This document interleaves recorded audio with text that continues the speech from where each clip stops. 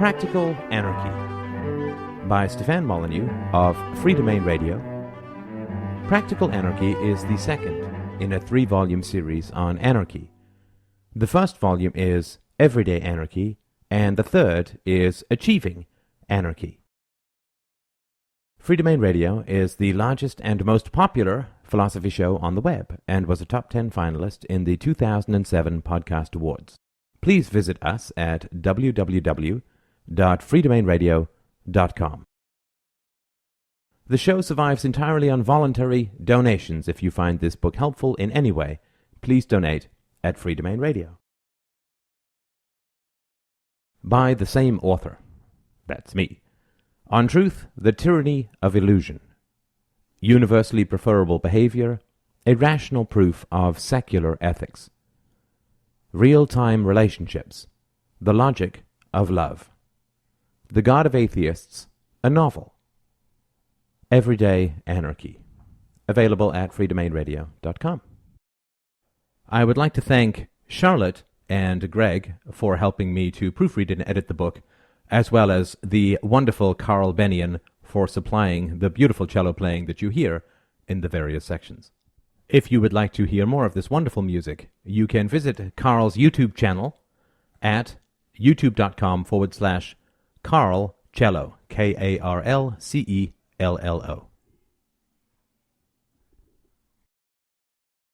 Preface. Any author who gives his work away faces the unique challenge of convincing people who have not invested their money in buying it that it is worth investing their time to listen to it. Samuel Johnson once wrote, "No man but a blockhead ever wrote, except for money." Which makes my task even harder, since either Mr. Johnson was a blockhead, or I am. I do think that there are some circumstances under which releasing a work for free does not necessarily imply that it is worth exactly what readers pay for it. Those proposing radical new approaches to age-old problems, the addition of new thought to the human canon, will not find it particularly easy to get people to pay good money for such mad claims. If I am writing a book on Christianity, then I can sell it to Christians. If I am writing a book on libertarianism, then I can sell it to libertarians. If I am writing a book on politics, I can sell it to the deluded. If I am writing a book for the future, for a truly free society that is yet to be, who do I sell it to? I cannot even tell in particular detail what this new society might look like or be able to achieve, save that I am sure that they have not yet found a way to send gold backward through time and deposit it on my doorstep. Although improbable, it is not completely impossible that you might find something radical, thrilling, and new in this book, despite its cover price. The best way to spread new ideas is to make them as available and accessible as possible, which is why I give everything away and rely, not without reason, on the generosity of my readers and listeners. Despite our universal abhorrence, evils continue to plague the world without respite. We fear and hate war, yet war continues. Our souls revolt against unjust imprisonment and torture, yet such injustices continue. We feel powerless in the face of endless tax increases, and with good reason. We feel agonizing compassion for those who are caught up in the endless bloody nets of tribal conflicts, condemned to mute horror and blank-eyed starvation. The plight of the enslaved weighs down our hearts with the rusty chains of useless sympathy. We would do almost anything to free the world from such monstrous evils, yet we feel so helpless. We all want a free and wonderful world, and yet feel utterly paralyzed before these monsters who commit such universal crimes. Violence, injustice, and brutal control are truly the malignant cancers of our species. Philosophers have chided and reasoned in vain for thousands of years. Governments have been instituted to serve and protect the people, yet always escape the flimsy walls of their paper prisons and spread their choking powers across society, darkening hope and the future. In this book, I do my part to put an end to these evils. I know exactly how all these horrors can be ended. I'm fully aware of the outlandishness of this claim. I'm fully aware that you have every right to be perfectly skeptical and cynical about the contents of this book. I would not blame you at all if you laughed in my face, spat at my feet, did anything you pleased, as long as I could get you to turn just one more page. Because what if it were possible? What if it were possible to live in a world free of the terror and genocide of war? What if it were possible to live in a world without unjust imprisonment, institutionalized rape, and the endless subjugation of the helpless and arming of the vicious and evil? What if you were listening to a small blueprint that could lead to just such a world of peace and plenty, of compassion, voluntarism, virtue, and true liberty? Isn't that what we all really dream of? Isn't that the world that we wish with all our hearts that our children could inherit? Isn't that the world that we would like to take even a few steps towards?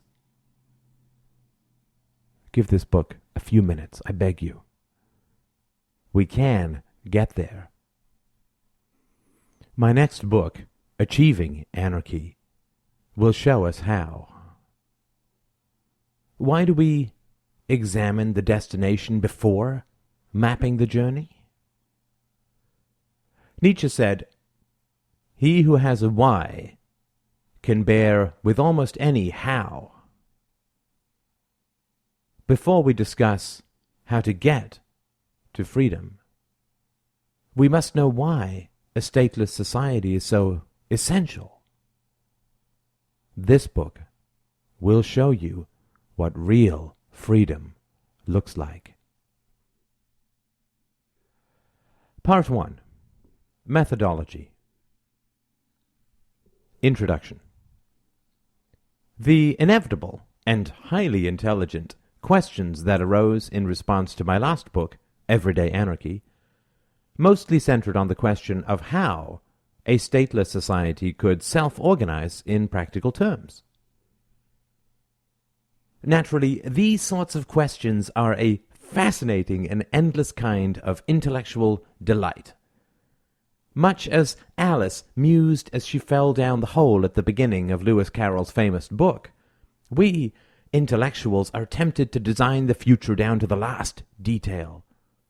We try to respond to every conceivable objection with yet another essay on how roads can be delivered in the absence of a government, or how international treaties can work in the absence of law courts, or how children can be protected in the absence of the police, or how national defense can be secured in the absence of a state army, and how the poor can receive an education in the absence of public schools, and how and why doctors will help the impoverished sick without being forced to, and so on.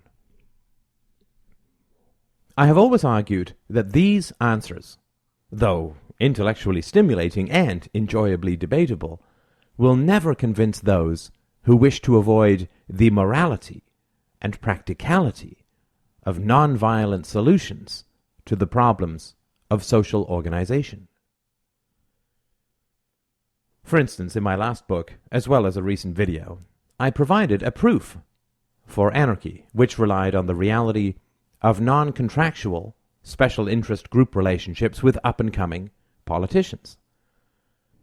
A large number of people wrote to me in response, saying either that such special interest relationships did not exist, surely a laughable proposition given the 30,000-plus lobbyists registered in Washington, D.C. alone, or that if I wanted anarchy, and democracy was a great proof of the practical functionality of anarchy, then surely I should be happy with democracy. There seems to be no end to the foolish statements that can be uttered by those afraid of the truth. The truth, as Socrates gave his life to show, remains highly threatening to entrenched interests and has a very personal and volatile effect on our immediate relationships. In reality, it is not so much a stateless society that we fear, but rather a familyless and friendless society where we rock gently, hugging our useless truths to our chests, solitary, ostracized, alone, rejected, scorned, derided. The truth is a desert island, we fear, and so, as evolutionarily social animals, we join our corrupt circles in mocking and attacking the truth, and resent those who tell us the truth, for revealing the corruption that formerly was only visible unconsciously, which is to say, largely invisible. It is important to understand, up front, that this book will contain truths that will likely be highly threatening to you, and certainly to those around you.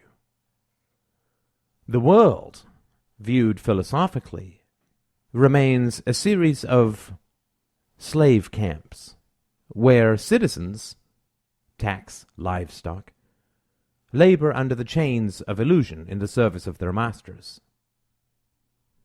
As I talked about in my book, Real-Time Relationships, the predations of the rulers survive on the horizontal attacks of the slaves. Because we savage each other, we remain ruled by savages. Thus, you may find that as you read this book, you experience a rising frustration and irritation with its contents, and possibly with me as well, if experience is any guide. I certainly do sympathize with these emotions and truly understand their cause. But I would strongly urge you to refrain from sending me angry emails, for your sake, not mine. It is, as you know, highly unjust to attack a truth-teller for the discomfort he causes. It's not my fault that you have been lied to your whole life long. Furthermore, the lies exist whether or not you hear the truth from me or from anyone else. Limitations. It is impossible for any single man or group of men to ever design and predict all the details of any society. In order for you to get the most out of this book, I will make a few suggestions which may be helpful. First of all, if you approach this book with the idea that you're going to find every possible gap in an argument, or nook and cranny where uncertainty may reside, then this book will be a complete waste of time, and will raise your blood pressure for absolutely no purpose whatsoever. When Adam Smith formulated the arguments for the free market in the late 18th century, it was not considered a requirement that he predict the stock price of IBM in 1961. He began working with a number of observable and empirical principles, and proved them with rational arguments and well-known examples. The validity of the invisible hand was not dependent upon Adam Smith predicting and describing in detail the invention of, say, the Internet. The methods that free men and women invent and use to solve social problems cannot reasonably be predicted in advance, and finding every conceivable fault with any and all such possible predictions is arguing against a mere theoretical possibility, which is both futile and ridiculous. That having been said, it is still worth reviewing some possible solutions to social organization that do not involve the monopolistic violence of the state. When Enlightenment thinkers attacked and undermined the exploitive illusions of religion, they were not able to provide a valid and scientific system of ethics to replace the mad moral commandments of historical superstition. It certainly is valuable to disprove existing, quote, truths. But if we do not come up with at least plausible alternatives, these falsehoods inevitably tend to morph and reemerge in a different form. Thus did the death of religion give rise to totalitarianism, just another worship of an abstract and irrational moral absolute, the state, rather than a god. The unjust aristocratic privileges of the minority that the Founding Fathers so railed against simply morphed into the unjust privileges of the majority in the form of mob-rule democracy, which then morphed back into the unjust aristocratic privileges of the minority in the form of a political ruling class. Men and societies all need rules to live by, and if existing rules get knocked down, they simply rise again in another form if rational replacements are not provided. Exposing a lie simply breeds different lies, unless the truth is also advanced. I have set myself a number of goals in the writing of this book that I wanted to mention up front, so you could understand the approach that I am taking, the strengths and weaknesses of what I am up to, as it were. First, I promise to refrain from exhausting your patience by trying to come up with every conceivable solution to every conceivable problem. Not only would this end up being grindingly boring, but it would also indicate a strange kind of intellectual insecurity, and an unwillingness to give you the respect of accepting that you can very easily think for yourself about the solutions to the problems discussed in this book. My aim is to give you a framework for thinking about these issues, rather than have you sit passively as I explicate the widest variety of solutions to all conceivable problems. In other words, my purpose in this book is to teach you to be a mathematician, not show you how good a mathematician I am. Teaching you how to solve problems is far more respectful than giving you solutions. I have always said that everyone is a genius and everyone is a philosopher. You do not need me to spell out how a stateless society can work in every detail, but rather to give you a framework which you can use to work out your own answers and satisfy yourself how well a truly free society will work. When Francis Bacon was putting forward the scientific method in the 16th century, it was not necessary for him to solve every conceivable scientific problem in order to prove the value of his methodology.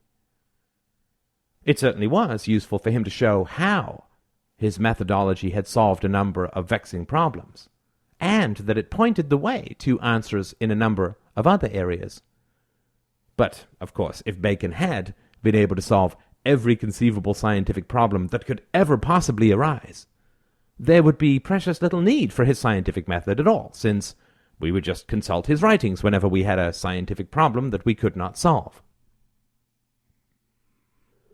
In the same way, As a philosopher, I am interested in teaching people how to think in a new way, rather than giving them explicit answers to every conceivable problem. My approach to rational and scientific ethics, universally preferable behavior, is to provide people a framework for evaluating moral propositions, rather than to give them an utterly finalized system of ethics. If such a system of ethics ever could be developed, which seems highly unlikely given the inevitably changing conditions of life, society, and technology, then no one would ever have to think about ethics ever again, and philosophy would fall into the abyss reserved for dead religions and defunct ideologies, interesting only as yet another example of a temporary historical illusion, like the worship of Zeus or Mussolini or Paris Hilton. The scientific method certainly did, and does, provide an objective methodology for gaining valid knowledge and understanding of the physical world, just as universally preferable behavior provides an objective methodology for separating truth from falsehood when it comes to evaluating moral propositions. And the free market provides an objective methodology for determining value in the provision of goods and services through the mechanism of price. The value of the scientific method only truly becomes apparent when we abandon religious or superstitious revelation as a valid source of, quote, truth. We only refer to a compass when we become uncertain of our direction. We only begin to develop science when we start to doubt religion. We only begin to accept the validity of the free market when we doubt the ethics and practicality of coercive central planning. On a more personal level, we only begin to change our approach to relationships when we, at last, begin to suspect that we ourselves may be the source of our problems. Much like a river, alternative tributaries only arise when the original flow is blocked. The development of new paradigms in thought is, in general, more provoked than plotted, and erupts from a rising exasperation with the falsehoods of existing, quote, solutions. This spike in emotion can sometimes arise with extraordinary rapidity from a slow build to a sudden explosion, and it is my belief that this is where we are poised in the present when it comes to an examination of the use of violence in solving social problems. As a vivid, living value, the nation-state, as an object of worship and a source of practical and moral solutions, is as dead as King Tutankhamun. No one truly believes any more that the state can solve the problems of poverty, of miseducation, of war, of ill health, of security for the aged, and so on. Governments are now viewed with extraordinary suspicion and cynicism. It is true that many people still believe that the idea of government can somehow be rescued. But there is an extraordinary level of exasperation, frustration, and anxiety with our existing methods of solving social problems. When someone says that we need yet another government program to solve all the problems created or exacerbated by previous government programs, most people now view this approach as an eye-rolling non-answer. Of course, we still hear a lot about government solutions in the media, academia, and the arts. But most people now understand, at least emotionally, that this bleating arises from special interest groups that are either threatened or protected by the state. The automatic reaction of increase regulation.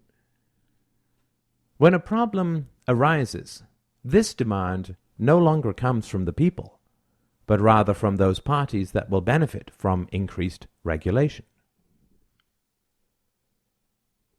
The rise of the Internet has also rocked the mainstream paradigm of government as virtue.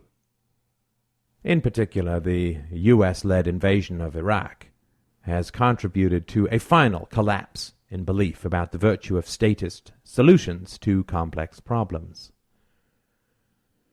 It is easier to believe the lies of the past, since we were not there when they were told. It is harder to believe in the lies of the present, since we can see them unraveling before our very eyes. Thus, our belief that the government can solve problems is collapsing on two fronts. First, we now understand that the government cannot solve problems. And second, and more importantly, we can see that the government is not giving up any of its control over the problems it so obviously cannot solve. This last point is worth expanding upon, since it is so important and so often overlooked. If the government claims to take our money in order to solve the problem of poverty, for instance, but the government clearly does not solve the problem of poverty, but rather, in fact, tends to make it worse, then what do we begin to understand when the government continues to take our money? If I take your money telling you that I will ship you an iPod, what realization do you come to when I neither ship you the iPod nor return your money? Surely you understand that I only promised you the iPod in order to steal your money. In the same way, the government did not increase our taxes in order to solve the problem of poverty, but rather claimed that it wanted to solve the problem of poverty in order to increase our taxes. This is the only way to explain the basic fact that the problem of poverty has not been solved, and in fact is worse now, but the government continues to increase our taxes. We are all beginning to understand, at least at an unconscious level, that the government lies to us about helping others in order to take our money. The answer? If religion is not the answer, and the state is not the answer, then what is? Well, when a particular, quote, answer has proven so universally disastrous, the first place to look is the opposite of that answer. If no property rights, communism, is disastrous, then property rights, free markets, are most likely to be beneficial.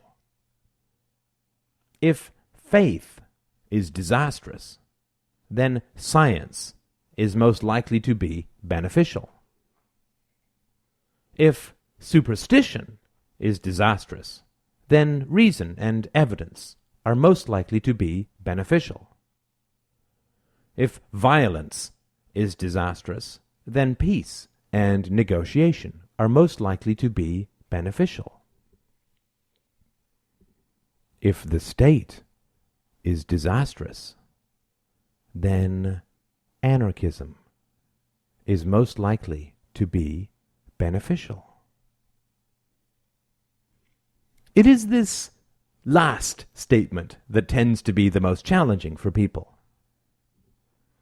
Many of us can accept a world without gods and devils, without heaven and hell, without original sin and imaginary redemption.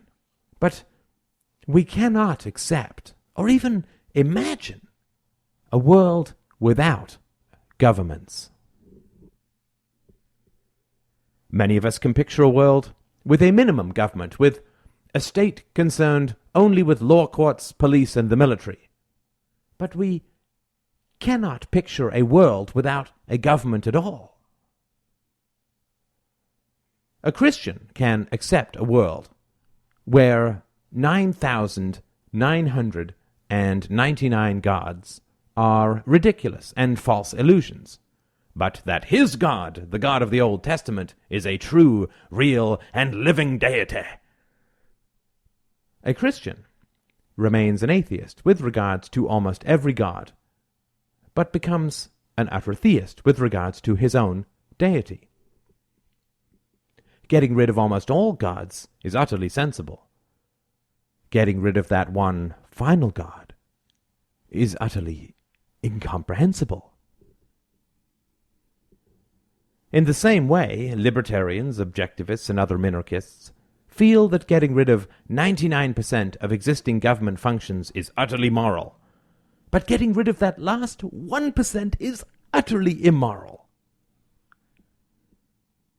We do not accept these reservations in other areas of our lives, which is enough to make us suspicious of the true motives behind such statements.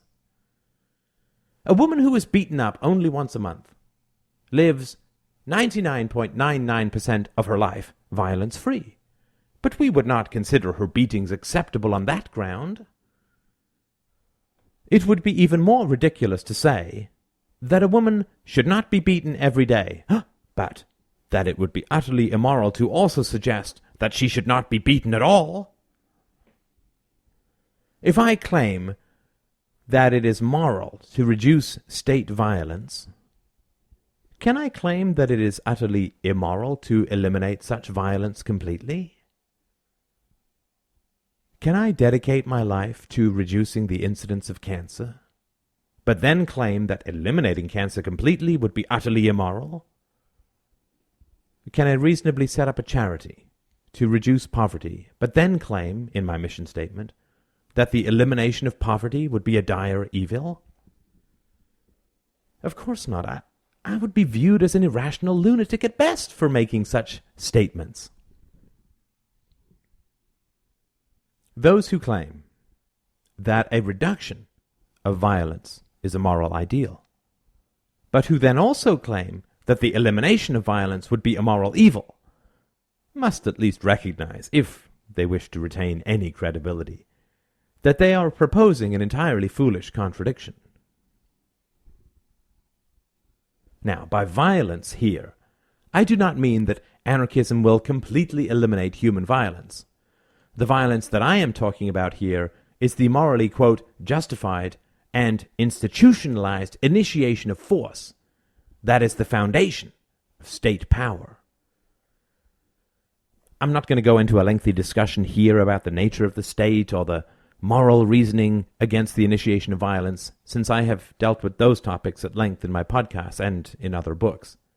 Suffice to say that the state is, by definition, a group of individuals who claim the right to initiate the use of force against legally disarmed citizens in a specific geographical region.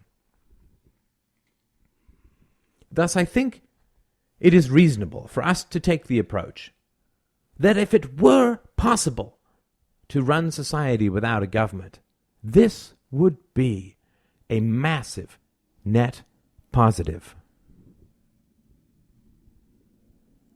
When we have governments, we inevitably get wars, politically motivated and unjust laws, the incarceration of non-violent, quote, criminals, the overprinting of money and the resulting inflation, the enslavement of future generations through immoral deficits, the miseducation of the young, rampant vote buying, endless tax increases, arms sales around the world, unjust subsidies to specific industries, economic and practical inefficiencies of every conceivable kind, the creation of permanent underclasses through welfare and illegal immigration, vast increases in the power and violence of organized crime through restrictions on drugs, prostitution, and gambling, the list of state crimes is virtually endless. when we choose to justify governments, we inevitably choose to justify the crimes of those in power. Choosing government is also choosing war, genocide, enslavement, financial, moral, and educational corruption, propaganda, the spread of violence, and so on. You can never get one without the other. Imagining otherwise is like imagining that you can choose to justify the mafia without also justifying the violence that it uses to maintain its power. We may as well imagine that we can support the troops without simultaneously supporting the murders they commit.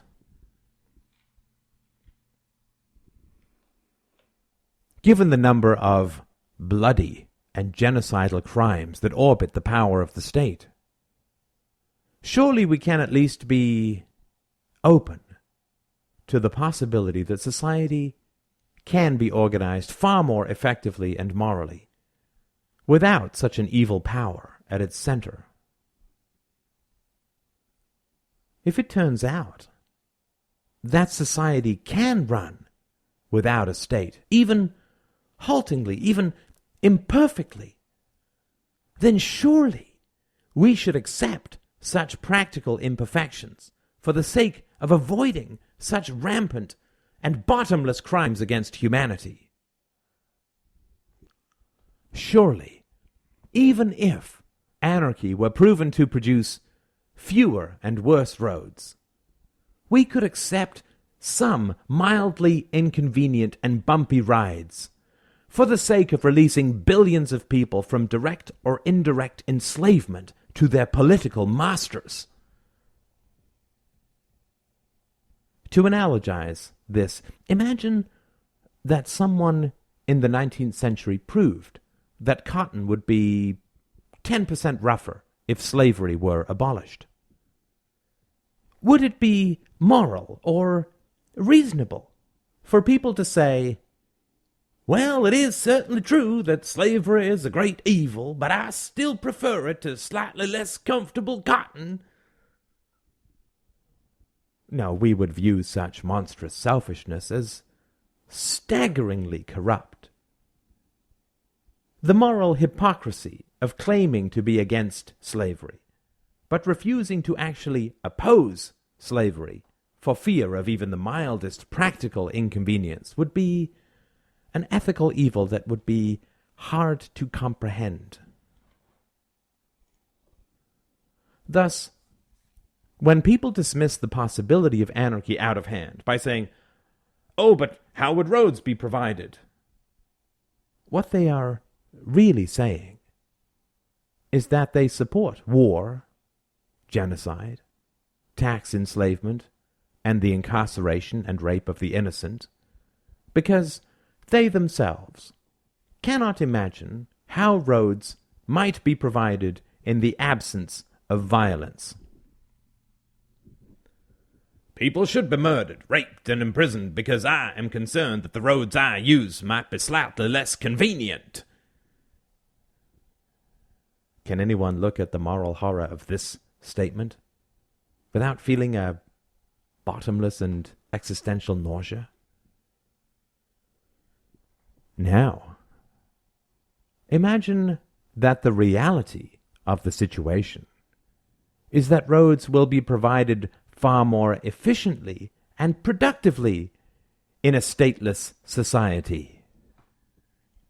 If that is the case, then the practical considerations turn out to be the complete opposite of the truth. That we are accepting murder, genocide, and rape for the sake of bad roads rather than good roads. This kind of net loss provides the moral and rational core of the arguments in favor of a stateless society. While it is certainly true that some people will end up losing out under anarchy, it is the evil and corrupt who will lose the most, just as priests lose out in an atheistic society, much to the relief of children everywhere. The true reality of an anarchic society is that the moral goals of every reasonable human being, the alleviation of poverty, the provision of, quote, public services, the education of the young, the protection of children, the old, and the infirm, will actually be created and provided in a positive, productive, gentle, and moral manner. The great lie of the statist society is that the helpless and dependent are protected, when in fact they are trapped and exploited. The great lie of the statist society is that the ignorant are educated, when in fact they are made even more ignorant. The great truth of the anarchic society is that the helpless are protected, the ignorant are educated, the sick are treated, and that roads are built and are better. To gain the beauty and virtue of anarchism, we sacrifice nothing but our illusions. Surely, we should actually want to help people, rather than just pretend that we are doing so. Surely, we should not sacrifice the peace of the world to our fears of imperfect roads. The argument from Apocalypse. Of course, people do not say that we should not live in a free society because the roads might be imperfect. The endless argument against anarchism is the argument from Apocalypse, AFA. The AFA is not an argument at all, of course, but rather relies on rampant fear-mongering and an argument from intimidation. Basically, the argument goes something like this. We're all gonna die!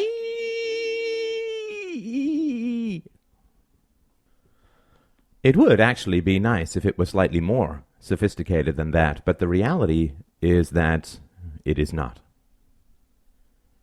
The basic argument is that if we accept Proposition X, civilized society will collapse, children will die in the streets, the old will end up eating each other, and the world will dissolve into an endless and apocalyptic war of all against all. This is not an argument at all, since it relies on fear and intimidation. Darwin faced exactly the same objections when he first published his theory of evolution. If we accept that we are descended from apes, everybody will abandon morality, society will collapse, war of all against all, etc., etc., etc. Abolitionists faced the same argument when suggesting that slavery should be abolished. Atheists faced the same silly objections when disproving the existence of God.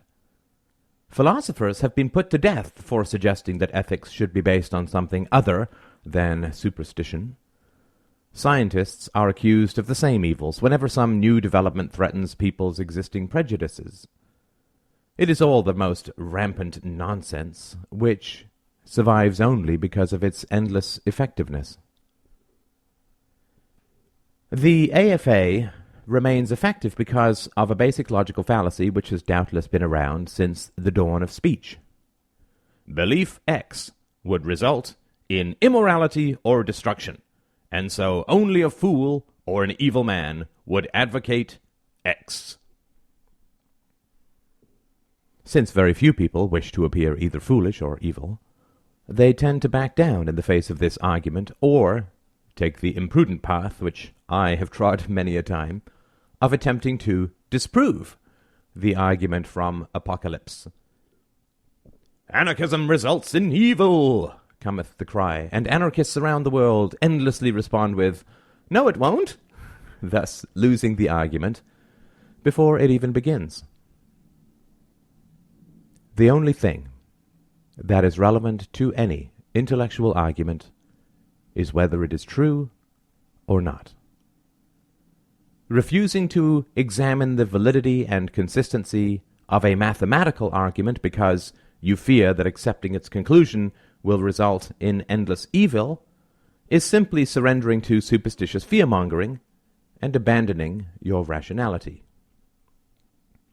Propositions cannot be evil. Mathematics cannot be evil. Statism cannot be evil. Error cannot be evil. And the truth is not virtuous. A proposition cannot strangle a baby, an argument cannot rape a nun, and a theory of anarchism cannot turn people into shrunken-headed zombies in hot pursuit of Will Smith. A theory of anarchism can only be true or false, valid or invalid, logical or illogical. If someone deploys the argument from Apocalypse, it proves nothing except that he has no good arguments, and that the proposition in front of him is emotionally unsettling in some way. In other words, all that the AFA proves is intellectual idiocy and emotional immaturity. It is the philosophical equivalent of arguing against the proposition that ice cream contains milk by saying, "I once had a dream that an ice cream monster was trying to eat me." It is the kind of non sequitur we would expect from a very young child, which would only indicate an utter incomprehension of the proposed statement. People who are threatened by ideas should at least have the honesty to say, "I am threatened by this idea," rather than pretend that the idea is somehow objectively threatening to the human race as a whole. If I am afraid of short men, I should be honest about my fears and say, "I am afraid of short men," rather than vehemently argue that short men will somehow destroy the world. However, prejudice against anarchists, much like prejudice against atheists, is one of the last remaining acceptable bigotries in the world. We cannot judge any group negatively, except a group that relies on reason, evidence, and non-violence. Thus, it will not do us any good to run screaming from the idea of a stateless society, imagining all kinds of demonic horrors. If we allow fear-mongering to not only inform, but rather define and direct our thinking, then we are left without the ability to think at all, but must instead sit clutching the skirts of those who tell us tall and terrifying tales. We cannot judge the truth of an idea by our fears of its effect. Arguments for or against the existence of gods are not validated by our fears of, or desires for, a godless universe. We cannot oppose a theory of gravity by saying that it is unpleasant to fall down stairs. Neither can we oppose a new theory by demanding prior historical examples. The entire point of a new theory is that it is unprecedented. The first man to invent a jet aircraft could scarcely submit examples of jet aircraft flying in the past. Another common objection to anarchic theories is that they are not embraced or validated by professional intellectuals, philosophers, and academics. This is all very true, and as I explained in great detail in my book, Everyday Anarchy, I think we can view this as a positive rather than a negative. Still, is it reasonable for me to ask you to reject the near universal consensus of highly intelligent people, professors, pundits, columnists, academics, and so on, simply because they happen to disagree with or ignore the propositions that I am putting forward here? Surely we have all heard of a number of scam artists, particularly on the internet, who sell snake oil solutions to genuine ailments, preying upon the weak, the desperate, and the gullible. Is it reasonable to ask everyone to completely abandon respect for scholarship and professionalism, to turf experts for the sake of their own preferred opinions? Is this not our fear of what the internet will do to social consensus? Can we not find on the wild west of the web internet articles claiming that smoking is good for you, that space aliens were responsible for 9/11, that exercise is dangerous, fluoride will kill you, and eating fat will make you lose weight? How can we be sure that a theory of anarchism is not just another one of these crackpot ideas that rails against the universal consensus of experts in the field, attempting to dislodge sober scholarship with wild-eyed speculation? Perhaps this book is just a form of elaborate trickery, a playing out of some wretched and buried psychological trauma designed to separate you from your friends and family by infecting you with strange and illicit ideas, and taking your money to boot, since Free Domain Radio relies on voluntary donations. Of course, these are all excellent questions to ask, and I, for one, would be highly unlikely to pit my own judgment against that of, say, my doctor or my accountant. One of the main reasons that we need specialists is because enormous swaths of human knowledge remain buried under entirely counterintuitive paradigms. Who would have thought that making your gums bleed, at least at first, with floss, would lead to oral health? Exercise often feels bad, and eating pie always feels very good. And so we need experts to remind us of the long-term effects of such activities compared to the short-term incentives and disincentives. We prefer to spend money in the moment rather than save it for a rainy day. A surgeon might make us feel very unwell in order to prevent or cure an illness that we may not even have felt yet. A friend might strive to impress upon us the emotional problems of a highly attractive sexual partner, and the dark satisfactions of discharging anger towards a spouse in the present might create for us a very unpleasant future indeed. In all these areas, we rely on the objectivity and expertise of those around us, who possess the training and knowledge to steer us against our immediate desires, or who are not subject to our own immediate desires, as in the case of our friends, and so can often see things more clearly. What about the famous idea that deep study tends to lead to moderation? A little learning is a dangerous thing, it is often said, and with good reason.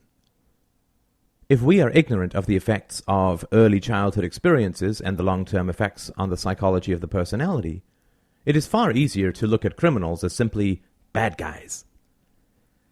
If we are ignorant of the basic truth that history is almost always a tale told by those in power in order to justify and support their own, quote, virtue, then we shall inevitably be genuinely shocked when we come across the long-lost truths of the vanquished, or the foreign, or the dead. Thus, should we not look for moderation in our responses to complex questions? The problem of health is complex, requiring a wide variety of inputs from nutritionists, physical trainers, doctors, psychologists, and so on, most of whom will counsel a form of Aristotelian moderation. Too little exercise leads to brittle bones and flab. Too much exercise leads to injury. Too little food leads to a lack of energy. Too much food leads to excess weight. An overfocus on the desires and needs of others leads to codependency.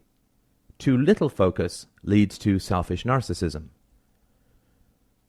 Parents must often attempt to strike a balance between discipline and indulgence. The needs of the many must be balanced with the needs of the few, even in just the business arena.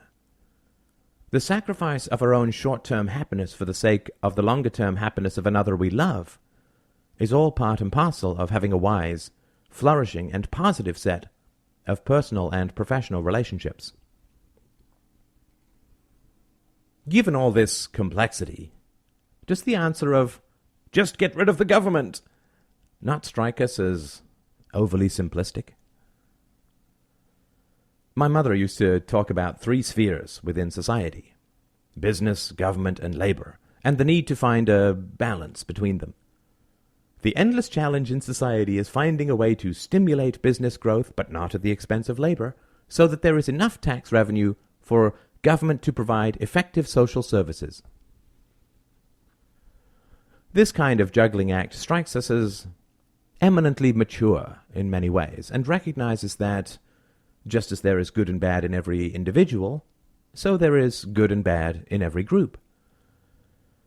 You can find bad and corrupt people in the realm of politics, labor, and business if you want, but stretching this basic reality into an outright condemnation of any group seems explicitly prejudicial. A man who has been robbed by a Chinese acrobat would scarcely be justified in demanding that the world be utterly rid of Chinese acrobats. One swallow does not a summer make, nor do bad politicians invalidate the value of government as a whole. Furthermore, isn't it rather childish to suggest that we rid ourselves of an institution that is so open and responsive to our feedback? We live in a democracy, for heaven's sake. Why throw the baby out with the bathwater when we can get involved and change the system? If we do not like a particular company's business practices, we do not have to throw out capitalism as a whole. We can inform others about their odious practices, organize boycotts, and so on. Surely the communicative power of the Internet has removed significant barriers to freedom of self-expression and the exchange of information, to the point where we no longer need to sit back when an institution fails to serve us, but rather we can very quickly and effectively work to bring about change in our political system. It also seems very alarming for us to take the enormous risk of getting rid of a government. Such a radical step has never been taken before as part of a conscious philosophical program.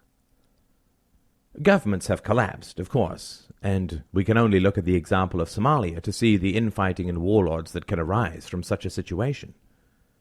And governments have been taken over, either internally or externally, but there is no example in history of consciously dismantling a state without any goal of replacing it. Does it seem sensible to go directly against the entire collective history of our species and throw out an essential human institution that has been around as long as we have? Other radical reorganizations of human society have resulted in endless slaughter, chaos, war, and the staggering disorientation of children raised without families, of rampant polygamy, communal, quote, ownership, and so on. It does seem to be a particular curse of our species that every generation or two some new idea comes along which aims to overthrow the entire history of human interaction and replace the controlled hurly-burly of a state-managed free market with something like fascism, socialism, or communism. Then some other wild-eyed rebel comes along and decries that family is dictatorship and attempts to undermine and destroy that most essential component of social life, the nuclear family. Then someone else comes along and says property is theft, and the cycle just seems to start all over again. The basics of human society, of human life itself, seem to be that families are good, that private property is important, that the greed of the free market cannot provide all possible goods and services, that some form of centralized regulation and lawmaking seems to be essential, that there is good and bad in everyone, but there are some very good people and some very bad people, and that the good people need a government to protect them from the bad people. I confess that it must be quite exasperating for people to hear some of the basics that are so commonly accepted as truths opened up once more for a new examination. Perhaps it feels somewhat akin to a biologist being lectured to by a creationist during a long intercontinental flight, or a math teacher being cornered by a hyper-intense student strung out on caffeine who insists that numbers are just an illusion, man. Scientists do not consistently reopen the basic methodology of the scientific method.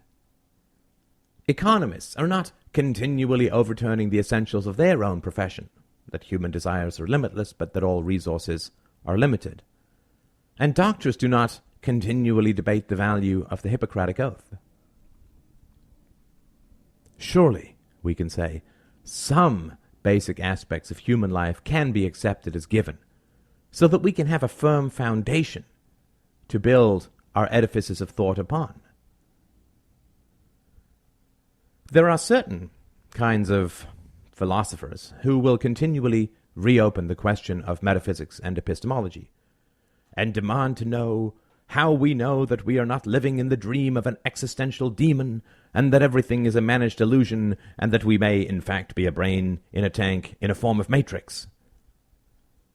These sorts of thinkers do bring up intellectually stimulating questions, to be sure, but there are very few of us who do not inevitably shrug our shoulders after failing to penetrate this veil of ignorance, and shrug off the burden of these unanswerable questions, certain that we still have a life to live in the real world, and that to sit and forever ponder these unanswerable questions would be to sink into a kind of hyper-intellectual coma. Finally, let us suppose that it would be a good thing to get rid of the government. Well, it might also be nice if we could fly, breathe underwater, and sneeze gold. An essential component of rational prioritization is to recognize and separate the possible from the impossible. It may indeed be the case that we live in the dream of a demon, but so what? What possible difference could it make to our daily life if this were or were not the case? If it is utterly impossible to get rid of the government, at least in our own lifetime, then isn't it just a kind of narcissistic self-indulgence to continue to play around with the idea as if it ever could be implemented? We could also theorize that spending a solid week in zero gravity would be an excellent cure for lung cancer, but that would scarcely help the people suffering in our own lifetime. Surely those of us with the intellectual abilities to traverse such endless abstractions should use our abilities for a more tangible and immediate good, rather than perform the intellectual equivalent of inventing the inner workings of Klingon biology. We certainly do have the right to be skeptical about those who take their intellectual powers and run off in hot pursuit of the impossible. What could possibly be their motivation? Why would anyone want to get involved in a series of ideas that can never be achieved, that are alienating and frustrating to discuss, that eject these thinkers from anywhere close to the mainstream of social thought, and which create endless awkward silences at dinner parties, sweaty-palmed avoidances in one's early dating life, endless impossibilities in educational environments, teeth-grinding frustration when reading the newspaper or watching a movie, a reputation for eccentric and strangely intense thinking patterns, habitual eye-rolling from friends, a suspicious intellectual monomania that people kind of have to steer around if they wish to avoid setting you off, and last but not least, some fairly endless challenges when it comes to raising your children and filling them full of ideas that will doubtless set them approximately one solar system's league away from their peers. It seems like an entirely generous estimate to imagine that more than 1 in 100 people will ever be interested in learning more about anarchism. And perhaps 1 out of 1,000 will avidly pursue the course of thought and become full-fledged anarchists. What are the odds that these incredibly rare creatures will just happen to be scattered around the budding anarchists' social, familial, and educational spheres? Statistically, anarchism is a surefire recipe for social and familial isolation. After the virus of anarchism infects you, the possibility of infecting others remains very low. Thus, you must either retreat to some sort of mental cave, or live a psychologically perilous form of double life, biting your tongue and averting your eyes whenever the topic of politics, economics, or the state comes up. Given all these dire social consequences, combined with the fact that anarchism will never be implemented in our lifetime, how can we possibly understand the pursuit and acceptance of these wild ideas as anything other than a kind of intellectual shell around a hyper-tender personality designed to alienate, frustrate, and drive people away, perhaps as a result of a tortuous history of parental rejection? Other than a strange and perverse kind of emotional masochism, what could conceivably motivate someone to take such a mad, vain, futile, and unachievable intellectual course? Surely, even if anarchism is sane, anarchists are not. It certainly is true that there are many strange people in this world who believe many strange things, and that some of those strange people believe in anarchism. Stalin was both an evil sociopath and an atheist. Hitler was a murderous racist who also knew how to tie his shoes. This does not tell us anything about atheists or people who know how to tie their shoes as a whole. A merely personal confession. I can say for myself, and I mean this only for myself, that although the truth often does press down like the weight of a cathedral on my sometimes sloping shoulders, and though it does lower a dark and rippled glass between myself and the companions and family of my youth, and though it startles and scatters shocked glances in the faces of those around me, and although it renders the present unstable and the future uncertain, even with all that the truth demands and imposes upon me, I would not let you tear it from my heart with any power at your command. The truth was not something that I set out to pursue. I dabbled in ideas when I was a child, just as I dabbled in playing certain instruments and painting in watercolor, never once dreaming that it would be anything other than a mildly diverting hobby. Looking back on it now, many decades later, it reminds me of one of those horror stories which depicts the disastrous consequences that result from delving too deep into the earth. Some sort of unholy beast arises from the depths and lays waste to the surface world. A beast that has lain dormant for hundreds or thousands of years is suddenly disturbed and awakes with a sky-splitting roar and a savage and unquenchable hunger for destruction. During that shock of initial eruption, when the ideas that we started out merely playing with suddenly seem to take on a life of their own, like the escalating spells of Mickey Mouse, we do recoil in horror and leap back as if laser-scoped by a trigger-happy sniper. But we quickly learn the lesson of all horror stories, which is that the monsters are never outside our head. The truth is an angry, demanding, and liberating coach who drags us kicking and screaming up a sharp and broken mountainside, and then sets us down gently to marvel in breathless wonder at the most beautiful view that can ever be conceived. as our complaints roll emptily down to disappear into the fogs of our past, in a bare ripple of white smoke, our eyes stream with tears in mute gratitude at what we have been able to behold. Such happy and driven fools often look quite mad to those around them. The truth is a drug that renders the motives of those who pursue it incomprehensible and strangely disturbing to everyone else. The ferocity of truth's beauty is utterly beyond addictive.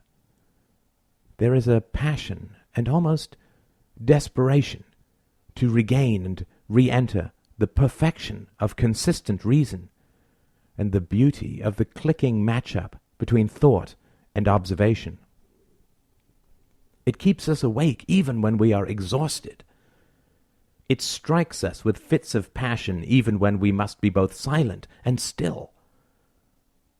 It obscures mere faces and opens up real minds. It peels away all the petty shallowness of the world and reveals all the glories and horrors of true depth. And that makes it all worth it.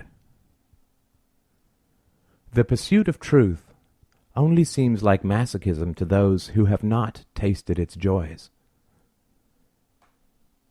If your personal pleasures tend to center around social acceptance, then you unconsciously know, or perhaps consciously, that the pursuit of philosophical truth and wisdom will strip away that which gives you the most happiness in the moment.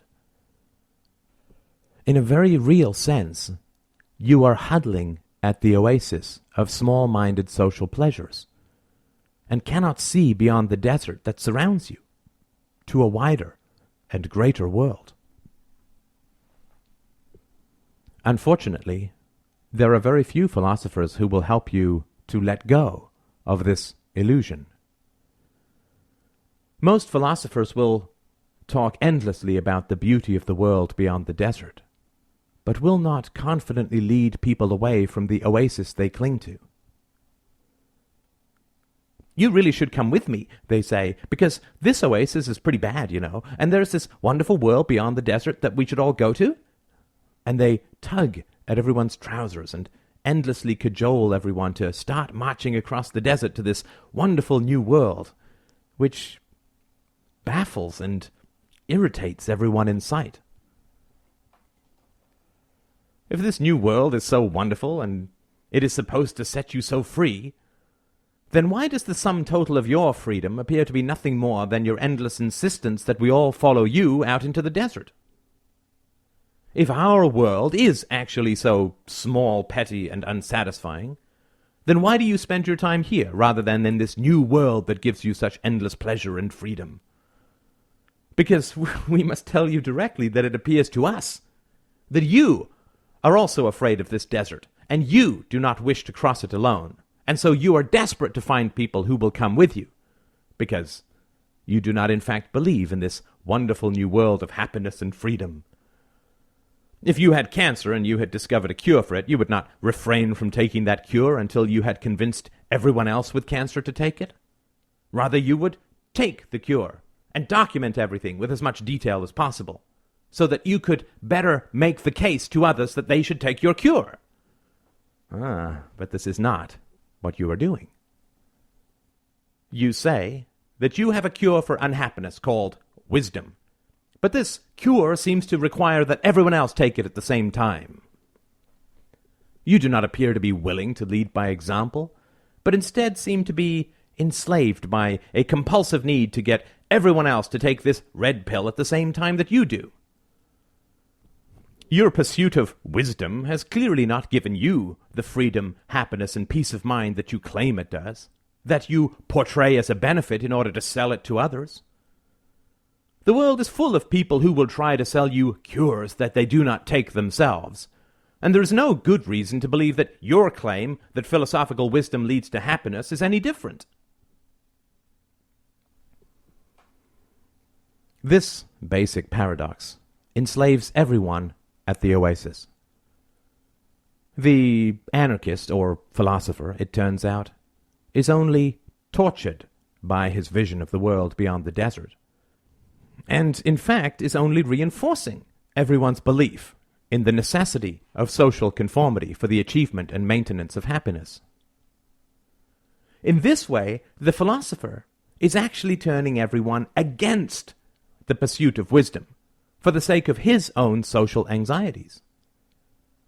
He is actually portraying philosophy as that which tortures you with a vision that you cannot achieve, but that you must continually harass others to pursue.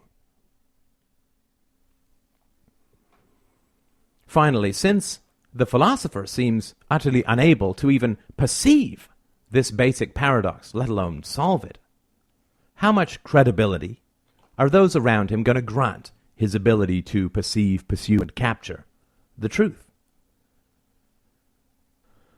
If I claim to be a wonderful mathematician and go on and on about the glories of exploring numbers, but all that anyone ever sees is my continual frustration at the fact that no one else seems to be very interested in math, and my complete inability to balance my checkbook or even notice that it doesn't add up, then will I not be perceived as a kind of arrant fool, motivated by heaven knows what?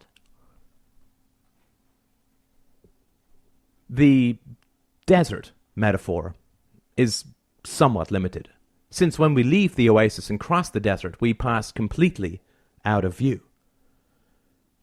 However, when we pursue the truth from our love of the truth and shrug off those who do not wish to join us, we do arise as a beacon in our social world, a sort of lighthouse that can help guide the few who are capable of being seized by such a love of truth that they are willing to give up the immediate creature and social comforts of living in a world of lies. Those of us who cross the desert first can be deemed the most courageous in a way. But I must confess that, in fact, my journey felt less like a fish who braves leaving the water for the shore than a fish that is caught by the hook of philosophy and yanked unceremoniously from the depths. The future pulled me forward against my will at times, and it was with great regret that I left almost everyone behind.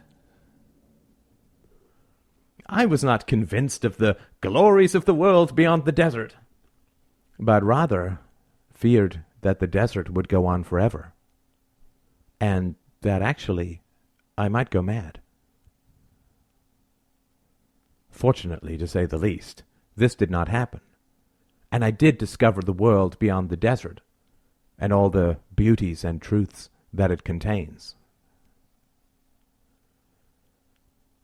By the time that my particular journey had slowed to at least a walking pace, I felt very little desire to go back to the oasis and try and get my former companions to join me in this new world.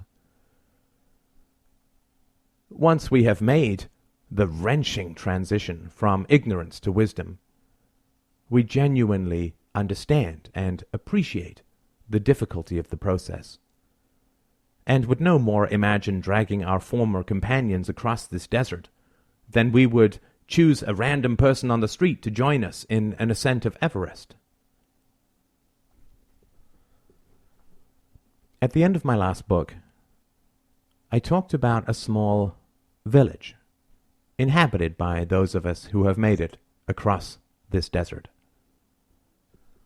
I believe that it is our job, if we choose it, to make this little village as hospitable and inviting as possible for those few hardy, thirsty souls that we can see struggling out of the shimmering heat of the sand dunes.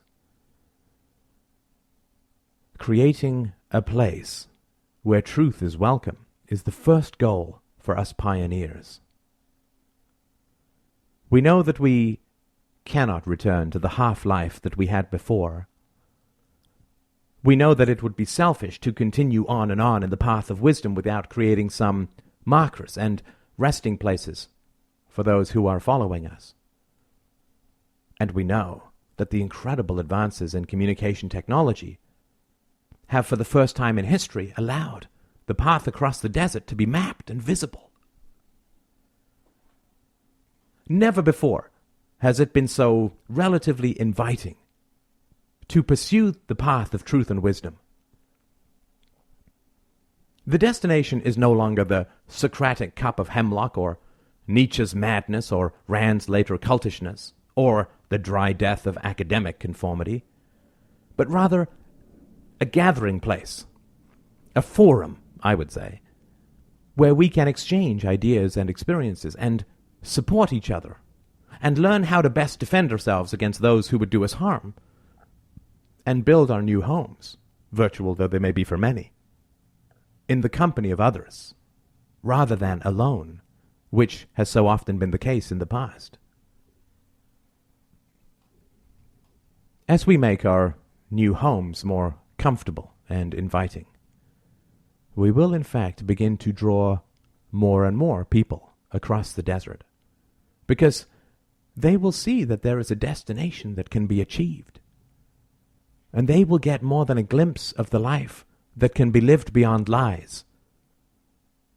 No sailor can navigate by the stars if the night is overcast, or if only one star is visible. As more and more stars wink into view, the navigation becomes easier and easier. If you are tempted to pursue the freedom of truth and wisdom, or, to be more accurate, if the skyhook of truth and wisdom snatches you into some unsuspected stratosphere, then the choice has, to some degree, been made for you. To hang suspended between the worlds of conformity and wisdom is to live in a kind of null zone where you gain neither the satisfactions of conformity nor the joys of wisdom. It can be truly hard to leave those behind who cannot or will not join you on this journey. And the only consolation that I've been able to offer myself, and which I offer to you now, is that there could be nothing better to do with our lives than to create a world where we do not have to choose between wisdom and companions, between virtue and society, where a unity with truth will not mean a disunity with those around us.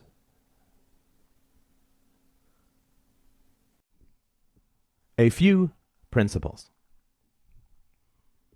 Rather than repeat them every time I make an argument, I wanted to put a few principles out up front before we begin. First and foremost, although I am an anarchist, I am not a utopian. There is no social system which will utterly eliminate evil.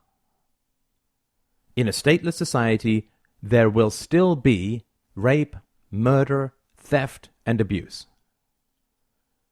To be fair, just, and reasonable, we must compare a stateless society not to some standard of otherworldly perfection, but rather to the world as it already is. The moral argument for a stateless society includes the reality that it will eliminate a large amount of institutionalized violence and abuse, not that it will result in a perfectly peaceful world, which of course is impossible. Anarchy can be viewed as a cure for cancer and heart disease, not a prescription for endlessly perfect health.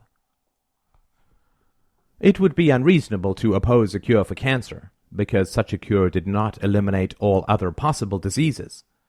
In the same way, we cannot reasonably oppose a stateless society because some people are bad and a free society will not make them good. Secondly, I am not proposing any Manichaean view of human nature in this book. I do not believe that human beings are either innately good or innately evil. I take a very conservative and majority view, which is that human beings respond to incentives, which also happens to be the basis for the discipline of economics. Human beings are not innately corrupt, but they will inevitably be corrupted by power. Most people will respond to situations and circumstances in a way that maximizes their advantage. Not explicitly at the expense of others, although that can happen, of course. But we are biological as well as moral beings, and there are very few people who will sacrifice the safety and security of their family in order to follow some abstract moral principle. When human beings are forced to choose between virtue and necessity, they will, in general, choose necessity, and will then rework their definition of virtue to justify their own actions. That having been said, it seems very clear that human beings are driven, to a very large and deep degree, by virtue. A man can almost never be convinced to do what he defines as evil. But if that evil can be redefined as a good, men will almost inevitably praise or perform it. Very few men would agree to murder for payment, but very few men will condemn soldiers as murderers. Very few people would openly say that they oppose rape but support the rapists. However, when the same moral equation is redefined as a good, just about everyone says that they oppose war but support the troops. This is one of the lessons that I explicitly take from our existing ruling class, which is that the power of propaganda to redefine evil as good is a fundamental mechanism for controlling people and making them do what you want. Before any government can truly expand, it first needs to take control of the money supply in order to bribe citizens, and the educational system in order to indoctrinate children. A large percentage of the Army's communications budget is dedicated to propaganda, and I assume that these people know more than a little about how to best spend money to control the minds of others. Thus, I do understand that the reason that the debate about a stateless society is so volatile and aggressive is because anarchists are fundamentally attempting to reclaim the definition of virtue in society. And since society, as a collective, is largely defined by generally accepted definitions of virtue, the anarchist approach to ethics is an attempt to fundamentally rewrite society as a whole. Prior attempts to do this have almost always resulted in disaster, because they have always relied on gaining control of the government and using its power to impose some new version of ethics on a disarmed citizenry. The anarchist approach is particularly unsettling because we say that initiating violence to solve social problems is a great evil, perhaps the greatest evil.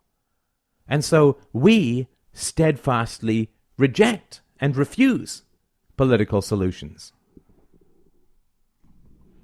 In the current world of governments, not only is political violence used to solve ethical problems, but also the use of such violence is itself considered virtuous and wise. Thus, anarchists are entirely above the existing debate, because we are not trying to grab the gun and point it in the direction that we approve of, but rather are pointing out that violence cannot be used to achieve a positive good within society. Thus, not only are existing solutions immoral, but the entire methodology for solving problems is based on a moral evil, the initiation of the use of force. This is a fundamental rewrite of society, and people are right to be concerned and skeptical about the anarchist approach. It is the most fundamental transition that can be imagined. It is the difference between asking how slaves can be treated better and stating that slavery is an irredeemable moral evil. It is the difference between asking what transgressions children should be beaten for and stating that beating children is always and forever immoral. Using the past to justify the future. An objection to anarchism that I hear fairly often is that human beings are not so constituted as to be able to productively and intelligently rule themselves. This objection rests on such a fundamental error that it is worth dealing with upfront, since it will show up time and again in the upcoming arguments for anarchism.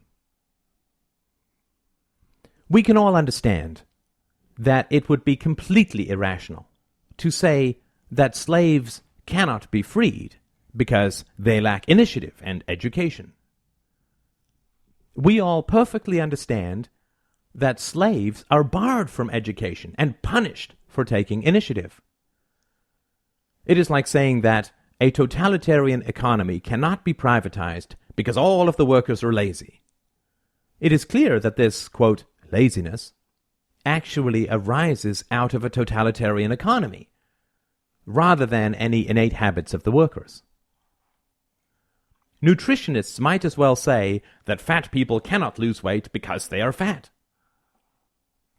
The entire purpose of an expert is to help undo the habits that ignorance and a lack of opportunity has bred, and substitute more rational and positive behaviors in their place. It is certainly true that people who come out of a statist educational system tend to be functionally retarded in many ways. They do not understand law. They do not understand politics. They do not understand economics. They do not understand philosophy.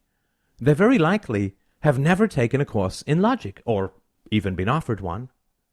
They do not understand the scientific method, and they fundamentally do not know how to think or debate from first principles. These are just the natural and disgusting results of the existing system. To say that men cannot be free because they lack the habits that freedom would have inculcated is a completely circular argument. It is like saying that the newborn chicks of geese that have had their wings clipped can never fly, or that the daughter of a Chinese woman who suffered through foot binding will be born with bound feet. Rejecting the virtues of the future for the sake of the evils of the past creates a closed-loop system that we can never escape. When anarchism comes to pass, there will doubtless be challenging and wrenching transitions for many people. But so what? This is actually an argument for anarchism rather than against it. The harder that it is to transition out of a violent statist society, the more it is necessary to do so and to prevent it from ever re-emerging again. We do not say that heroin is less dangerous because it is so hard to quit or so addictive. This is a central reason why heroin should not be taken in the first place. Constantly increasing our dosage of heroin because it is hard to quit would scarcely be a rational response to the problem of deadly addiction. The harder it is to quit, the more we should try to quit it, and the more we should strive to avoid re-addiction. You are not the only kind person on the planet. Another point that I would like to make up front is that there always seems to be a strange disconnect or isolation in people's concerns about the helpless and dependent in society. For instance, whenever I talk about getting rid of public schools, the response inevitably comes back, automatically it would seem, just like any other good propaganda, that it would be terrible because poor children would not be educated. There is a strange kind of unthinking narcissism in this response, which always irritates me, much though I understand it. First of all, it is rather insulting to be told that you are trying to design a system that would deny education to poor children.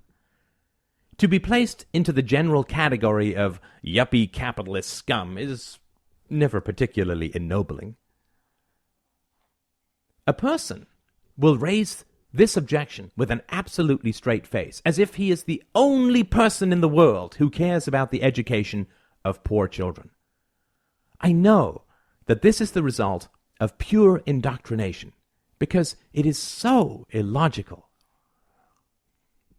If we accept the premise that very few people care about the education of the poor, then we should be utterly opposed to majority-rule democracy, for the obvious reason that if only a tiny minority of people care about the education of the poor, then there will never be enough of them to influence a democracy, and thus the poor will never be educated. However, those who approve of democracy and accept that democracy will provide the poor with education inevitably accept that a significant majority of people care enough about the poor to agitate for a political solution and pay the taxes that fund public education. Thus, any Democrat who cares about the poor automatically accepts the reality that a significant majority of people are both willing and able to help and fund the education of the poor. If people are willing to agitate for and pay the taxes to support a state-run solution to the problem of education, then the state solution is a mere reflection of their desires and willingness to sacrifice their own self-interest for the sake of educating the poor. If I pay for a cure for an ailment that I have, and I find out that that cure actually makes me worse, do I give up on trying to find a cure? Of course not. It was my desire to find a cure that drove me to the false solution in the first place. When I accept that that solution is false, I am then free to pursue another solution. In fact, until I accept that my first, quote, cure actually makes me worse, I will continue to waste my time and resources. The democratic, quote, solution to the problem of educating the poor is the existence of public schools. If we get rid of that solution, then the majority's desire to help educate the poor will simply take on another form, and a far more effective form, that much is guaranteed. Ah, say the Democrats, but without being forced to pay for public schools, no one will surrender the money to voluntarily fund the education of poor children. Well, this is only an admission that democracy is a complete and total lie, that public schools do not represent the will of the majority, but rather the whims of a violent minority. Thus, votes do not matter at all and are not counted, and do not influence public policy in the least. And thus, we should get rid of this ridiculous overhead of democracy and get right back to a good old Platonic system of minority dictatorship. This proposal, of course, is greeted with outright horror and protestations that democracy must be kept because it is the best system, because public policy does reflect the will of the majority. In which case, we need have no fear that the poor will not be educated in a free society, since the majority of people very much want that to happen anyway. Exactly the same argument applies to a large number of other statist, quote, solutions to existing problems, such as old age pensions, unemployment insurance, health care for the impoverished, welfare, and so on. If these state programs represent the desires and will of the majority, then removing the government will not remove the reality of this kind of charity, since government policies reflect the majority's existing desire to help these people. If these programs do not represent the desires and will of the majority, then democracy is a complete lie. And we should stop interfering with our leaders' universal benevolence with our distracting and wasteful, quote, voting. We will get into this in more detail as we go forward, but I wanted to put the argument out up front, just to address the ridiculous objection that removing a democratic state also removes the benevolence that drives its policies. A fundamental anarchic argument is that a democratic state uses the genuine benevolence of the majority to expand its own power and exacerbates poverty, ignorance, and sickness in order to justify and continue the expansion of that power. This is not the first time that the benevolence of good people has been used to control them. We only need to think of the example of organized religion to understand that. One final point, and then we shall begin really rolling up our sleeves and having some fun figuring out how a free society can truly work. Although the ideas of anarchy can be alarming, it is important to remember that anarchy is not an untried and untested system. As I talked about in my last book, anarchy is the foundation of how we organize our own personal lives, and it is also the root of how the government manages to survive, for at least as long as it does, despite its corrupt and evil nature. Prior approaches to rewriting social ethics failed because they did not evolve out of what works in our personal lives. We fully accept that theories of physics cannot contradict that which is directly observable within our own lives. That which describes a falling planet cannot contradict our direct perception of a falling brick. Indeed, since we would so strenuously resist the incursion of state power into our own personal and practical, quote, anarchy, it can be easier to understand how statism is a violent and artificial solution, not anarchy. If we look at something like communism, we can see that it represented a radical reversal of what actually works in our own personal lives. We retain and trade property constantly in our own lives. Stripping us of the right to own and trade property is an entirely artificial, oppositional solution, which is why it had to be imposed through endless violence, murder, and imprisonment. In the same way, when we look at something like religion, we can see that it represents a radical reversal of what we actually believe to be true in our own personal lives. Children do not need threats, bribes, and propaganda to believe that the sun will rise tomorrow, that gravity works, and concrete is hard on the knees. They do not need to be bullied in order to learn language, or grow physically and mentally, or ask endless questions and explore their environment. However, to believe that some ancient and fantastical Jewish zombie died for their, quote, sins, and that they are trailed and judged by an omnipresent and invisible ghost, and that they need to eat and drink symbolic flesh and blood to commune with some universal and incorporeal mind, well, that takes an enormous amount of propaganda, bribery, and bullying. Religion is an entirely artificial, oppositional solution to the question of existence and ethics. It must be repetitively and aggressively inflicted on children, because it scarcely comes naturally to them at all. Anarchy, however, does not fall into this category. For instance, when you face a problem at work, I can't imagine that you would ever sit your team down and say, I've come up with the perfect solution to our problem.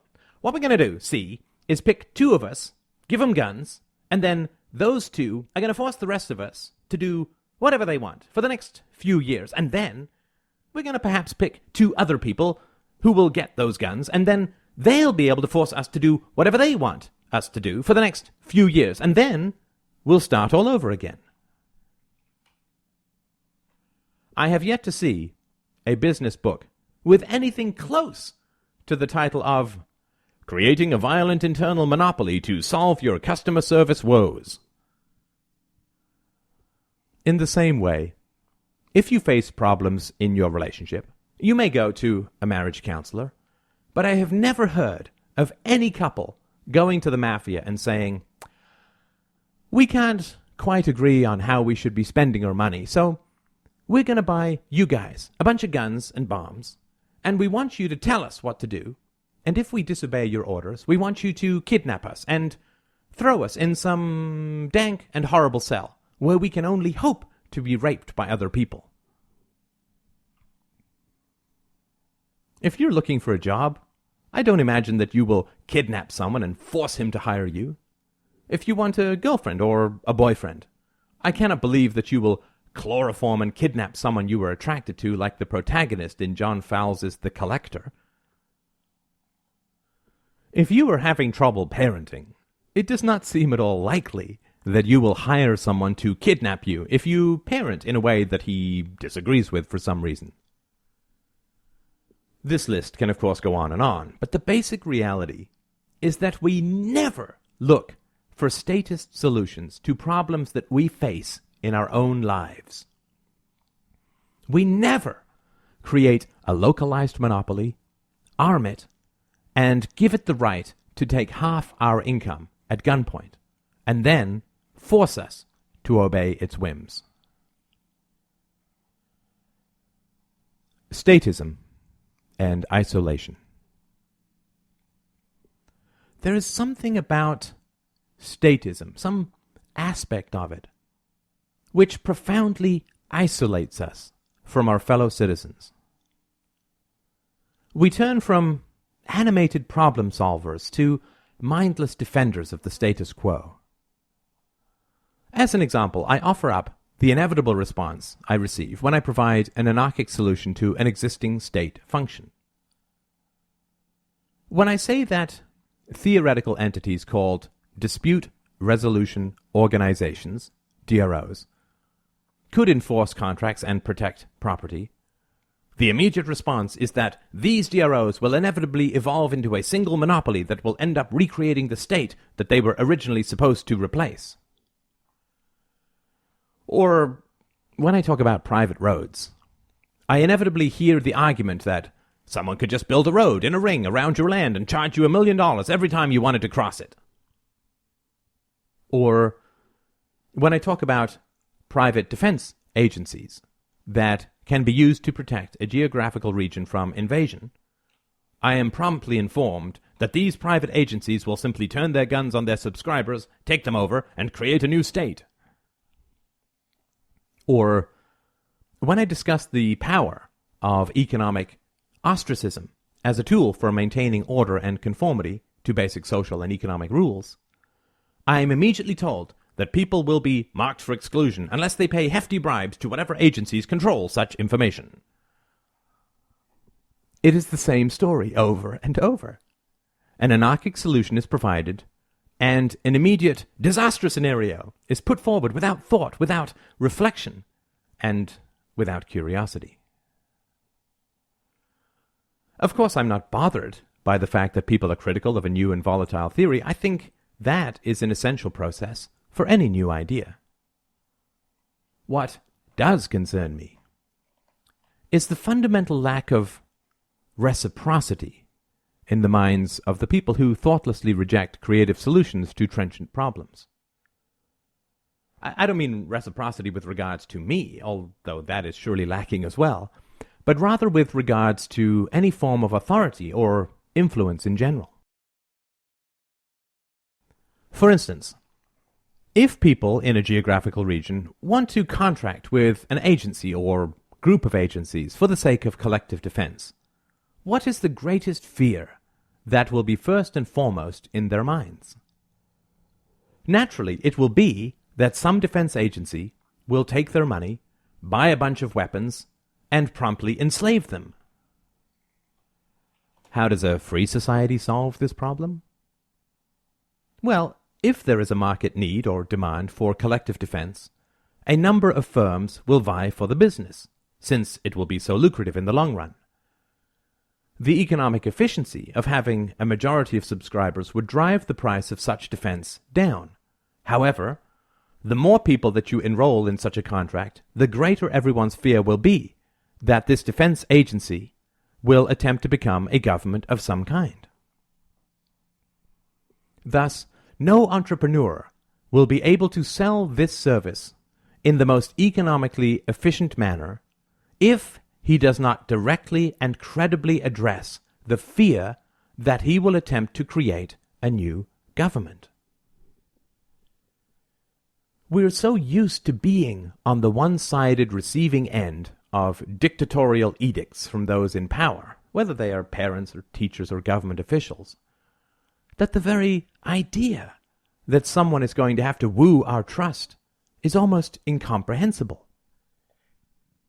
If I am afraid of something that someone wants to sell me, then it is up to that person to calm my fears if he wants my business. This is so far from our existing ways of dealing with statist authority that we might as well be inventing a new planet. It is so important to understand that when we are talking about a free society, and I will tell you later how this habit is so essential for your happiness, even if anarchism never comes to pass, we are essentially talking about two sides of a negotiation table. When it comes to government as it is, and all that government ever could be, we are never really talking about two sides of the table. You get a letter in the mail informing you that your property taxes are going to increase 5%. There is no negotiation. No one offers you an alternative. Your opinion is not consulted beforehand, and your approval is not required afterwards. Because if you do not pay the increased tax, you will, after a fairly lengthy sequence of letters and phone calls, end up without a house. It is certainly true that your local cable company may also send you a notice that they're going to increase their charges by 5%. But that is still a negotiation. You can switch to satellite, or give up on cable and rent DVDs of movies or television shows, or reduce some of the extra features that you have, or just decide to get rid of your television and read and talk instead.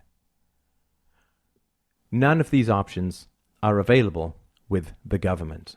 With the government, you either pay them, give up your house, go to jail, or move to some other country where the exact same process will start all over again. Can you imagine getting this letter from your cable company? Dear valued customer, your cable bill is now increasing 5% per month. You cannot cancel your cable. Ever. You cannot reduce your bill in any way. If you turn off your cable, your bill will remain exactly the same. If you rip your cable out of the wall, your bill will remain exactly the same, with the exception that we will charge you for the damage. Your children will be unable to cancel your cable contract. Also, please note that we will be reducing our delivery of channels by approximately one every month.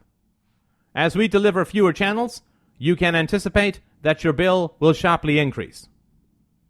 If you do not pay your bill on time, the ownership of your house will revert to us, and we will lock you in an undisclosed location where you will be forced to do tech support and where we will be unable to protect you from assault and rape.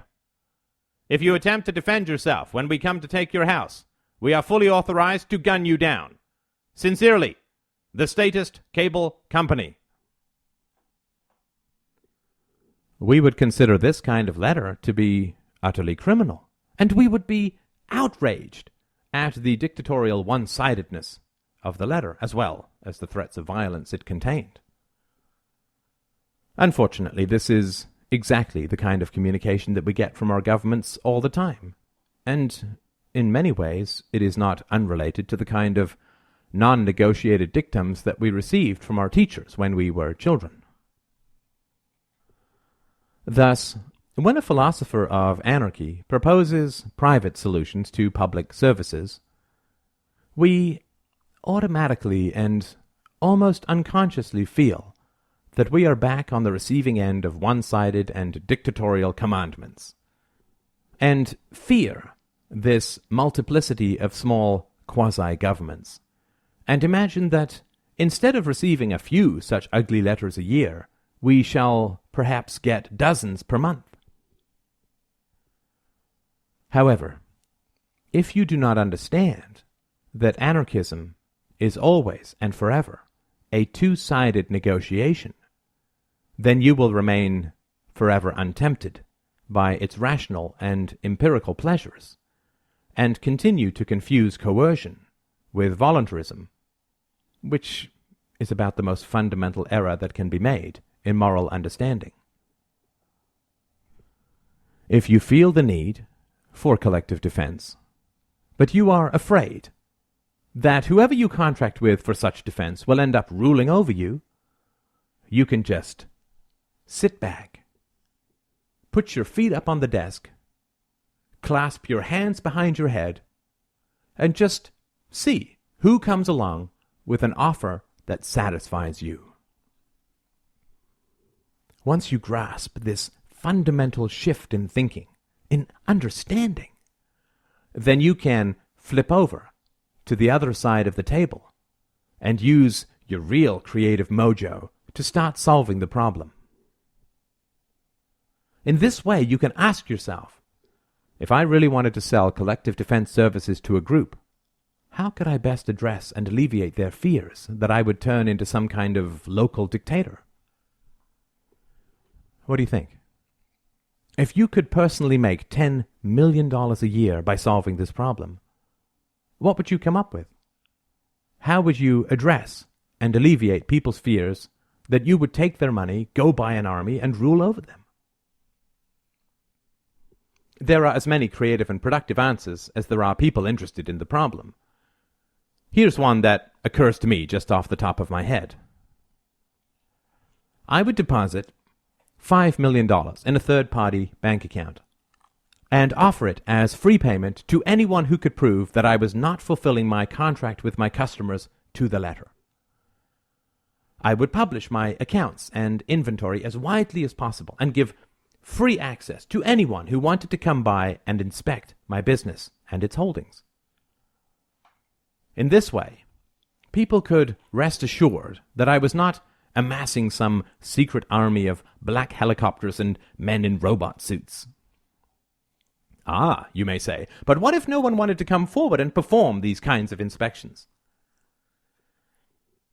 Again, that is easy to solve. I would just pay an organization $1 million a year to audit my business and promise them that if they ever found me accumulating any kind of secret army or weaponry, then I would pay them the $5 million in the third-party bank account. In this way, external audits would be certain to be performed, and those auditors would have every incentive to turn over every filing cabinet in search of a miniature robot army. Ah, you may say, but what if you were secretly paying this auditing organization $2 million a year to only pretend to audit your business? Well, here we are starting to get into some very strange economic territory, which would be utterly unsustainable in a free market, because my company would then be out $5 million up front, be paying $1 million for an auditing company, and then a further $2 million to produce fake audits. Such a company would never be able to offer competitive rates relative to a company that operated on the up and up. But even if this were possible, it would still be an easy problem to solve. By simply paying 5 companies to perform audits if necessary, paying $5 million a year out of a profit of $10 million a year still leaves you $5 million ahead. Ah, but what if... We all know that this game can go on for forever and a day. The mindset that I strongly urge you to try and get yourself into, however, is that you do not have to contract with anyone who is not willing to satisfy your desires. Relative risk. What happens if no entrepreneur is able to offer you a deal that successfully calms your fears? Why, then you do not have to take any deal at all. Ah, you may say, but then I am leaving myself open to the risk of foreign invasion. Well, that is very true. But clearly, if you reject all offers from entrepreneurs who want to protect you, because you feel that their protection carries too much risk, then clearly you prefer the risk of invasion to the risk of protection. With that in mind, you may well choose one entrepreneur's scheme, not because it is risk-free, but rather because it is less risky than the risk of invasion.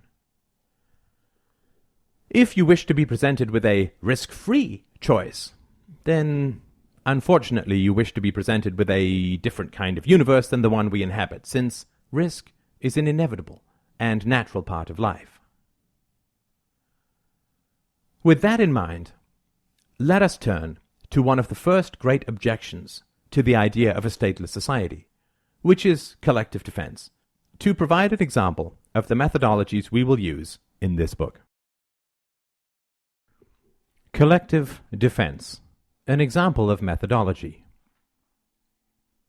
Ideally, invasions should be prevented rather than repelled, just as illnesses should be prevented rather than cured.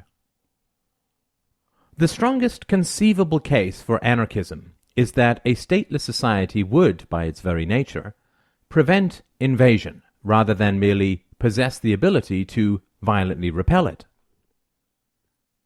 So first, before we figure out how to repel an invasion, let us look at what an invasion is actually designed to achieve. Why invade? Let us imagine a land where there are 2 farms, owned by Bob and Jim respectively. Bob is a rapacious and nasty fellow who wishes to expand his farm and make more money. To the east of Bob is Jim's farm, which is tidy, efficient, and productive, with a wide variety of cows and chickens and neatly planted fields.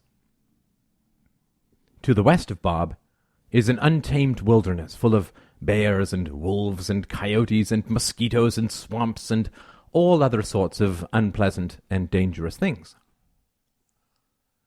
From the standpoint of mere practical considerations, how can Bob most efficiently expand his farm and increase his income?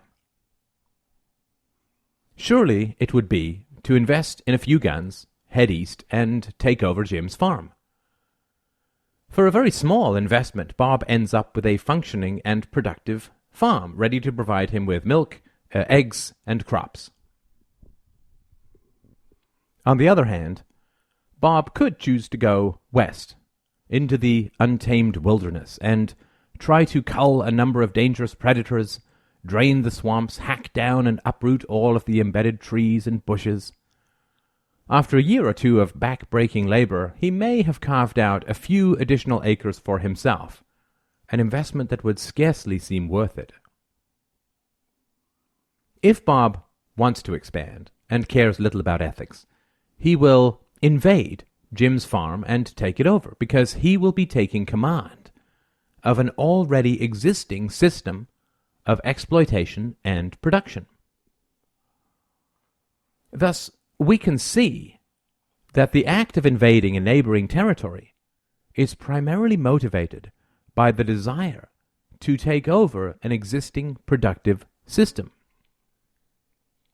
If that productive system is not in place, then the motivation for invasion evaporates. A car thief will never steal a rusted old jalopy that is sitting up on bricks in an abandoned lot, but rather will attempt to steal a car that is in good condition. This analysis of the costs and benefits of invasion is essential to understanding how a stateless society actually works to prevent invasion, rather than merely repel it. When one country invades another country, the primary goal is to take over the existing system of government and thus collect the taxes from the existing citizens. In the same way that Bob will only invade Jim's farm in order to take over his domesticated animals, one government will only invade another country in order to take over the government of that country and so become the new tax collector. If no tax collection system is in place, then there is no productive resource for the invading country to take over. Furthermore, to take a silly example, we can easily understand that Bob will only invade Jim's farm if he knows that Jim's cows and chickens are not armed and dangerous. To adjust the metaphor a little closer to reality, imagine that Jim has a number of workers on his farm who are all ex-military, well-armed, and will fight to the death to protect that farm. The disincentive for invasion thus becomes considerably stronger.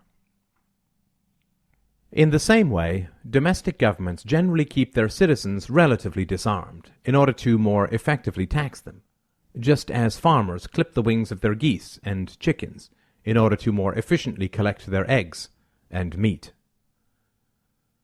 Thus, the cost-benefit analysis of invasion only comes out on the plus side if the benefits are clear and easy to attain, an existing tax collection system, and if the costs of invasion are relatively small, a largely disarmed citizenry. In a very real sense, therefore, a stateless society cannot be invaded, because there is really nothing to invade.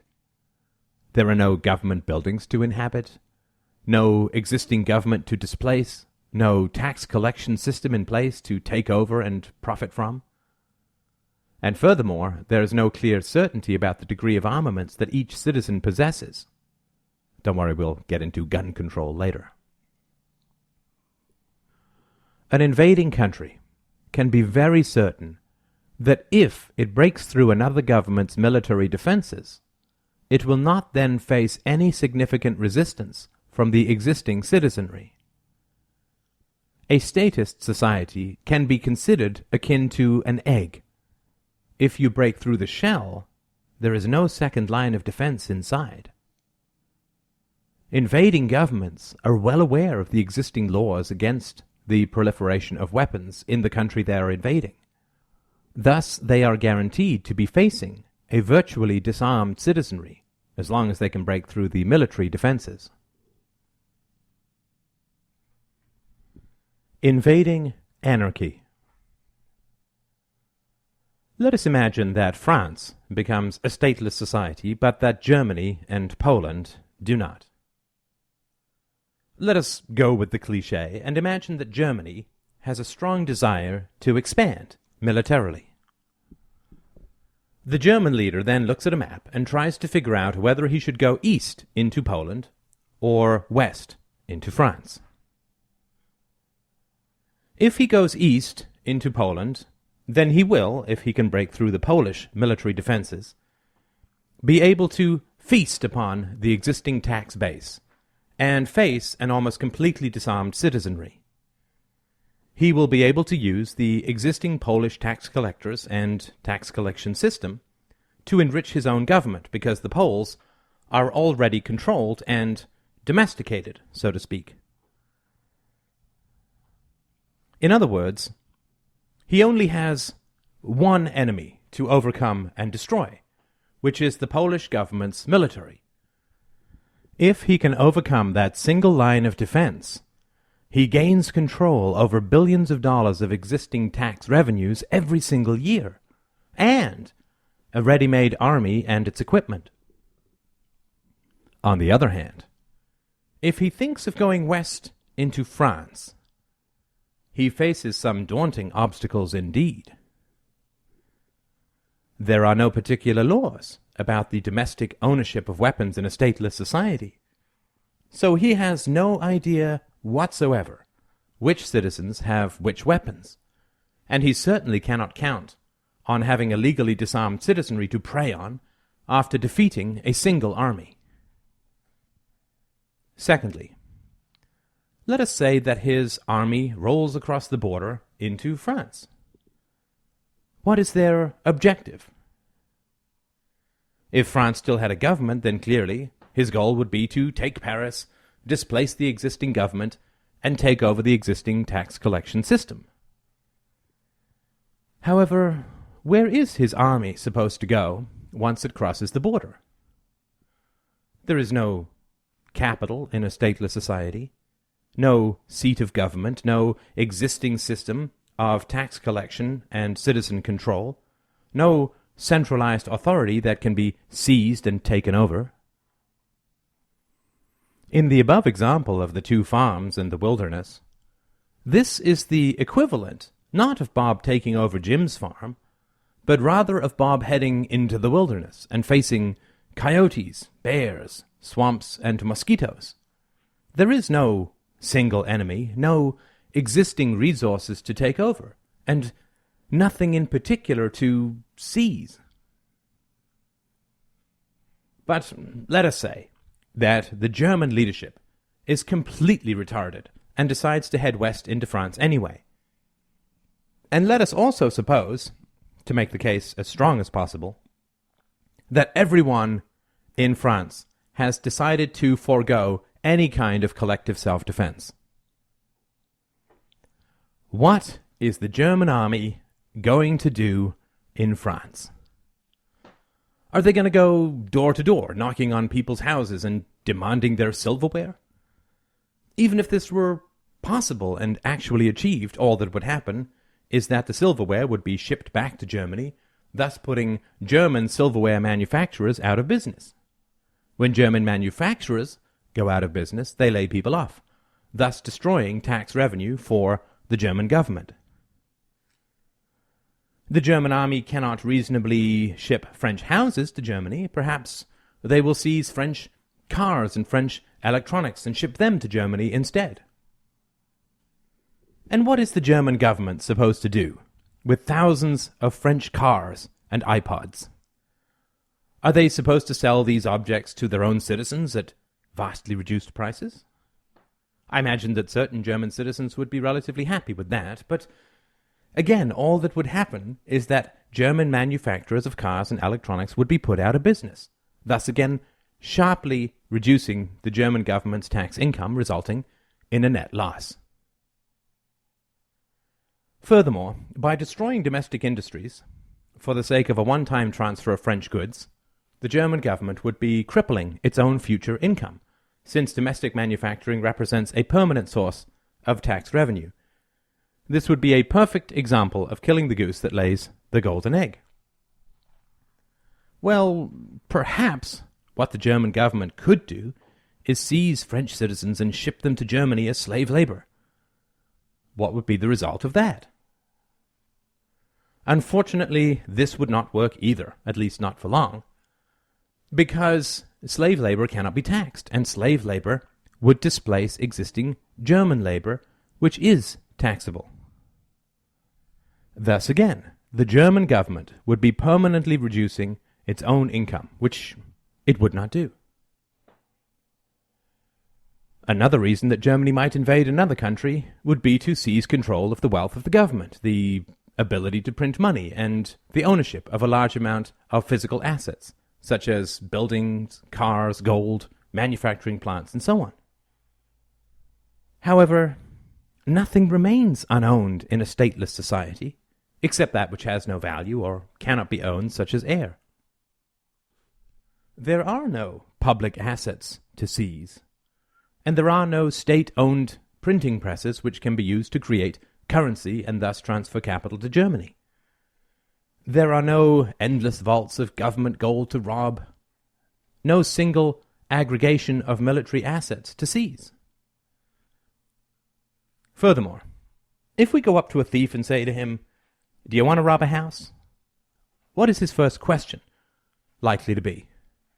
"Hell, I don't know. What's in it?" A thief will always want to know the benefits of robbing a house. He is fully aware of the risks and costs, of course, and must weigh them against the rewards. He will never scale up the outside of some public housing welfare tenement in order to snag an old television and a tape deck. The more knowledgeable he is of the value of a home's contents, the better he is able to assess the value of breaking into it. The German leadership, when deciding which country to invade, will know down to almost the last dollar the tax revenues being collected by the Polish government, as well as the value of the public assets they will seize if they invade. The payoff can be very easily assessed. On the other hand, if they look west, into the French stateless society, how will they know what they are actually going to get? There are no published figures for the net wealth of the society as a whole. There is no tax revenue to collect. There are no public assets which can be easily valued ahead of time. There is no way to judge the cost-effectiveness of the invasion. Invading a statist society is like grabbing the cages of a large number of trapped chickens. You get all of the eggs in perpetuity. Invading a stateless society is like taking a sprint at a flock of seagulls. All they do is scatter, and you get nothing except perhaps some crap on your forehead. Thus, it is completely impossible that the German leadership would think it a good idea to head west into France rather than east into Poland. We could leave the case here and be perfectly satisfied in our responses, but I am always willing to go the extra mile and accept the worst conceivable case. Let us say that some mad German who was beaten with bagfuls of French textbooks when he was a child ends up running the government and cares nothing at all about the costs and benefits of invading France, but rather just wishes to take it over in order to, burn all the textbooks or something like that. We will get into the nature and content of private agencies in the next chapter, but let us just say that there are a number of these private defense agencies that are paid to defend France against just such an invading madman. Well, if I were setting up some sort of private military defense agency, the first thing I would do is try to figure out how I could most effectively protect my subscribers for the least possible cost. The first thing that I would note is that nuclear weapons have been the single most effective deterrent to invasion that has ever been invented. Not one single nuclear power has ever been invaded or threatened with invasion.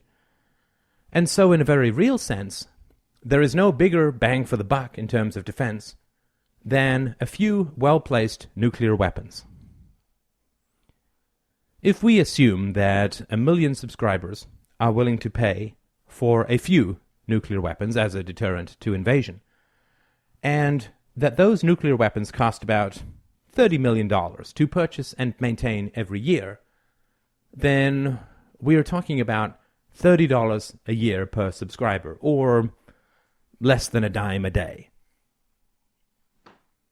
The defense agencies only make money if an invasion does not occur, just as health insurance companies only make money when you are not sick, but rather well. Thus, the question that I would be most keen to answer if I were running a defense agency is, how can I best prevent an invasion? Let us assume that the French stateless society is a beacon of liberation in a sea of aggressive and statist nations. The French defense agencies would work day and night to ensure that the costs of invasion were as high as possible and the benefits as low as possible. Were I running one of these agencies, I would think of solutions along the lines of the following. Deactivated money. If I were concerned that my subscribers might be robbed by an invading army, I would offer reduced rates to those willing to allow their electronic money to be secured so that it could not be spent without their own thumbprint or something like that. Naturally, any system can be hacked, and people can be kidnapped along with their money, but the purpose here is not to prevent all possible workarounds, but rather to simply reduce the material benefits of invading France. Similarly, I might offer reduced defense rates to manufacturers that would be willing to allow a small GPS to be installed in the guts of their machinery, so that if it were removed to another country, it would no longer work. This device could also be included in cars and other items of value, so that they would either have to be used in France or they could not be used at all. Given that the control of bridges is a primary military objective in order to facilitate the movement of troops and vehicles, I would also encourage the installation of particular devices in domestic cars and trucks, which would automatically keep access to bridges open. Thus, invading armies would find their access to these bridges much harder, which would again slow down the speed of their invasion. Furthermore, if invasion seemed imminent, I would arm and train as many citizens as possible. Any invading army would face a quite different challenge in a stateless society. If Germany invades Poland, how many citizens would risk their lives fighting against just another government? Whether a Polish leader taxes you or a German one makes relatively little difference, which is why your average citizen does not care much about who runs the local mafia. Citizens of a stateless society, however, would be resisting an attempt to inflict taxation and a government upon them, and so would be far more willing to fight the kind of endlessly draining insurgencies that we see so often in the annals of occupation. These are just a few admittedly off-the-cuff ideas, but it is relatively easy to see how the benefits of invading France could be significantly diminished or even eliminated, while the costs of invading France could be significantly increased or made prohibitive. The objection could be raised that some lunatic group could simply detonate a nuclear bomb somewhere inside France for some insane or nefarious motive. But that is not an argument against private defense agencies and for a statist society, but rather quite the reverse. The nuclear madman argument is not solved by the existence of a government, since no government can protect against this eventuality. However, a free society would be far less likely to be the target of such an attack, since it would have a defensive military policy only and not an aggressive and interventionist foreign policy, and thus would be infinitely less likely to provoke such a mad and genocidal retaliation. Switzerland, for instance, faces no real danger of having airplanes flown into buildings. It is my belief that, over time, the need for these proactive and defensive strategies would diminish, since the only thing that would ever really be needed is a few nuclear weapons as a deterrent, and even the need for these would diminish over time, since either the world itself would become stateless, thus eliminating the danger of war, or the statist societies would continue to attack each other only, for the reasons mentioned above, and the need to continually defend a stateless society would diminish. Finally, let's look at some of the illusions that we have about statist, quote, protection in history, as an example of how we can critically evaluate an example of a statist function. Statist national, quote, defense, a critical example. Briefly put, national defense is the need for a government to protect citizens from aggression by other governments.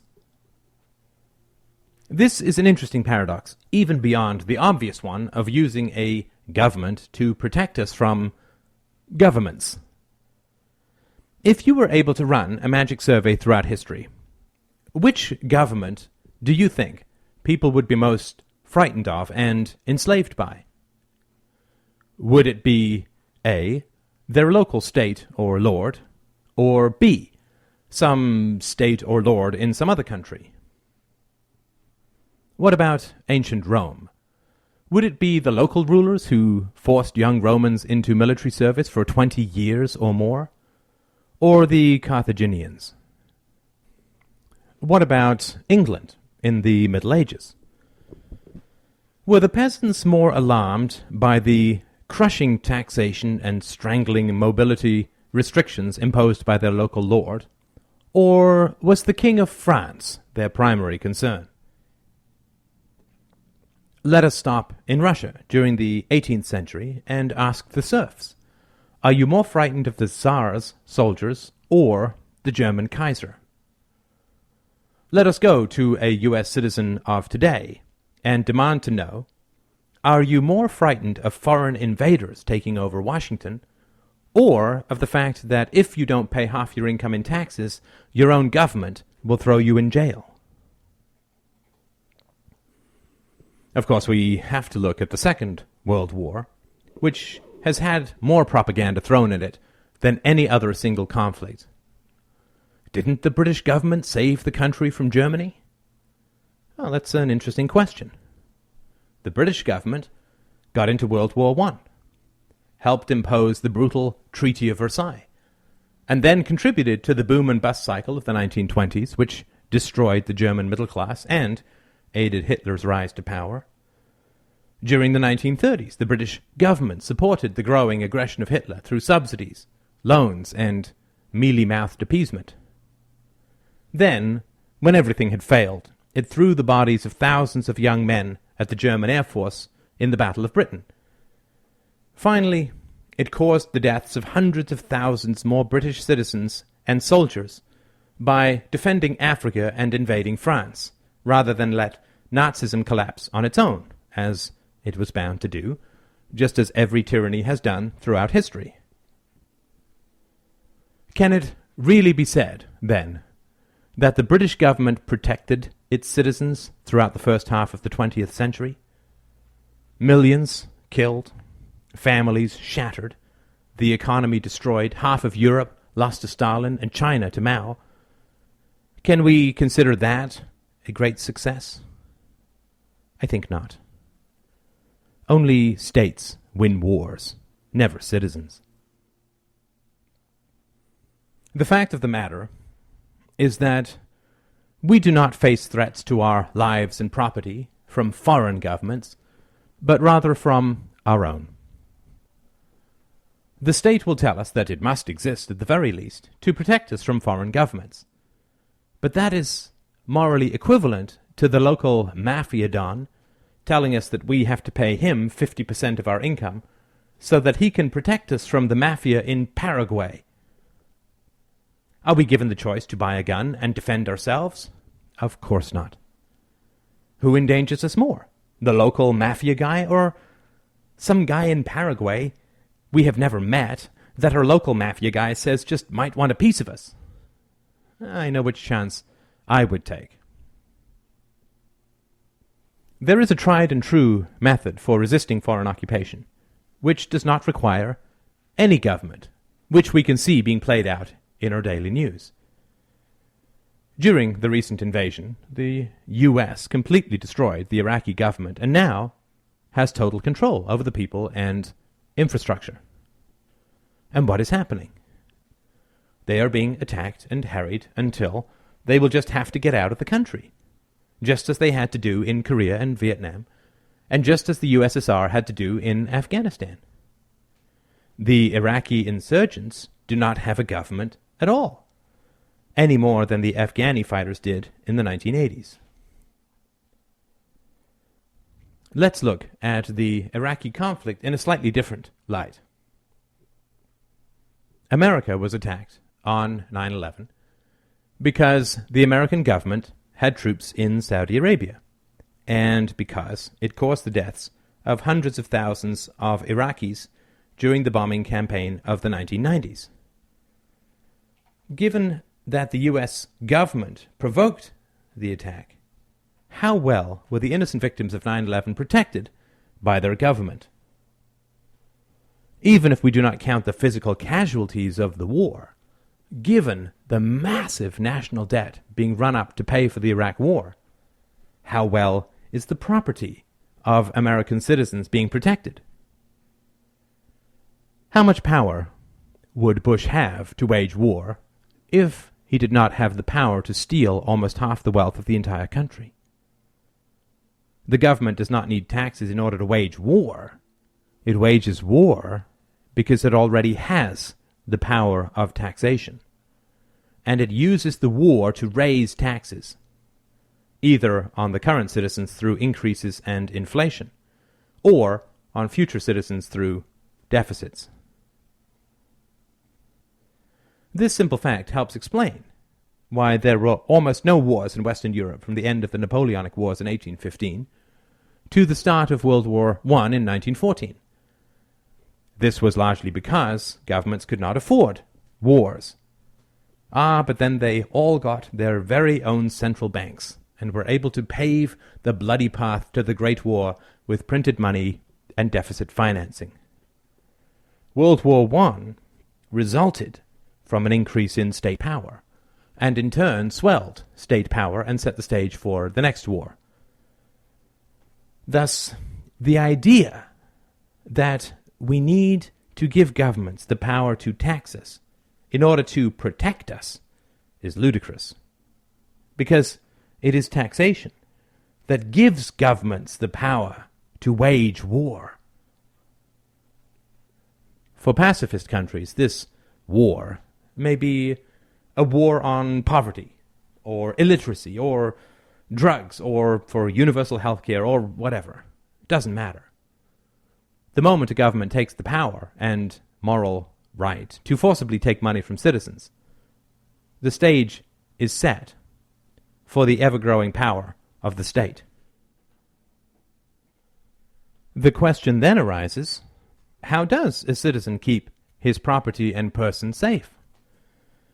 The first answer that I would give is another question, which is, which sector does more to protect you and your property, the public or the private?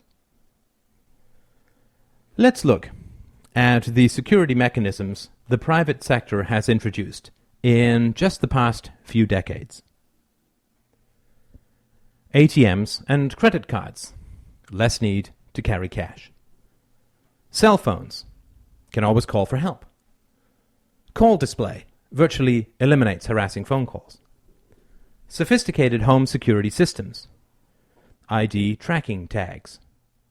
Credit card numeric security. Pepper spray. GPS. Security cameras. Anti-shoplifting devices. Secure online transactions, and much more. What has the public sector done? Well, they shoot harmless drug users and seize their property. They will shoot you, too, if you don't pay the massive tax increases they demand. The police are virtually useless in property crimes, and many violent criminals are turned loose because the courts are too slow, or are put in house arrest because the prisons are too full of non-violent offenders. So, who has helped you secure your person and property over the last few decades? Your government, or your friendly local entrepreneurs? Those who have stepped in to protect you, or those who have doubled your taxes while letting criminals walk free? Have capitalist companies enraged foreigners to the point of terrorism? Of course not. The 9/11 terrorists attacked the World Trade Center to protest the financing of the U.S. government, the Pentagon, and the White House. They didn't go for a Ford motor plant or an Apple store, and why would they? No one kills for iPhones. They kill to protest military power, which rests on public financing. In summation, then, it makes about as much sense to rely on governments for security as it does to rely on the mafia for protection. The mafia is really just protecting you from itself, as are all governments. Any man who comes up to you and says, I need to threaten your person and steal your property in order to protect your person and property, is obviously either deranged or not particularly interested, to say the least, in protecting your person and property. As long as we keep falling for the same old lies, we will forever be robbed blind for the sake of our supposed property rights and sent to wage war against internal or external enemies, so that those in power can further pick the pockets of those we leave behind.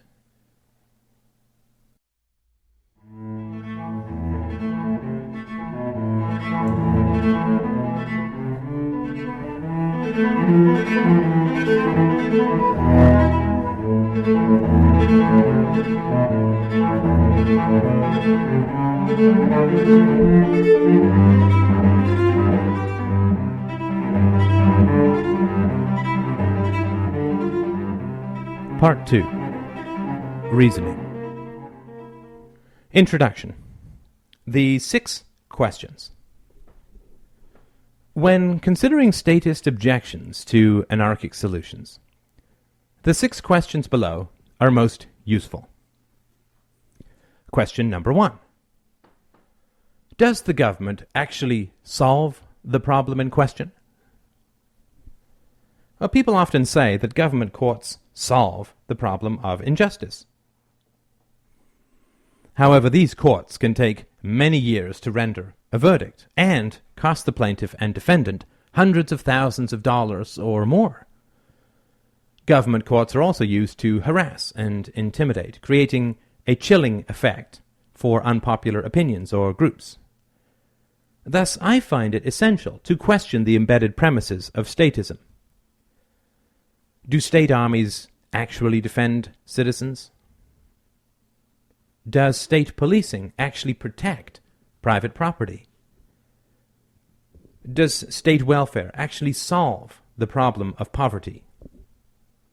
Does the war on drugs actually solve the problem of addiction and crime? Do state prisons actually rehabilitate prisoners and reduce crime? It can be very tempting to fall into the trap of thinking that the existing statist approach is actually a solution, but I try to avoid taking that for granted, since it is so rarely the case. Question number 2. Can the criticism of the anarchic solution be equally applied to the statist solution? One of the most common objections to a stateless society is the fear that a political monopoly could somehow emerge from a free market of competing justice agencies. In other words, anarchism is rejected because it contains the mere possibility of political monopoly.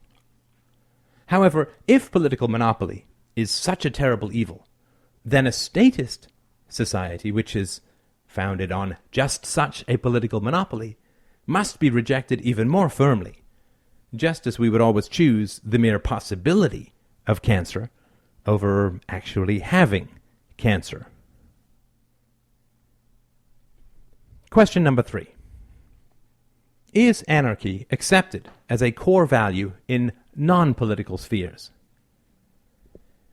In my last book, Everyday Anarchy, I pointed out the numerous spheres in society where anarchy is both valued and defended, such as dating, career choices, education, and so on.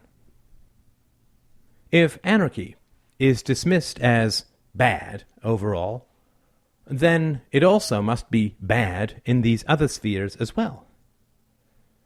Unless the person criticizing anarchy is willing to advocate for a ministry of dating, the value of anarchy in certain spheres must at least be recognized. Thus, anarchy cannot be rejected as an overall negative, and its admitted value and productivity must at least be accepted as potentially valid in other spheres as well. Question number 4. Would the person advocating statism perform state functions himself? Most of us recognize and accept the right to use violence in an extremity of self-defense. Those who support statism recognize that in this realm, state police merely formalize a right that everyone already has, namely the right of self-defense. A policeman can use force to protect a citizen from being attacked, just as that citizen can use force himself. However, if someone argues that it is moral to use force to take money from people to pay for public schools, would he be willing to use this force himself? Would he be willing to go door to door with a gun to extract money for public schools? Would he be willing to extend this right to everyone in society? If not, then he has created two opposing ethical categories: the state police, to whom this use of violence is moral, and everyone else, to whom this use of violence is immoral. How can these opposing moral categories be justified? Question number 5. Can something be both voluntary and coercive at the same time? Everyone recognizes that an act cannot be both rape and lovemaking simultaneously. Rape requires force because the victim is unwilling. Lovemaking does not. Because no action can be both voluntary and coercive at the same time, statists cannot appeal to the principle of voluntarism when defending the violence of the state. Statists cannot say that we agree to be taxed and then say that taxation must be coercive. If we agree to taxation, the coercion is unnecessary. If we do not agree to taxation, then we are coerced against our will. Question number 6. Does political organization change human nature? If people care enough about the poor to vote for state welfare programs, then they will care enough about the poor to fund private charities. If people care enough about the uneducated to vote for state schools, they will care enough to donate to private schools. Removing the state does not fundamentally alter human nature. The benevolence and wisdom that democracy relies on will not be magically transformed into cold selfishness the moment that the state ends. Statism relies on maturity and benevolence on the part of the voters, the politicians, and government workers. If this maturity and benevolence is not present, the state is a mere brutal tyranny and must be abolished. If the majority of people are mature and benevolent, as I believe, then the state is an unnecessary overhead and far too prone to violent injustices to be allowed to continue. In other words, people cannot be called virtuous only when it serves the statist argument, and then selfish when it does not. There are a number of other principles which are more specific to particular circumstances, but the 6 described above will show up repeatedly. We will now take a quick tour through an overview of anarchism and sketch in broad strokes the beginnings of our solutions to the horrors of worldwide violence. Anarchism. Frequently asked questions. Isn't anarchism bad? Unfortunately, the term has been degraded through mythology to mean a world without rules, usually garbed in post-apocalyptic outerwear and riding a well-armed motorbike. This is nonsense, of course. Anarchy is merely the logically consistent application of the moral premise that the initiation of the use of force is wrong. If violence is a bad way to solve problems, then the government is by definition immoral, since government always means a group of individuals who claim the right to initiate violence against everyone else in the form of taxation, regulations, etc. But if there is no government, how can the inevitable conflicts in human society be resolved? The most important thing in philosophy is to consistently question the premises of propositions. For instance, embedded in the above argument is the premise that conflicts within human society are currently being resolved by governments. This is pure nonsense. Governments are agencies of force. Governments do not persuade. Governments do not reason. Governments do not motivate. Governments do not encourage. Governments do not resolve disputes. Governments have no more power to create morality than rape has to create love. A gun is only useful in self-defense. It cannot be used to create virtue. For somebody who is an anarchist, you sure do sound like a politician. Wasn't that just a complete dodge of the question? Ah, excellent catch. Well, here is as good a place as any to introduce you to the concept of dispute resolution organizations, or DROs. This concept cannot answer every conceivable question you might have about dispute resolutions within a stateless society, but rather is a framework for understanding the methodology of dispute resolution. Just as the scientific method cannot answer every possible question about the natural world, but rather points towards a methodology that allows these questions to be answered in a rational manner. DROs are companies that specialize in ensuring contracts between individuals and resolving any disputes that might arise. For instance, if I borrow $1,000 from you, I may have to pay $10 to a DRO to insure my loan. If I fail to pay you back your money, the DRO will pay you instead. Obviously, as my credit rating improves, the cost of insuring my contracts will decline. The DRO theory can be as complex as any other free market theory, and a lot of intellectual effort has gone into resolving how particular transactions might occur, such as multi-million-dollar international contracts.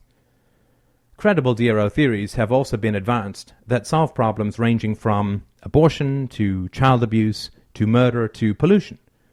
For more on DRO theory and practice, please see The Stateless Society, an examination of alternatives, below.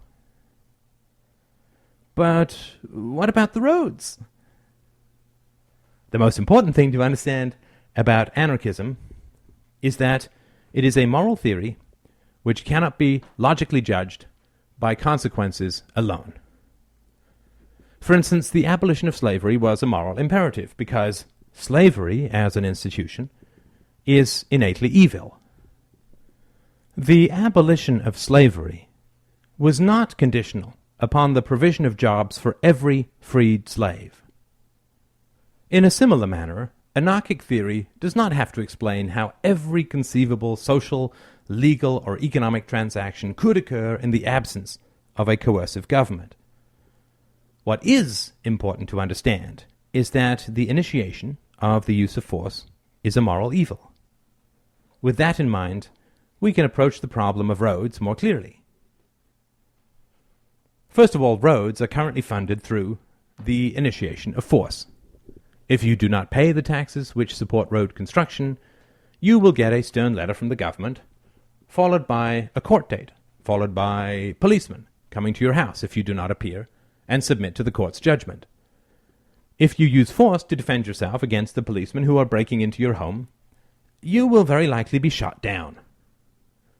The roads, in other words, are built at the point of a gun.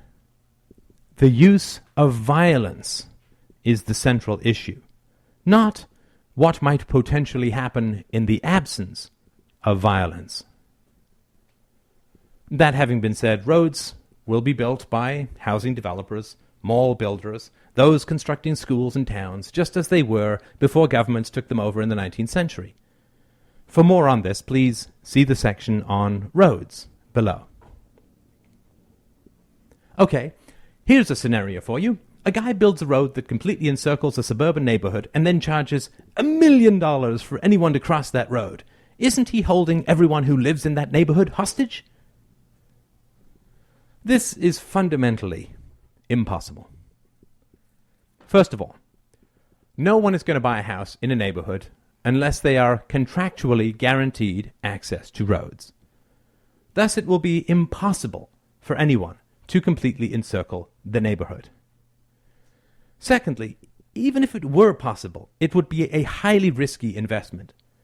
Can you imagine going to investors with a business plan that said, I'm going to try and buy all the land that surrounds the neighborhood, see, and then charge exorbitant rates for anyone to cross that land? No sane investor would give you the money for such a plan. The risk of failure would be too great, and no DRO would enforce any contract that was so destructive, unpopular, and economically unfeasible. DROs, unlike governments, must be appealing to the general population. If a DRO got involved with the encircling and imprisonment of a neighborhood, it would become so unpopular that it would lose far more business than it could potentially gain. All right, smarty pants, what about this? The company that supplies water to a neighborhood suddenly decides to increase its rates tenfold. People are going to be forced to pay the exorbitant price, right?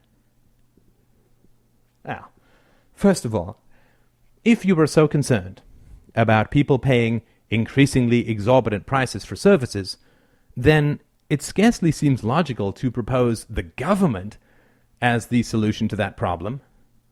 Taxes have risen immensely over the past 30 years, while services have declined. However, even if we accept the premise of the problem, it is easily solved in a stateless society. First of all, no one will buy a house in a neighborhood without a contractual obligation that requires the supply of water at reasonable rates.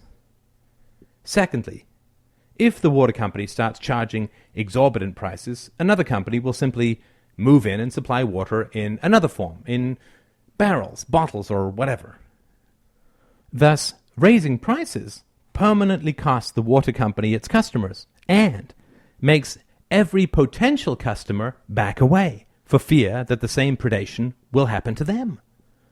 Investors will quickly realize that the water company is shooting itself in the foot and will align themselves with other shareholders, resulting in a takeover of the price-gouging water company and a reduction in rates, followed by rank apologies and base groveling.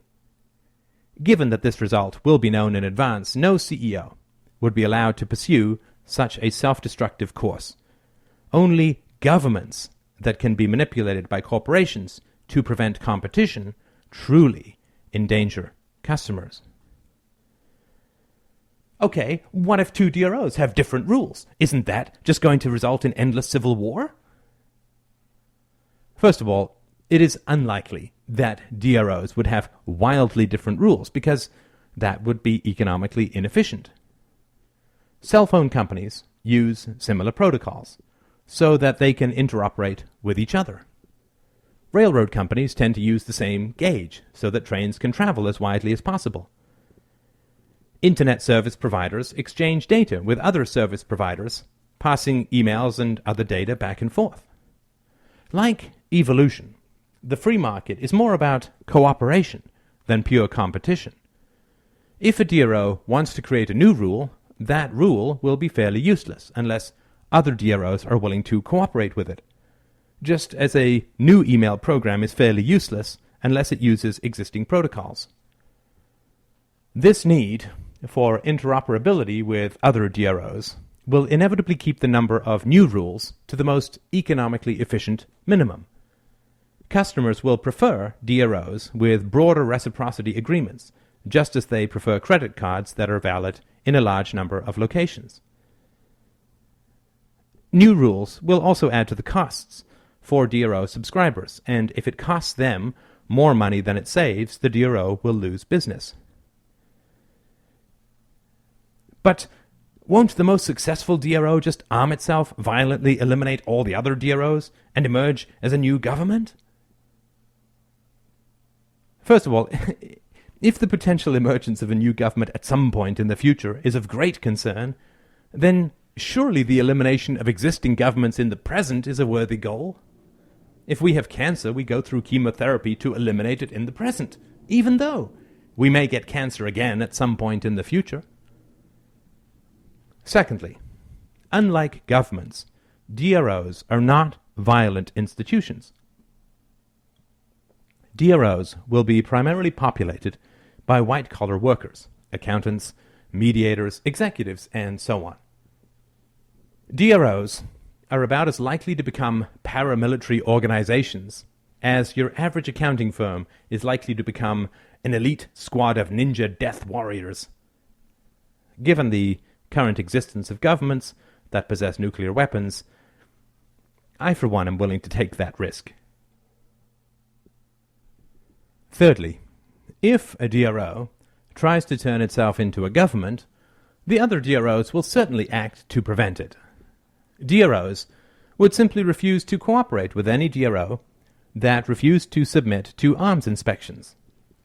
Furthermore, DRO customers would also not take very kindly to their DRO becoming an armed institution, and their rates would certainly skyrocket because their DRO would have to provide its regular services as well as pay for all those black helicopters and RPGs.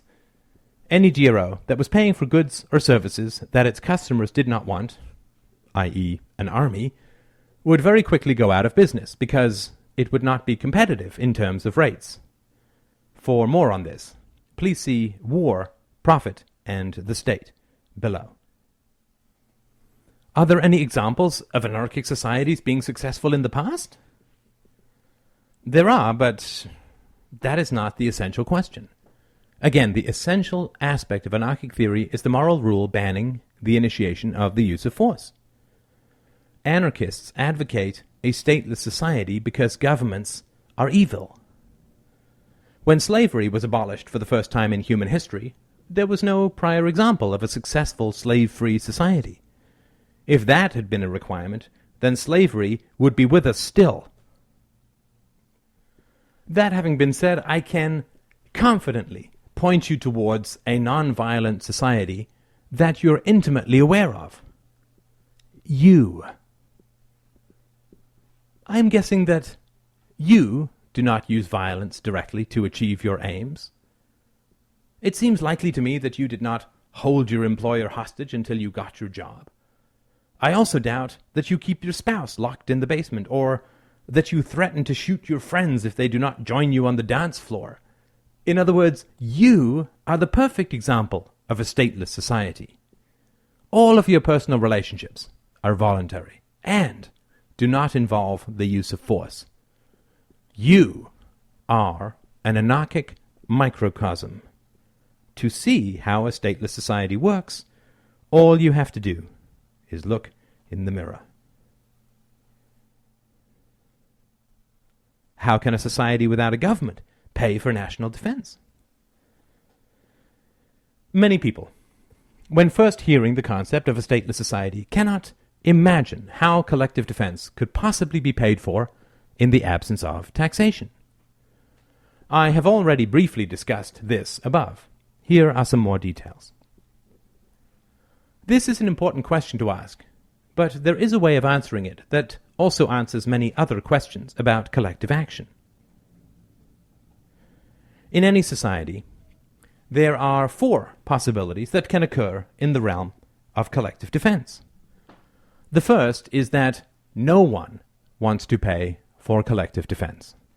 The second is that only a minority of people want to pay for collective defense. The third is that the majority of people want to pay for collective defense. And the fourth is that everyone wants to pay for collective defense. Let's compare how these 4 possibilities play out in a state-based democracy. 1.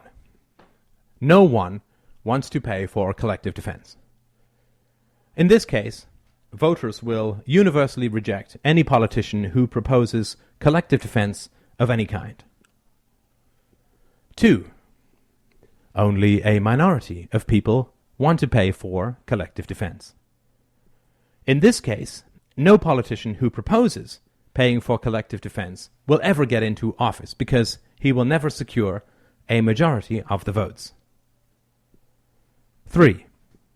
The majority of people want to pay for collective defense.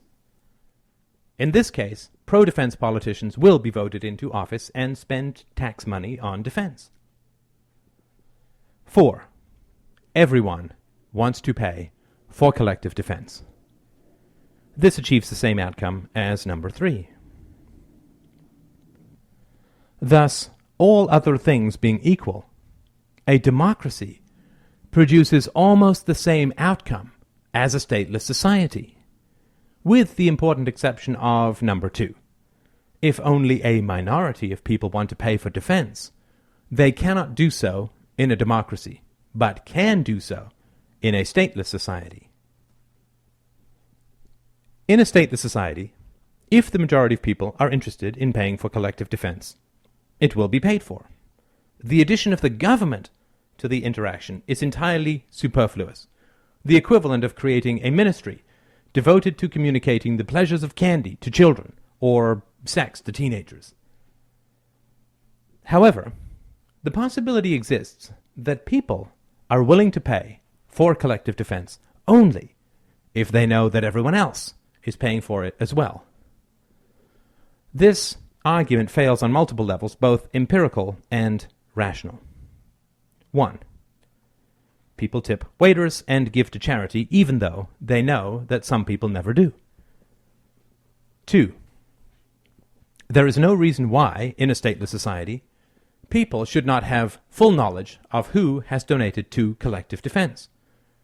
Agencies providing collective defense could easily issue a donor card, which certain shops or employers might ask to see before doing business. Names of donors could also be put on a website, easily searchable, creating social pressures to donate. 3. When the money required for collective defense is stripped from taxpayers at the point of a gun, a basic moral tenet and rational criterion is violated. Citizens institute collective defense in order to protect their property. It makes no sense whatsoever to create an agency to protect property rights and then invest that agency with the power to violate property rights at will. 4.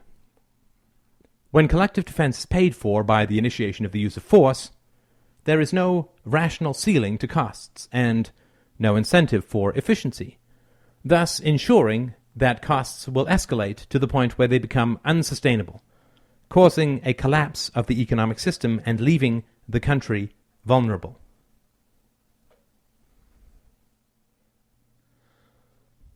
What about education?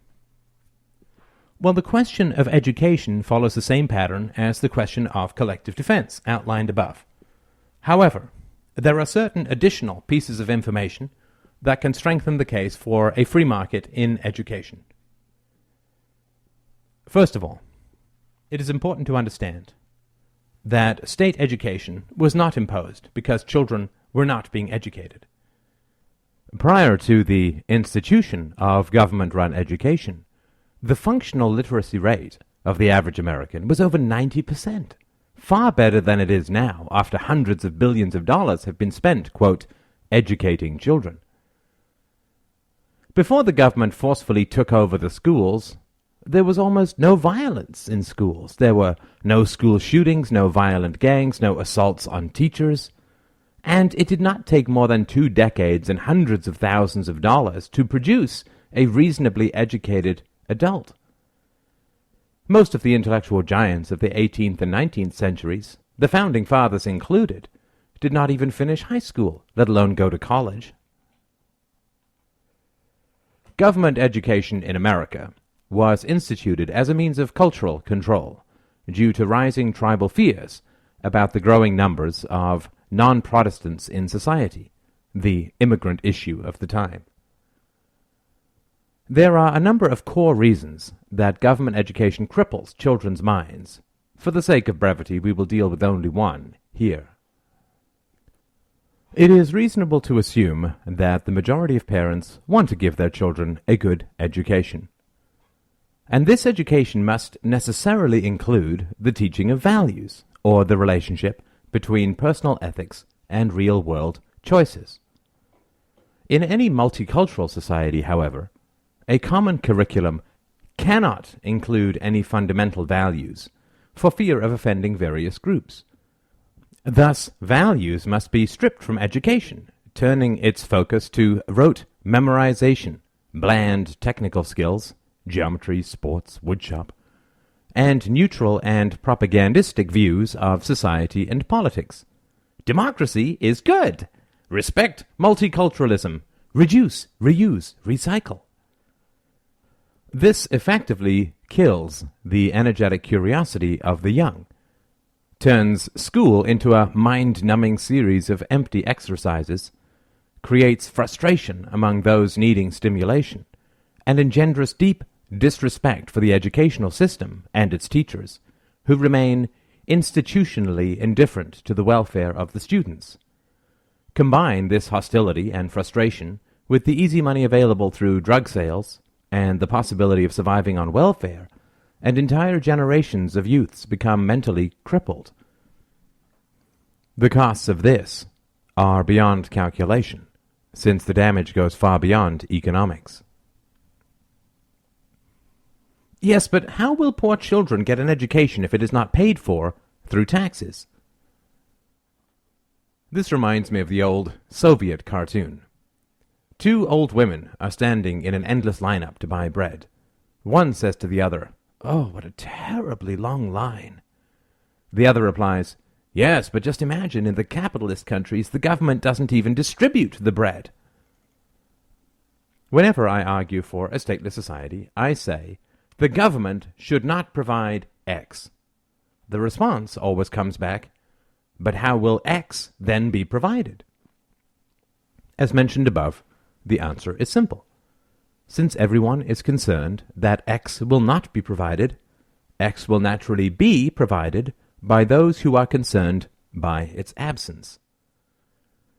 In other words, since everyone is concerned that poor children might not get an education because it costs too much, those children will be provided an education as a direct result of everyone's concern. Look, either you will help poor children get an education through charity or volunteering, or you will not. If you will help poor children get an education, you do not have to worry about the issue. If you will do nothing to help poor children get an education, it is pure hypocrisy to raise it as an issue that you claim to be concerned about. That having been said, there are a number of ways that a free society can provide education that is far superior to the mess being inflicted on children now. First of all, poor children are not currently getting any sort of decent education. The perceived risks of a stateless society cannot be rationally compared to a perfect situation in the here and now. Those most concerned with the education of the poor should be the ones most clamoring for the abolishment of the existing system. The educational statistics for poor children are absolutely appalling, and this should raise the urgency of finding a solution. It is one thing to say, you should never cross a road against the lights, even if there is no traffic. It is quite another thing to say, you should never cross a road against the lights, even if you are being chased by a lion. Those who oppose a stateless society always ignore the existence of the lion, thus adding their intellectual inertia to the weight of the status quo. Secondly, much like the question of collective defense, the cost of education will be far lower in a free society. The $10,000 to $15,000 a year currently being spent per pupil in public schools is ridiculously overinflated.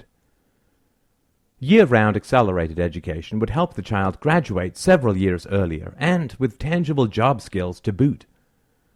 The resulting increase in earnings would more than pay for the education, and many companies would scramble to offer loans to such children knowing that they would be paid off soon after graduation. Thus, education would be more beneficial, And since there would be no war on drugs or automatic welfare in a free society, fewer self-destructive options would be available. As for higher education, well, it's either recreational or vocational. If it is recreational, then it is about as necessary as a hobby and cannot be considered a necessity. If it is vocational, such as medicine, then additional earnings will more than pay for the costs of the education. Businesses need accountants, thus those businesses will be more than happy to fund the college expenses of talented youngsters in return for a work commitment after graduation.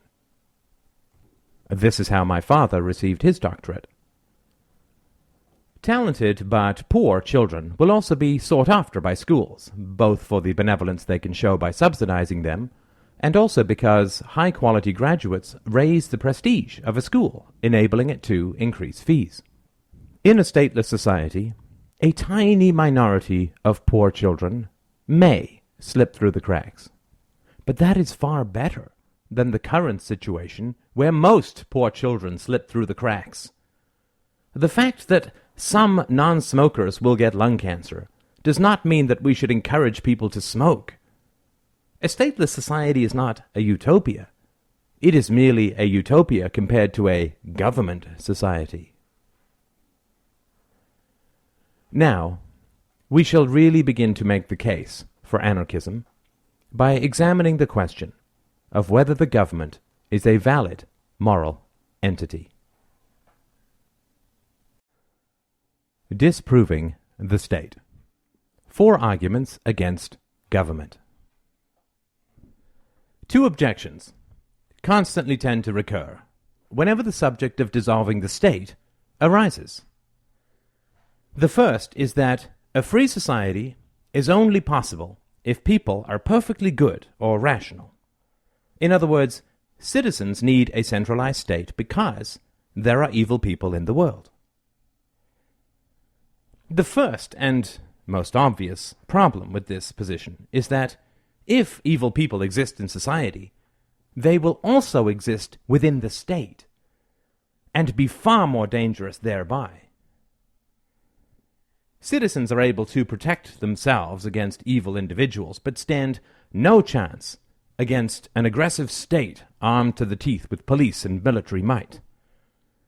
Thus, the argument that we need the state because evil people exist is false. If evil people exist, the state must be dismantled, since evil people will be drawn to use its power for their own ends. And, unlike private thugs, evil people in government have the police and military to inflict their whims on a helpless and largely disarmed population.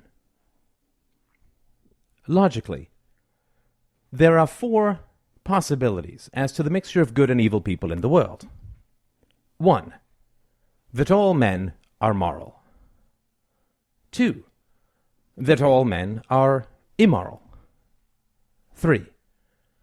That the majority of men are moral and a minority immoral. 4. That the majority of men are immoral and a minority moral. A perfect balance of good and evil is statistically impossible. In the first case, all men are moral, the state is obviously unnecessary since evil does not exist. In the second case, all men are immoral, the state cannot be permitted to exist for one simple reason. The state, it is generally argued, must exist because there are evil people in the world who desire to inflict harm, and who can only be restrained through fear of state retribution, police, prisons, etc. A corollary of this argument is that the less retribution these people fear, the more evil they will do. However, the state itself is not subject to any force, but is a law unto itself. Even in Western democracies, how many policemen and politicians go to jail? Thus, if evil people wish to do harm, but are only restrained by force, then society can never permit a state to exist, because evil people will immediately take control of that state in order to do evil and avoid retribution. In a society of pure evil, then, the only hope for stability would be a state of nature, where a general arming and fear of retribution would blunt the evil intents of disparate groups. The third possibility is that most people are evil and only a few are good. If this is the case, then the state also cannot be permitted to exist, since the majority of those in control of the state will be evil and will rule over the good minority. Democracy in particular cannot be permitted to exist, since the minority of good people would be subjugated to the democratic will of the evil majority. Evil people who wish to do harm without fear of retribution would inevitably take control of the state and use its power to do their evil free of that fear.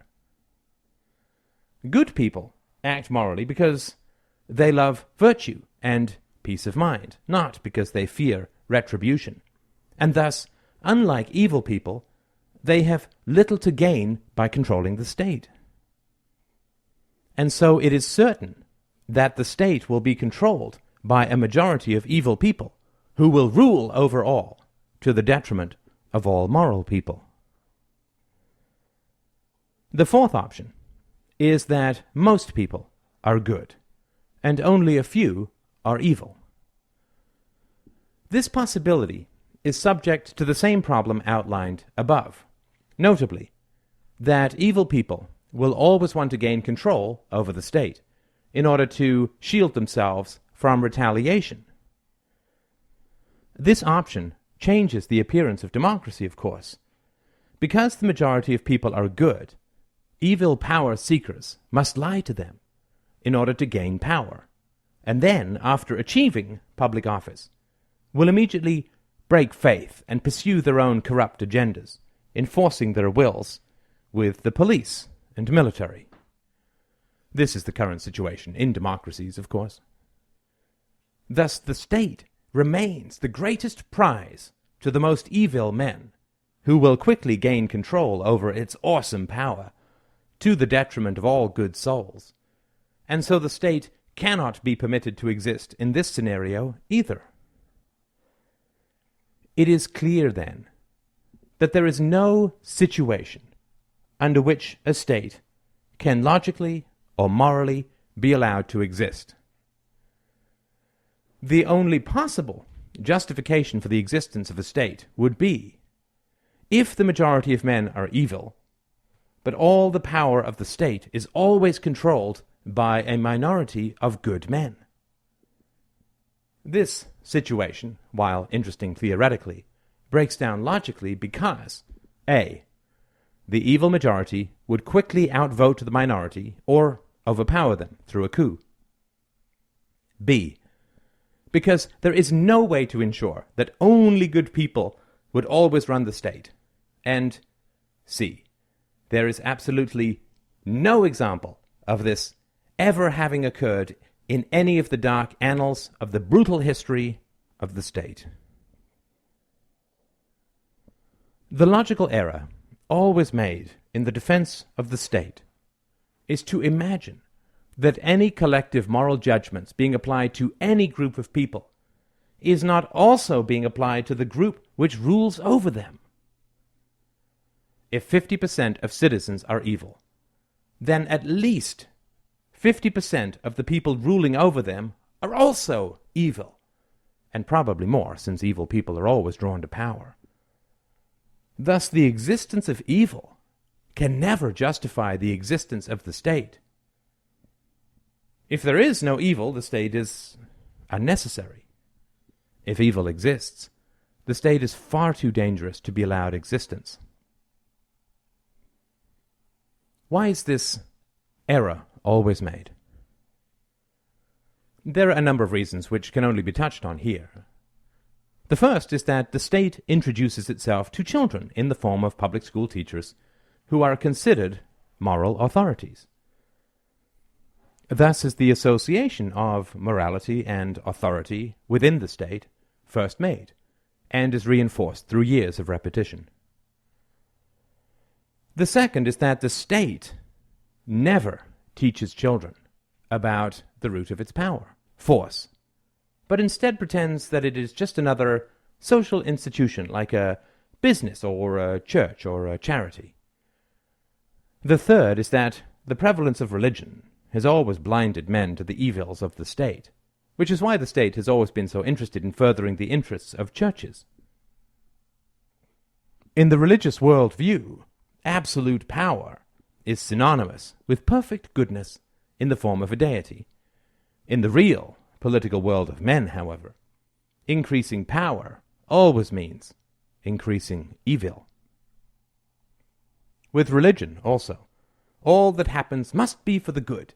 Thus, fighting encroaching political power is fighting the will of the deity. There are many more reasons, of course, but these are among the deepest. I mentioned at the beginning of this section that people generally make two errors when confronted with the idea of dissolving the state. The first is believing that the state is necessary because evil people exist. The second is the belief that, in the absence of a state, any social institutions which arise will inevitably take the place of the state.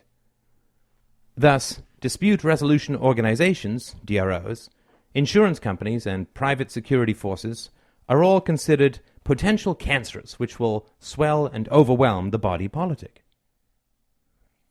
This view arises from the same error outlined above.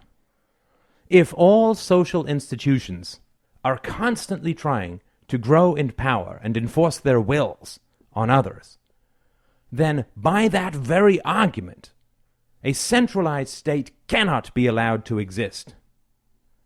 If it is an iron law that groups always try to gain power over other groups and individuals, then that power lust will not end if one of them wins, but will spread across society until slavery is the norm. It is also very hard to understand the logic and intelligence of the argument that in order to protect us from a group that might overpower us, we should support a group that has already overpowered us. It is similar to the statist argument about private monopolies, that citizens should create a state monopoly because they are afraid of a private monopoly. Once we begin to reason away the fogs of propaganda, it does not take keen vision to see through such nonsense. Anarchy, violence, and the state. Does more government equal less violence? Another common objection to a stateless society is that violence will inevitably increase in the absence of a centralized state. This is a very interesting objection and seems to arise from people who have imbibed a large amount of propaganda about the nature and function of the state. It seems hard to imagine that this conclusion could ever be reached by reasoning from first principles, as we will see below. There are several circumstances under which the use of violence will either increase or decrease, and they tend to correspond with the basic principles of economics. For instance, people tend to respond to incentives and tend to be drawn to circumstances under which they can gain the most resources by expending the least effort.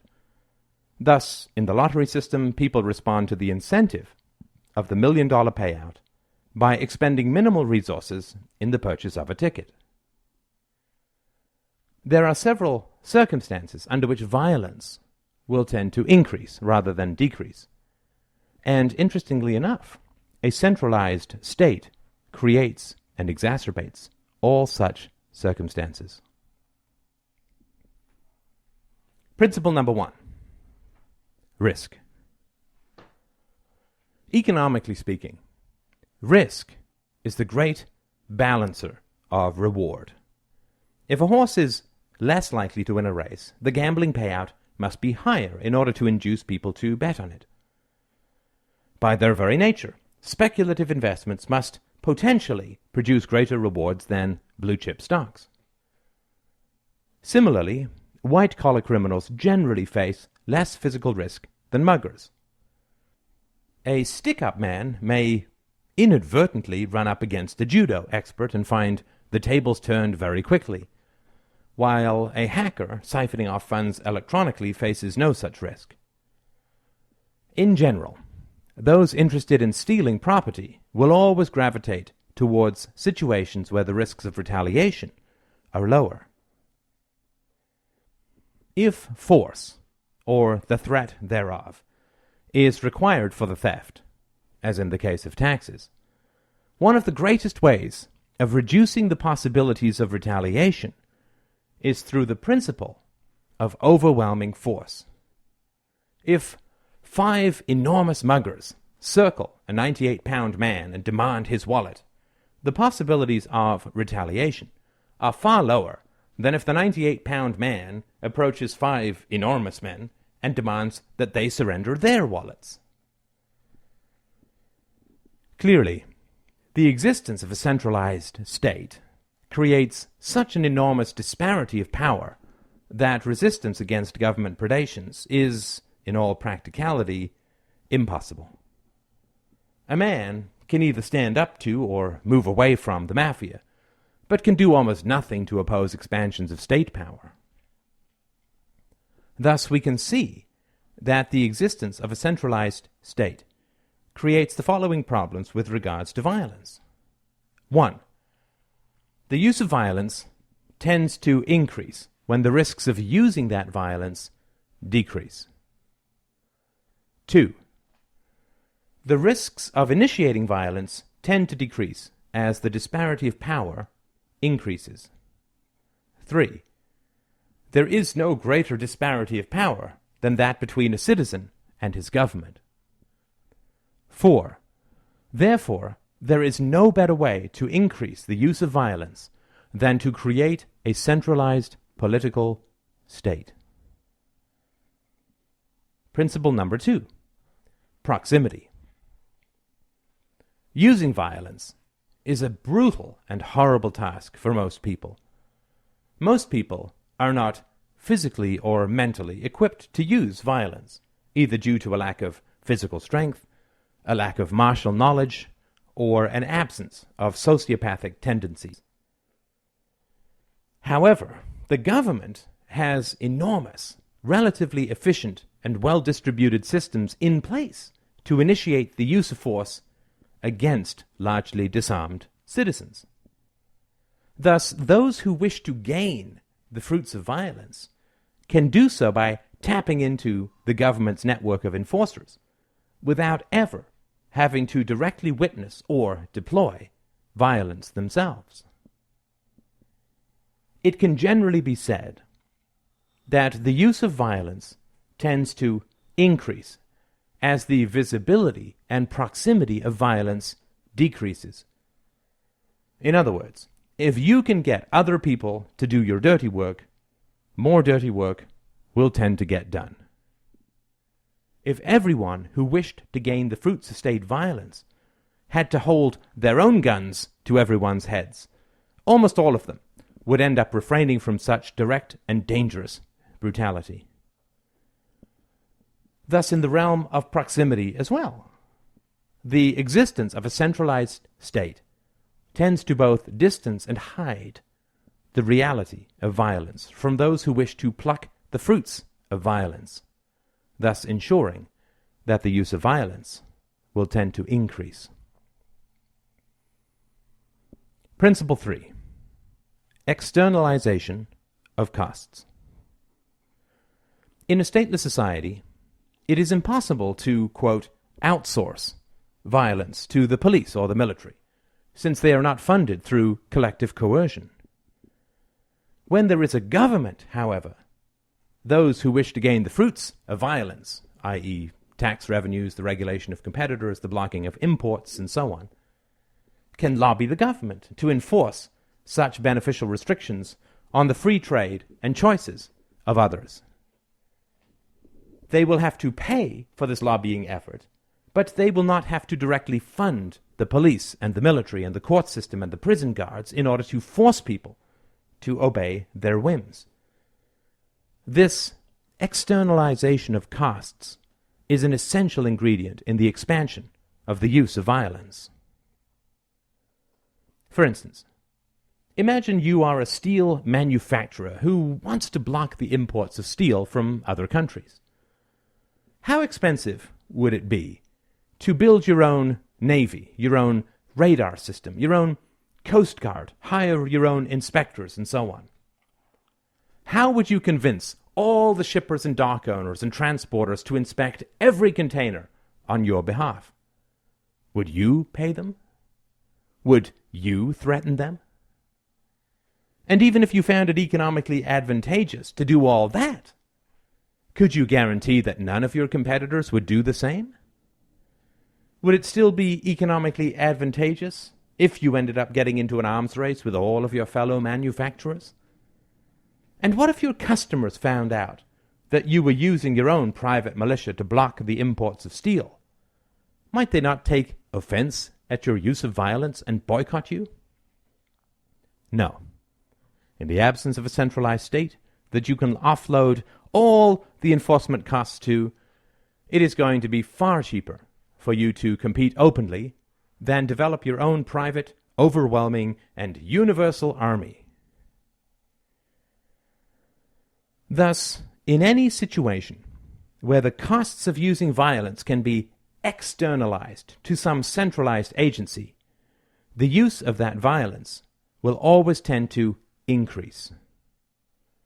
Offloading the costs of violence to taxpayers will always make violence profitable to specific agencies, whether public or private.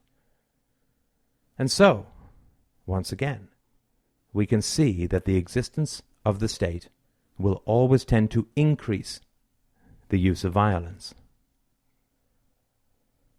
Principle 4. Deferment. How much do you think you would spend if you knew that you would be long dead when the bill came due? This is, of course, the basic principle of deficit financing, the deferment of payments to the next generation, which is perhaps the most insidious form of taxation. Forcibly transferring property from those who have not even been born yet is perhaps the greatest externalization of costs that can be imagined. Naturally, the risks of retaliation from the unborn are utterly non-existent, and neither is any direct violence performed against them. Thus, the principle of deferment is perhaps one of the greatest ways in which the existence of a centralized state increases the use of violence. Principle 5. Propaganda. It is well known in totalitarian regimes that in order to get people to accept the use of violence, that violence must always be reframed in a noble light. Government violence can never be referred to as merely the use of brute force for the material gain of politicians and bureaucrats.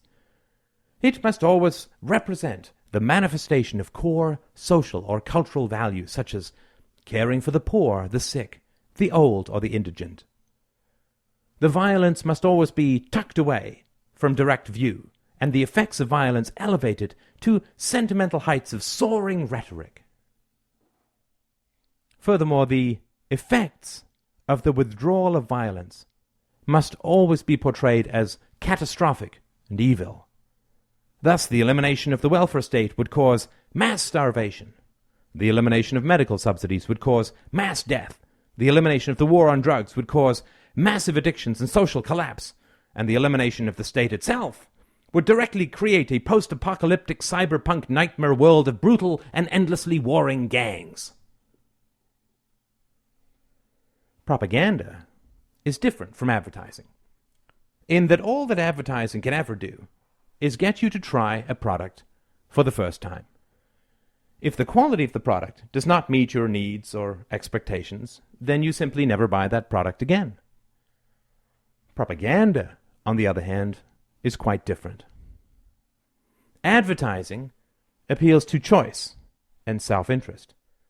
Propaganda uses rhetoric to morally justify the absence of choice and self-interest. Advertising can only stimulate a one-time demand. Propaganda permanently suppresses rationality.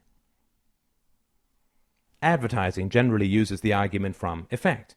You will be better off. Propaganda always uses the argument from morality. You are evil for doubting. The private funding of propaganda is never economically viable, since the amount of time and energy required to instill propaganda in the mind of the average person is far too great to justify its cost. In a voluntary system, like the free market, paying for year after year of propaganda, which can only result in a first-time purchase of a good or service, is never worth it. Propaganda is only, quote, worth it when it can be used to keep people passive within a coercive system like state taxation or regulation. For instance, here in Canada, socialized medicine is always called a core Canadian value and can be subject to no rational moral or economic analysis. Of course, if it really were a core Canadian value, we would scarcely need the state to enforce it. Because the existing system is so terrible, it takes years of state propaganda, primarily directed at children, to overcome people's actual experiences of the endless disasters of socialized medicine. Propaganda is always required where people would never voluntarily choose the situation that the propaganda is praising. Thus we need endless propaganda extolling the virtues of the welfare state, the war on drugs, and socialized medicine, while the virtues of eating chocolate cake are left for us to discover and maintain on our own. Government propaganda is primarily aimed at children through state schools, and usually takes the form of an absence of topics. The coercive nature of the state, never mentioned, of course, and neither are the financial benefits which accrue to those who control the state. Children do hear endlessly about how the state protects the environment, feeds the poor, and heals the sick. This propaganda blinds people to the true nature of state violence, thus ensuring that state violence can increase with relatively little or no opposition. Parents are forced to pay for the propaganda of public schools through taxation. Thus, a ghastly situation is created wherein the taxpayers are forced to pay for their own indoctrination and the indoctrination of their children. This externalization of cost is perhaps the greatest tool that the government uses to ensure that increasing state violence will be subject to little or no opposition or rational analysis. No corporation or private agency could possibly profit from a 14-year program of indoctrinating children. The state, however, by inflicting the costs of indoctrination onto parents, creates a situation where the slaves are forced to pay for their own manacles. And, as we all know, when slaves don't resist, owning slaves becomes economically far more viable. For the above reasons, it is clear that the existence of a centralized state vastly increases both the profits and the prevalence of violence. The fact that the violence is masked by obedience in no way diminishes the brutality of coercion. All moralists interested in one of the greatest topics of ethics, the reduction or elimination of violence, would do well to understand the depth and degree to which the existence of a centralized state promotes, exacerbates, and profits from violence. Private violence is a negative but manageable situation. However, as we can see from countless examples throughout history, public violence always escalates until civil society becomes seriously threatened. Because the state so directly profits from violence, eliminating the state can in no way increase the use of violence within society. Quite the contrary. Since private agencies do not profit from violence, eliminating the state will, to a degree unprecedented in human history, eliminate violence as well. War, profit, and the state. It has often been said that war is the health of the state. But the argument could also be made that the reverse is more true, that the state is the health of war. In other words, that war, the greatest of all human evils, is impossible without the state. The great Austrian economist Ludwig von Mises was once asked what the central defining characteristic of the free market was, i.e., since every economy is more or less a mixture of freedom and state compulsion, what institution truly separated a free market from a controlled economy? And he replied that it was the existence of a stock market. Through a stock market, entrepreneurs can achieve the externalization of risk, or the partial transfer of potential losses from themselves to investors. In the absence of this capacity, business growth is almost impossible. In other words, when risk is reduced, demand increases. The stagnation of economies in the absence of a stock market is testament to the unwillingness of individuals to take on all the risks of an economic endeavor themselves, even if this were possible. When risk becomes shareable, new possibilities emerge that were not present before, the Industrial Revolution being perhaps the most dramatic example. Sadly, one of these possibilities, in all its horror, corruption, brutality, and genocide, is war. In this section, I will endeavor to show that, in its capacity to reduce the costs and risks of violence, the state is, in effect, the stock market of war. All economists know the fallacy of the broken window, which is that the stimulation of demand caused by a vandal breaking a window does not add to economic growth, but rather subtracts from it, since the money spent replacing the window is deducted from all other possible purchases. This is self-evident to all of us. We don't try to increase our incomes by driving our cars off cliffs or burning down our houses. Although it might please car manufacturers and home builders, it neither pleases us nor the people who would have had access to the new car and house if we did not need them for ourselves. Destruction always diverts resources, and so bids up prices, which costs everyone. In fact, breaking a $100 window removes more than $100 from the economy, since all the time spent returning the window to its original state, calling the window repairman, deciding on the replacement, cleaning up the shards of glass, etc., is also subtracted from the economy as a whole. There will always be accidents, of course, and so repairs are a legitimate aspect of any free market. However, war can never said to be an accident, is never part of the free market, and yet is commonly believed to be good for the economy, and must be for at least some people, since it is pursued so often. How can these opposites be reconciled? How can destruction be economically advantageous when it is so obviously bad for the economy as a whole? We can imagine an unethical repairman who smashes windows in order to raise demand for his business. This would certainly help his income, and yet we see that this course is almost never pursued in real life in the free market. Why not?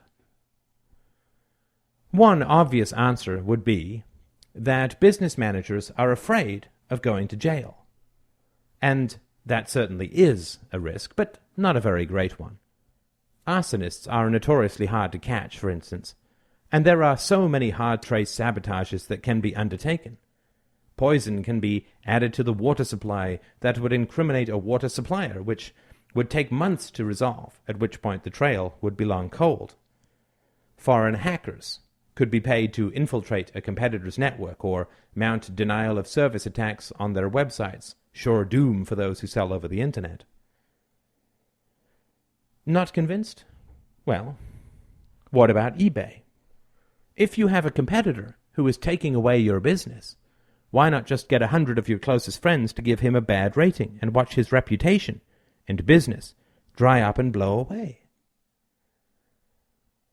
All of the above practices are very rare in the free market for three main reasons. The first is that they are costly. The second is that they increase risks. And the third is the fear of retaliation. The cost of destruction. If you want to hire an arsonist to torch the factory of your competitor, you have to become an expert in underworld negotiations. You might pay an arsonist and watch him take off to Hawaii instead of setting the fire. You also face the risk that your arsonist will take your offer to your competitor and ask for more money to not set the fire, or worse, return the favor and torch your factory. It will certainly cost money to start down the road of vandalism, and there is no guarantee that your investment will pay off in the way that you want. There are other tertiary costs to pursuing a path of competition by destruction. You can only target one competitor at a time, which is only partially helpful since most businesses face many competitors simultaneously, some local and some overseas and probably out of reach. Even if you are successful in destroying your competitor, you have opened a hole in the market which will just invite others to come in and perhaps compete even more fiercely with you. When it comes to competition, in most cases, it is better to stay with the devil you know. It wouldn't make much sense to knock out a small software competitor, for instance, and end up giving Microsoft a good reason to enter the market. Also, if you are a business owner, competition is very good for you. Just as a sports team gets lazy and unskilled if it never plays a competent opponent, businesses without competition get unproductive, lazy, and inefficient. A sure invitation for others to come in and compete. Successful businesses need competition to stay fit. Resistance breeds strength. Also, what happens if you do manage to successfully sabotage your opponents? If you do it well, no one has any idea that you are behind the sudden spate of arson. What happens to your insurance costs? They go through the roof, if you can even get any. Furthermore, you will not be able to meet all the new demand right away, thus ensuring that clients will find alternatives, which will likely remain outside your control. Thus, you have increased your costs, created incentives for potential customers to find alternatives, and alarmed your employees, creating a dangerous situation where competitors are highly motivated to enter your field just when you are the most vulnerable to competition. Overall, not a very bright idea. The risks of destruction. Let us say that you decide to pay a man named Stan to torch your competitor's factory. Well, the basic reality of the transaction is that Stan, as a professional arsonist, knows how to work the situation to his advantage far better than you do, since you are, new to the field. Stan knows that no matter what he does, you cannot go to the police for protection. What if he tapes your conversations and then blackmails you? Then your exercise in amoral competition suddenly becomes a lifelong nightmare of expense, guilt, fear, and rage. As mentioned above, what if Stan decides to go to your competitor and reveal your plans? Surely your competitor would pay good money for that information, since he could then go to the police and destroy you legally even more completely than you were hoping to destroy him illegally. A basic fact of criminal activity is that once the gloves come off, the results become very hard to predict indeed. What if Stan goes to your competitor and says, "For $25,000, I was supposed to torch this place. For $30,000, I can just turn around and set quite a different fire." This pendulum bidding war can turn into a desperately stressful money loser for everyone involved. Except Stan, of course. And who is to say that Stan is even a legitimate arsonist? What if he is an undercover agent of some kind? What if he has been sent by someone else in order to get some dirt on you? What if it turns out to be blackmail or a setup by your competitor? How would you know? Again, it is all very risky. The risks of personal retaliation. Let's say that all of the above works out just the way you want it, and Stan actually torches your competitor Bill's factory. What might happen then? Well, you have just created a bitter enemy who suspects foul play, knows that you have a good motive for torching his factory, and has nothing to lose. He might complain about you to the police, hire private investigators, and put an ad in every local paper, offering a cash reward of $1 million for information leading to a proof of your participation. So he can sue you and recover far more than $1 million. Either your new enemy will find out actionable information and then go to the police, or he will find out unactionable information, hints, not proof, in which case he may choose to retaliate against you. Since you've been able to do it in a way that cannot be proven, and now he knows how, you have just educated a bitter and angry man on how to torch a factory and escape detection. Are you going to sleep safe in your bed? Are you sure that he's going to target only your factory? What does this all look like in terms of economic calculation? We will talk about a sample table, which you can find in the free PDF version, showing the costs and benefits of competition through arson. If we assign arson a cost of $50,000 with a 50% probability of success and a resulting economic benefit of $1 million, we see a net benefit of $450,000. 50% of $1 million minus $50,000 in costs. So far, so good. But if we include a 10% risk of blackmail, a 20% chance of retaliation, and a 25% chance of increased competition, all reasonable numbers, and finally $100,000 in increased insurance and security costs, we can see that the economic benefits are erased very quickly.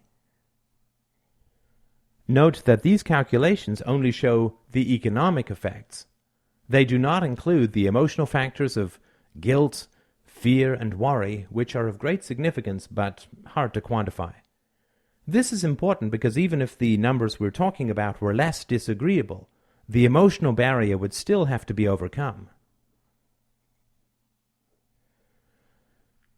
As the conservative example we are talking about shows, it's not really worth it to attempt economic gain through the destruction of property, and that is exactly how it should be. We want people to be good, of course, but we also want strong economic incentives for virtue as well, to shore up the uncertain integrity of free will. How does this relate to war and the state? Very closely, in fact, but with very opposite effects. The economics of war. The economics of war are at bottom very simple and contain three major players: those who decide on war, those who profit from war, and those who pay for war. Those who decide on war are the politicians. Those who profit from it are those who supply military materials or are paid for military skills. And those who pay for war are the taxpayers. The first and second groups, of course, overlap. In other words, a corporation which profits from supplying arms to the military is paid through a predation on citizens through state taxation, and under no other circumstances could the transaction exist, since the risks associated with the destruction outlined above are equal to or greater than any profits that could be made. Now, certainly, if those who decided on war also paid for it, there would be no such thing as war, since war follows the same economic incentives and costs outlined above. However, those who decide on war do not pay for it. That unpleasant task is relegated to the taxpayers, both current in the form of direct taxes and inflation, and future in the form of national debts. Let us see how the above analysis of the costs of destruction changes when the state enters the equation. The costs of military destruction. If you want to start a war, you need a very expensive military, which must also be trained and maintained when there is no war. There is simply no way to recover the costs of that military by invading another country. Otherwise, the free market would directly fund armies and invasions, which it never does. Or, if you would prefer another way of looking at it, you can only invade another country by destroying large portions of it, killing many of its inhabitants, and then fighting endless insurgencies. Given the costs of invasions and occupations, always in the hundreds of millions or billions of dollars, what profits could conceivably be extracted from the bombed-out country you are occupying? That would be like asking a thief to make money by firebombing a house he wanted to steal from, and then staying and keeping the occupants hostage. Madness! Thieves don't operate that way, and neither would war, without the presence of the state and the money of the taxpayers. Since the taxpayers' money pays for the war, the costs of destruction for those who start the war are very low. How much does George Bush personally pay for the Iraq invasion?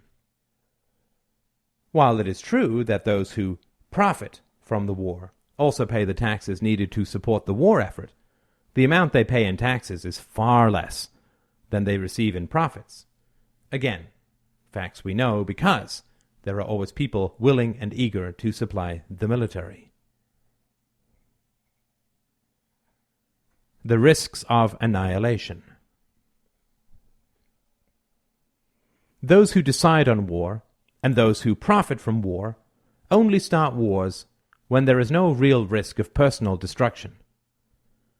This is a simple historical fact which can be gleaned from the reality that no nuclear power has ever declared war on another nuclear power.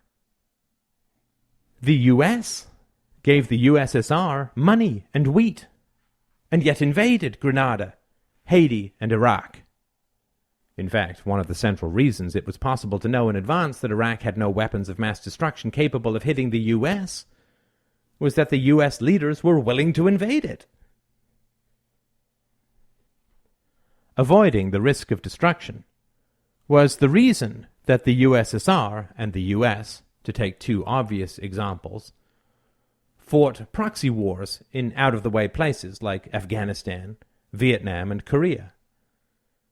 As we shall see below, the fact that the risk of destruction is shifted to taxpayers and taxpayer-funded soldiers considerably changes the economic equation. The risks of military retaliation. The risk of retaliation in economic calculations regarding war should not be taken as a general risk, but rather a specific one, i.e. specific to those who either decide on war or profit from it. For example, Roosevelt knew that blockading Japan in the early 1940s carried a grave risk of retaliation, but only against distant and unknown U.S. personnel in the Pacific, not against his friends and family in Washington. In fact, the blockading was specifically escalated with the aim of provoking retaliation in order to bring the U.S. into World War II. If other people are exposed to the risk of retaliation, the risk becomes a moot point from an amoral economic standpoint. If I smoke, but some unknown stranger might get lung cancer, my decision to continue smoking will certainly be affected. Externalizing military risk. The power of the state to so fundamentally shift the cost and benefits of violence is one of the most central facts of warfare, and the core reason for its continued existence. As we can see from the above discussion regarding arson, if the person who decides to profit through destruction faces the consequences himself, he has almost no economic incentive to do so.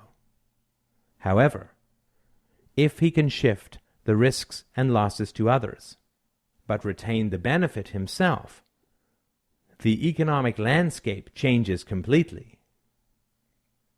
Sadly, it then becomes profitable, say, to tax citizens to pay for 800 U.S. military bases around the world, as long as strangers in New York bear the brunt of the inevitable retaliation. It also becomes profitable to send uneducated youngsters to Iraq to bear the brunt of the insurgency. Externalizing emotional discomfort. The fact that the state shifts the burden of risk and payment to the taxpayers and soldiers is very important in emotional terms. If the arson example could be tweaked to provide a profit, say by reducing the risks of blackmail or retaliation, the other risks would still accrue to the man contemplating such violence. Such risks would cause emotional discomfort in all but the most rare and sociopathic personalities, and the generation of negative stimuli such as fear, guilt, and worry would still require more profit than the model can reasonably generate. Thus, the fact that the state externalizes almost all the risks and costs of violence is a further positive motivation to those who would use the power of state violence for their own ends.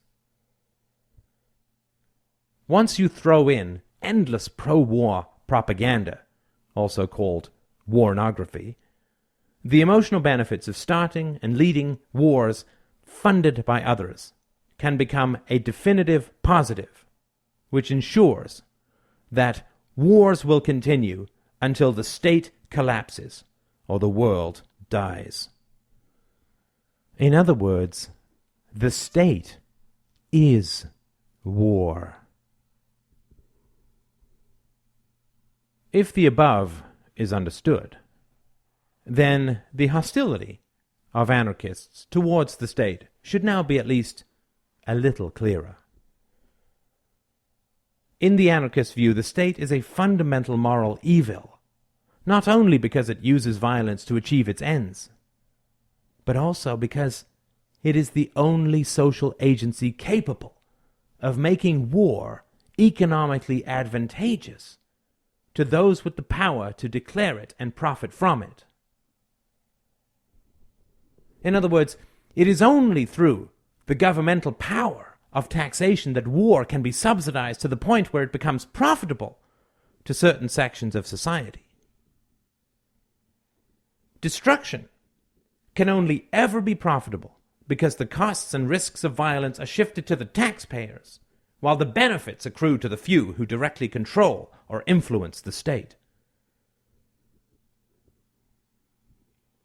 This violent distortion of costs, incentives, and rewards cannot be controlled or alleviated, since an artificial imbalance of economic incentives will always self-perpetuate and escalate, at least until the inevitable bankruptcy of the public purse. Or to put it another way, as long as the state exists, we shall always live with the terror of war. To oppose war is to oppose the state. They can neither be examined in isolation nor opposed separately, since, much more than metaphorically, the state and war are two sides of the same bloody coin. A successful operation. A dead patient. Most libertarians have, at one time or another, been challenged by the problem of public property, or how the market can best protect and allocate goods owned in common, such as fish in the sea, roads, airwaves, and so on. An old economics parable sums up the problem nicely. Let's briefly review it before taking a strong swing at solving the problem of public property. The issue is well described by a parable called The Problem of the Commons, which goes something like this. A group of sheep-owning farmers own land in a ring around a common area. They each benefit individually from letting their sheep graze on the common land, since that frees up some of their own farmland for other uses. However, if they all let their sheep graze on the commons, they all suffer, since the land will be stripped bare, and so they will end up watching their sheep starve, since their own land has all been turned to other uses. In many circles, this is considered an incontrovertible coup de grace for the absolute right of private property, and the free market in general, insofar as it proves that individual self-interest, rationally pursued, can result in economic catastrophe.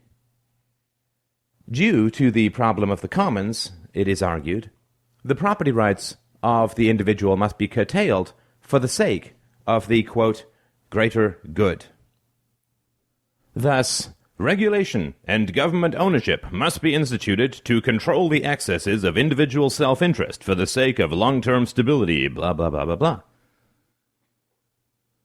There is one significant difficulty with the problem of the commons, however, which is that it fails to prove that government regulation or public ownership is necessary, or that turning the problem of the commons over to the state solves the problem in any way. In fact, it is easy to prove that even if the problem of the commons is a real dilemma, the worst possible way of solving it is to create government regulations or public ownership. Problem number 1. Public ownership. The simplest rebuttal to the problem of the commons, of course, is to point out that the problem faced by the farmers is not an excess of private property, but a deficiency. If we imagine the farms surrounding the commons to be donut-shaped, then clearly the problem of the commons is best solved by simply extending the ownership of the farms to the very center, like pizza slices. Yeah, these metaphors are making me hungry as well. If private property is thus extended to include the commons, farmers no longer face the problem of everyone wanting to exploit unowned resources. Everyone can then use their extra land to feed their sheep, and everyone is content. Alternatively, a woman can come along, buy up the commons, and start charging grazing fees. To ensure the longevity of her resource, she will naturally take care to avoid overgrazing. However, let us accept that under some circumstances, the problem of the commons is real and cannot be overcome through the extension of private property rights. What solutions can then be brought to bear on the problem? Solutions to social problems always fall into one of two categories: voluntary or coercive.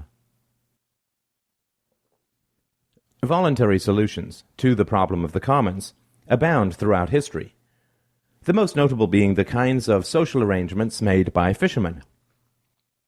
When a number of fishing communities dot a lake, villagers develop complex and effective measures to ensure that the lake is not overfished. Any display of wealth is frowned upon, since it is clear that wealth can only come from overfishing. Communal leaders meet to figure out how much each village can catch, and it is very hard to hide your catch in a small village. Furthermore, the problem of not knowing exactly how much fish is being taken by others, as well as natural annual variations in fish stocks, lead to significant underestimation of allowable catches, which ensures that sustainability is always achieved. Left-leaning economists might be baffled by the problem of the commons, but there is scant recorded historical evidence of illiterates in fishing villages regularly starving to death due to overfishing, unless their village leaders were left-leaning economists, perhaps. The problem of the commons is yet another manifestation of that old bugbear, the blind insistence that man is a being whose sole motivation is immediate financial considerations. Economists who believe this and who also have children are most baffling in this regard. "Ah," says the miserly farmer of this instant gratification fairy tale, "I will graze my sheep by night and callously denude the commons so I can grow a few dozen extra turnips." But what good will his extra turnips do him if no one in the village will talk to him? Or when no one will help him build a barn? Or when he gets sick and needs people to care for his sheep? No, even miserly farmers are far better obeying the rules and forgetting about their extra turnips, since they will lose far more than they gain by circumventing social norms. Communities have weapons of ostracism and contempt that far outweigh immediate economic calculations. Has this changed in the internet age? Surely we are far less constrained by social norms than we used to be. Not at all. Now, with tools ranging from credit reports, web searches, and easy access to prior employers, conformity to basic decency is more important than ever. Problem number 2. The state as a common. However, let us assume that none of the above rebuttals to the problem of the commons holds firm, and in certain circumstances, there is simply no way to extend property rights to, or exercise social control over, resources which cannot be owned. What then? Do we turn such a thorny and complex problem to the tender mercies of the state to solve? One of the most interesting aspects of using the state to solve the problem of the commons is that the state itself is subject to the problem of the commons. Since the state is an entity wherein property is owned in, quote, common, the problem of selfish exploitation leading to general destruction applies as surely to state property as it does to the common land ringed by greedy and short-sighted farmers. Just as farmers can destroy the commons while pursuing their individual self-interest, so can politicians, bureaucrats, lobbyists, and other assorted state toadies and courtiers destroy the economy as a whole in pursuit of their own selfish economic and political goals. The problem of the commons argues that due to common ownership, long-term prosperity is sacrificed for the sake of short-term advantage. Because no one defends and maintains property that can be utilized by all, that property is pillaged into oblivion. And the state is supposed to solve this problem? How? That is exactly how the state operates. Let's look at some examples of how the state pillages the future for the sake of greed in the here and now. Deficit financing. Inflationary monetary expansion. Government bonds, which future generations must pay out. Spending the money taken in through Social Security, which future generations must pay for. Offensive, quote, defense spending, which future citizens will pay for through increased risk of domestic attacks. Massive educational failures, which have immensely deleterious effects on future productivity and happiness. The granting of special powers, rights, and benefits to lobbyists such as unions, public sector employees, and large corporations, which results in higher prices and deficits. The cost to the U.S. economy for union laws alone is calculated at $50 trillion over the past 50 years. The failure to adequately maintain public infrastructure such as roads, schools, bridges, the water supply, and so on, which passes enormous liabilities on to the next generation. Massive spending on the war on drugs, which increases crime in the future. The pollution of public lands and other fixed assets, which saves money in the short run while ruining value in the long run. And goodness knows how much more. From the above examples, it is easy to see that the problem of the commons applies to the state to a far greater degree than any other social agency or individual. If we recall our group of greedy farmers, we can easily see that they have a strong incentive to avoid or solve the problem of the commons, since it is they themselves who will suffer from the despoiling of unowned lands. However, in the case of the state, those who prey upon and despoil the public purse will never themselves face the direct consequences of their pillaging. Thus, their incentive to prevent, solve, or even alleviate the problem is virtually non-existent. Furthermore, even if the farmers do end up destroying the unowned lands, they can at least get together and voluntarily work to find a better solution in the future. Once the government takes over a problem, however, control passes almost completely from the private sphere to the public sphere of enforcement, corruption, and politics. Once firmly planted in the realm of the state, not only is the problem of public ownership made incalculably worse, but it cannot ever be resolved, since the predation of the public purse is now defended by all the armed might of the state military. Consequences evaporate, competition is eliminated, and a mad free-for-all grab-fest simply escalates until the public purse is drained dry and the state collapses. This is what happened in the Soviet Union. In the 1980s, as it became clear that communism was unsustainable, Kremlin insiders simply pillaged the public treasury until the state went bankrupt. Thus, the idea of turning to the state to solve the problem of the commons is akin to the old medical joke about the operation being a complete success, with the minor exception that the patient died. If the problem of the commons is a significant issue in the private sector, then turning it over to the government makes it staggeringly worse. Turning it from a mildly challenging problem of economics into a suicidal expansion of state power and violence. If the problem of the commons is not a significant issue, then surely we do not need the state to solve it at all.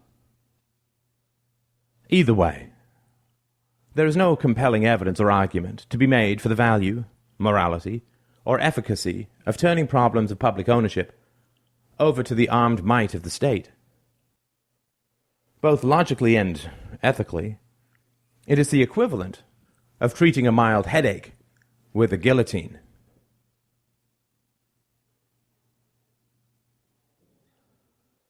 If the state is an evil, corrupt, and destructive solution to the problems of social organization, what alternatives can anarchism offer?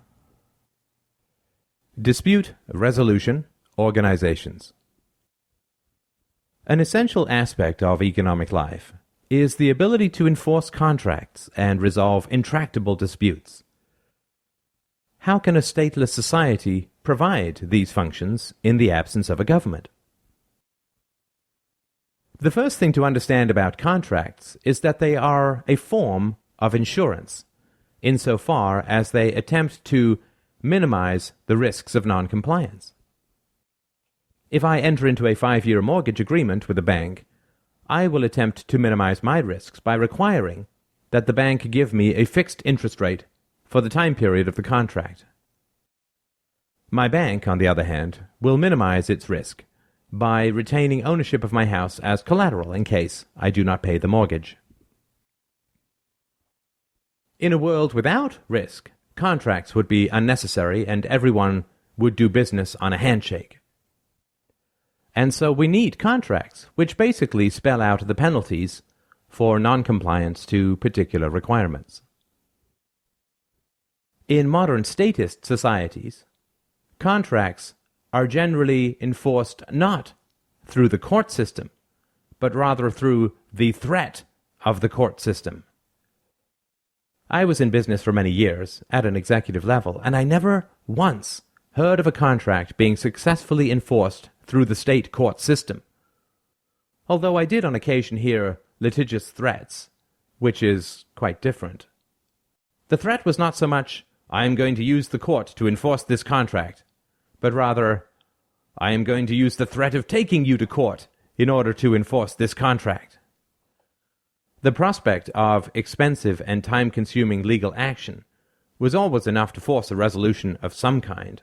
No actual court compulsion was ever required.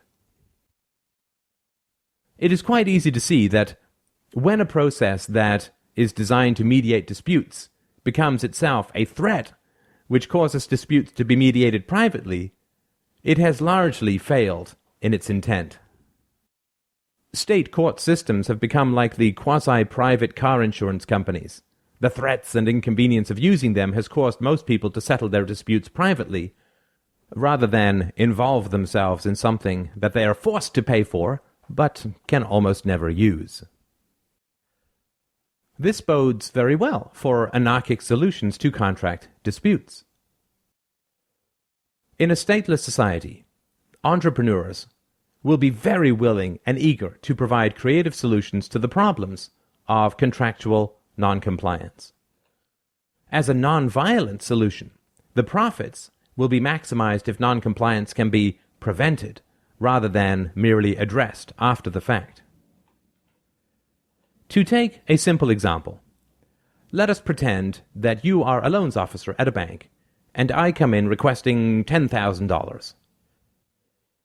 Naturally, you will be very happy to lend me the money if I will pay back both the principal and interest on time, since that is how you make your profit.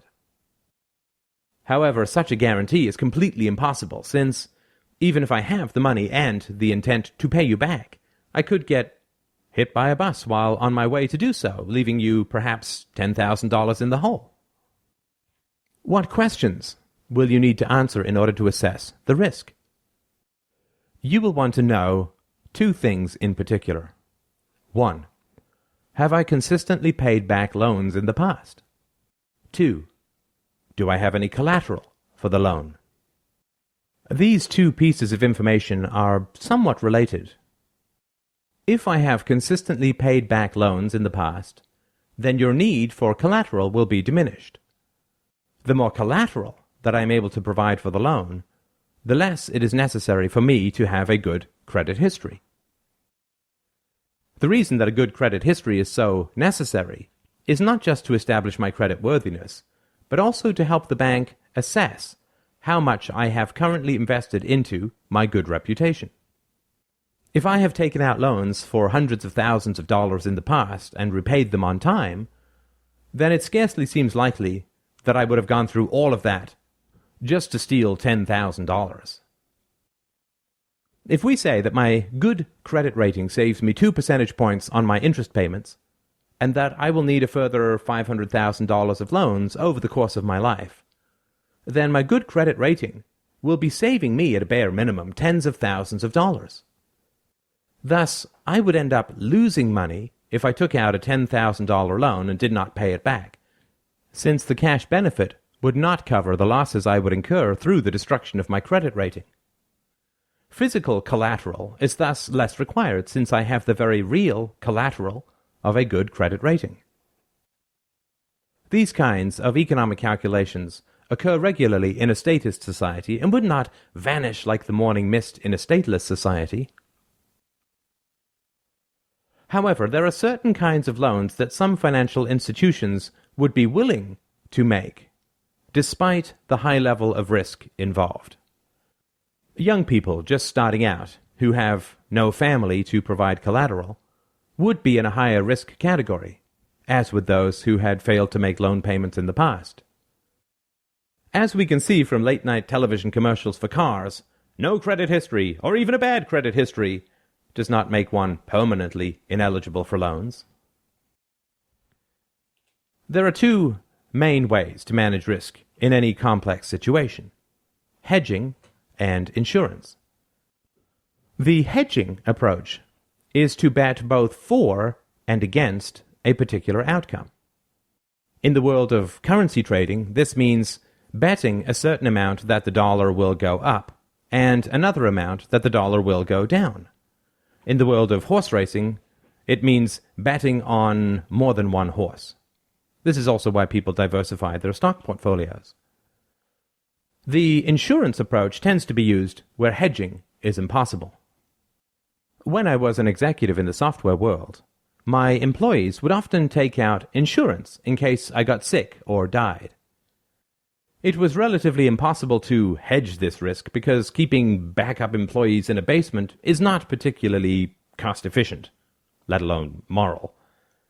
Life insurance is another example of this. These strategies are already well established in the current quasi-free market. However, in one-to-one contracts, state courts retain their monopoly. If I am an employee, I have a one-to-one contract with my employer. I cannot hedge the risks involved in this contract, and currently, neither can I buy insurance to mitigate the risk that my employer will go out of business while still owing me pay and expenses. In the absence of a government, the need for the rational mitigation of risk in contracts would still be there, and entrepreneurs will inevitably provide creative and intelligent solutions to address this. Breaking contract. Let us take a relatively small example of how contract disputes can be resolved in a stateless society. Let us say that I pay you $15,000 to landscape my garden, but you never show up to do the work. Ideally, I would like my $15,000 back, as well as another few $1,000s for my inconvenience. In a stateless society, when we first put pen to paper on a contract, we can choose an impartial third party to mediate any dispute.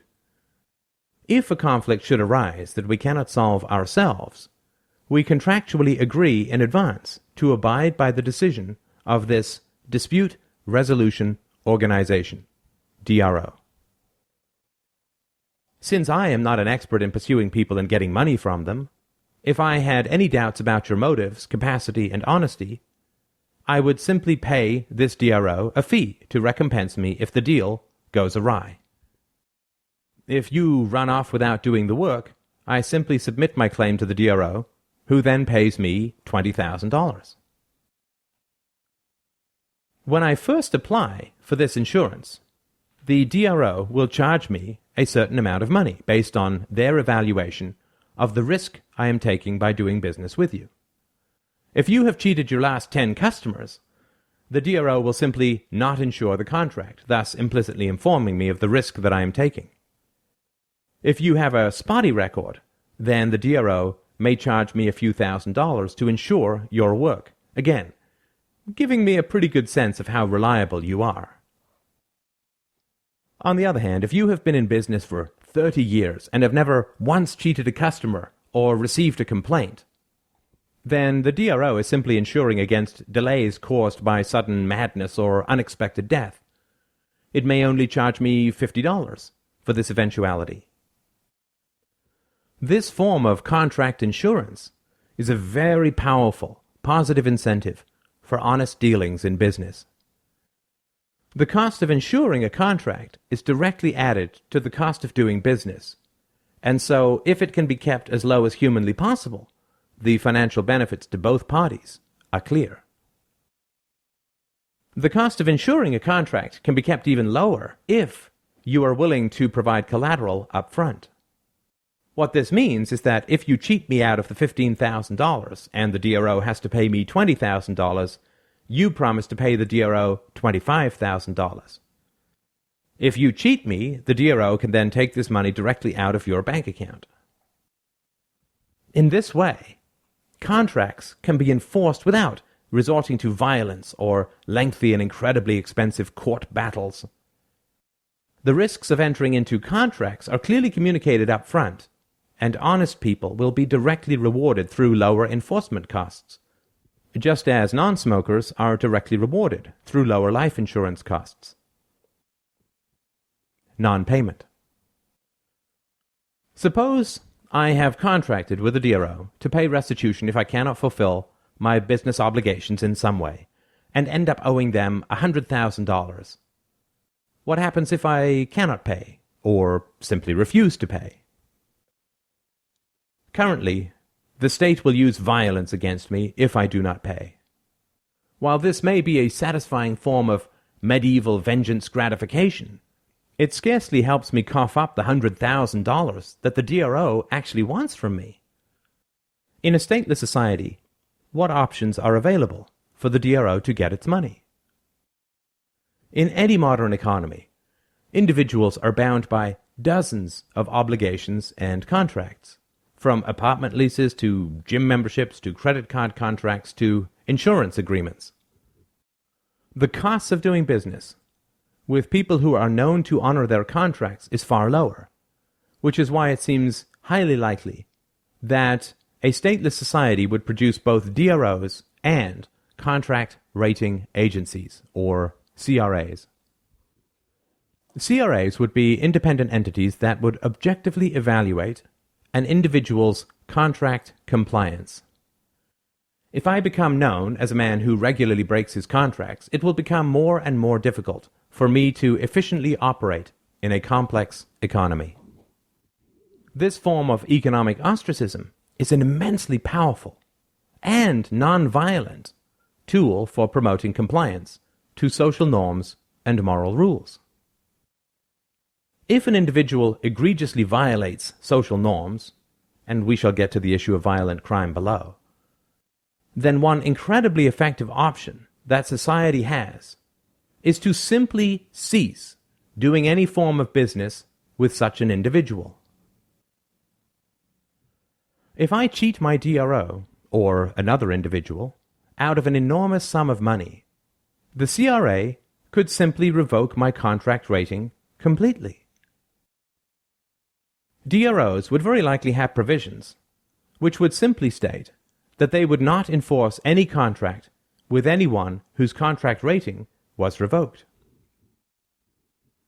In other words, if I run a hotel and an outcast wants to rent a room, I will be immediately aware of this, since I will enter his credit card and be promptly informed that no contract will be honored with this individual. In other words, if he sets fire to my hotel, steals or destroys property, or harasses another guest, then my DRO will not help me at all. Will I be likely to want to rent a room to this fellow, or will I tell him that, sadly, the hotel is full? In the same way, grocery stores, taxicabs, bus companies, electricity providers, banks, restaurants, and other such organizations will be unlikely to want to do business with such an outcast, since they will have no protection if he misbehaves. Economic interactions, of course, are purely voluntary, and no man can be morally forced to do business with another man. People who cheat and steal and lie will be highly visible in a stateless society, and will find that other people will turn away from them more often than not, unless they change their ways and provide restitution for their prior wrongs. An outcast can get his contract rating restored if he is willing to repay those he has wronged. If he gets a job and allows his wages to be garnished until his debts are paid off, his contract rating can be restored, at least to the minimum level required for him to hold a job and rent an apartment. A DRO, which is always interested in preventing recurrence rather than dealing with consequences, may also reduce his burden if he is willing to attend psychological and credit counseling education. In this way, contracts can be enforced without resorting to violence. The tool of economic and social ostracism is the most powerful method for dealing with those who repeatedly violate moral and social rules. We do not need to throw people into economically unproductive debtors' prisons or send men with guns to kidnap and incarcerate them. All we need to do is publish their crimes for all to see, and let the natural justice of society take care of the rest. Ah, but what if an outcast has been treated unjustly and is being blackmailed by a DRO or CRA?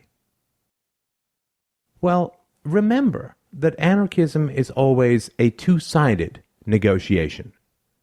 In order to get people to sign up to your DRO or CRA, what checks and balances would you put in your contracts to calm their fears in this regard?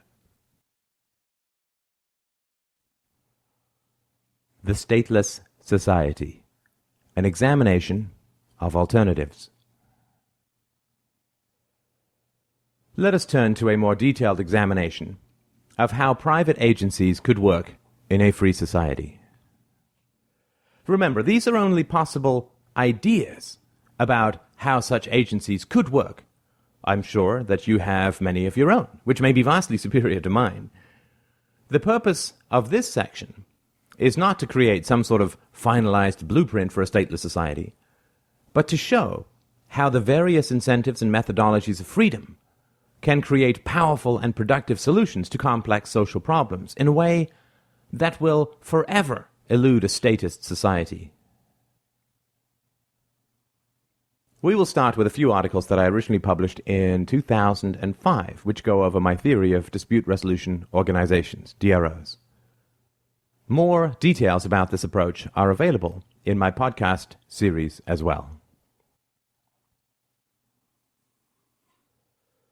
If the 20th century proved anything, it is that the single greatest danger to human life is the centralized political state, which murdered more than 200 million souls. Modern states are the last and greatest remaining predators. It is clear that the danger has not abated with the demise of communism and fascism. All Western democracies currently face vast and accelerating escalations of state power and centralized control over economic and social life. In almost all Western democracies, the state chooses where children go to school and how they will be educated, the interest rate the citizens can borrow at, the value of currency, how employees can be hired and fired, how more than 50% of their citizens' time and money are disposed of, who citizens may choose as a doctor, what kind of medical procedures can be received and when to go to war, who can live in the country, just to touch on a few. Most of these amazing intrusions into personal liberty have occurred over the past 90 years since the introduction of the income tax. They have been accepted by a population helpless to challenge the expansion of state power. And yet, even though most citizens have received endless pro-state propaganda in government schools, a growing rebellion is brewing. The endless and increasing state predations are now so intrusive that they have effectively arrested the forward momentum of society, which now hangs before a fall. Children are poorly educated, young people are unable to get ahead, couples with children fall ever further into debt, and the elderly are finding their medical systems collapsing under the weight of their growing needs. And none of this takes into account the ever-growing state debts. These early years of the 21st century are thus the end of an era, a collapse of mythology comparable to the fall of communism, monarchy, or political Christianity. The idea that the state is even capable of solving social problems is now viewed with great skepticism, which foretells the imminent end, since as soon as skepticism is applied to the state falls, since it fails at everything except expansion, and so can only survive on propaganda. Yet while most people are comfortable with the idea of reducing the size and power of the state, they become distinctly uncomfortable with the idea of getting rid of it completely. To use a medical analogy, if the state is a cancer, they prefer medicating it into remission rather than eliminating it completely. This can never work. If history has proven anything, it is the simple fact that states always expand until they destroy society. Because the state uses violence to achieve its ends, and there is no rational end to the expansion of violence, states grow until they destroy the host civilization through the corruption of money, contracts, civility, and liberty. As such, the cancerous metaphor is not misplaced. People who believe that the state can somehow be contained have not accepted the fact that no state in history has ever been contained. Even the rare reductions are merely temporary. The United States was founded on the principle of limited government. It took little more than a few decades for the state to break the bonds of the Constitution, implement the income tax, take control of the money supply, and begin its catastrophic expansion. There is no example in history of a state being permanently reduced in size. All that happens during a tax or civil revolt is that the state retrenches, figures out what it did wrong, and begins its expansion again, or provokes a war which silences all but fringe dissenters. Given these well-known historical facts, why do people continue to believe that such a deadly predator can be tamed? Surely it can only be because they consider a slow strangulation in the grip of an expanding state somehow better than the quick death of a society bereft of a state. Why do most people believe that a coercive and monopolistic social agency is required for society to function? There are a number of answers to this question, but they tend to revolve around 4 central points. 1. Dispute resolution. 2. Collective services. 3. Pollution. And 4. Crime. We will tackle the first 3 in this section and the last one in the next. Dispute resolution. It is quite amazing that people still believe that the state somehow facilitates the resolution of disputes, given the fact that modern courts are out of the reach of all but the most wealthy and patient. In my experience, to take a dispute with a stockbroker to the court system would have cost more than $250,000 and from 5 to 10 years. However, a private mediator settled the matter within a few months for very little money. In the realm of marital dissolution, private mediators are commonplace.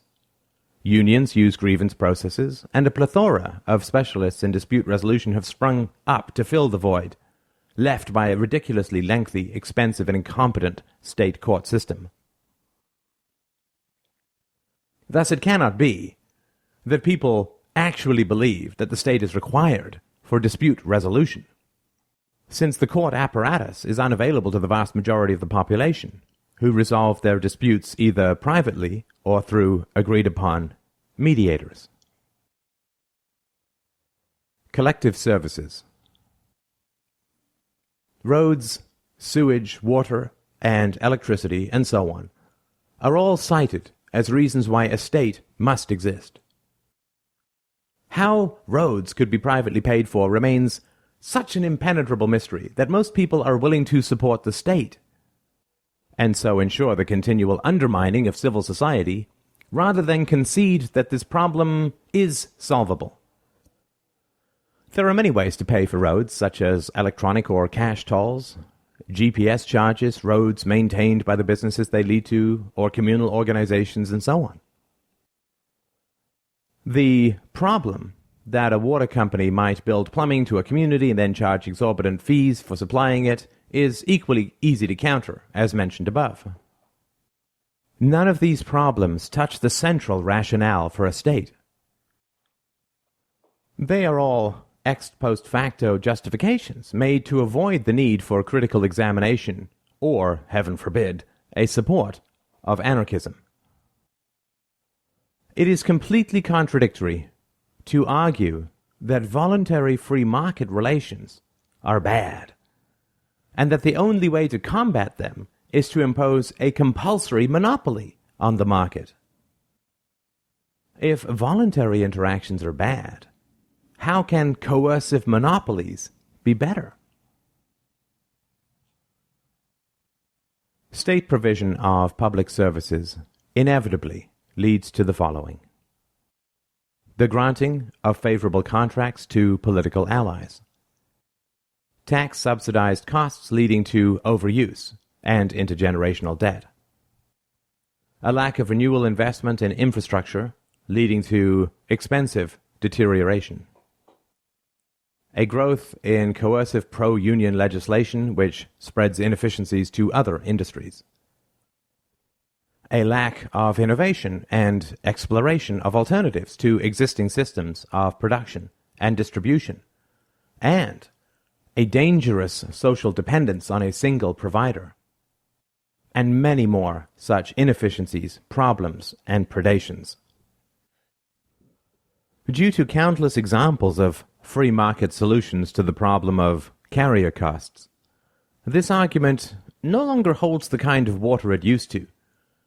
So people must turn elsewhere to justify the continued existence of the state. Pollution.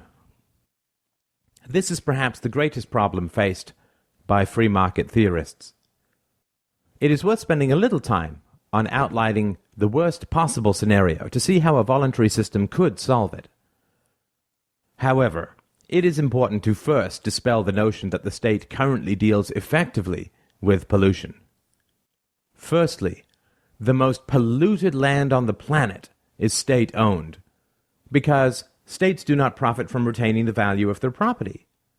Secondly, the distribution of mineral, lumber, and drilling rights is directly skewed towards bribery and corruption, because states never sell the land, but rather just the resource rights.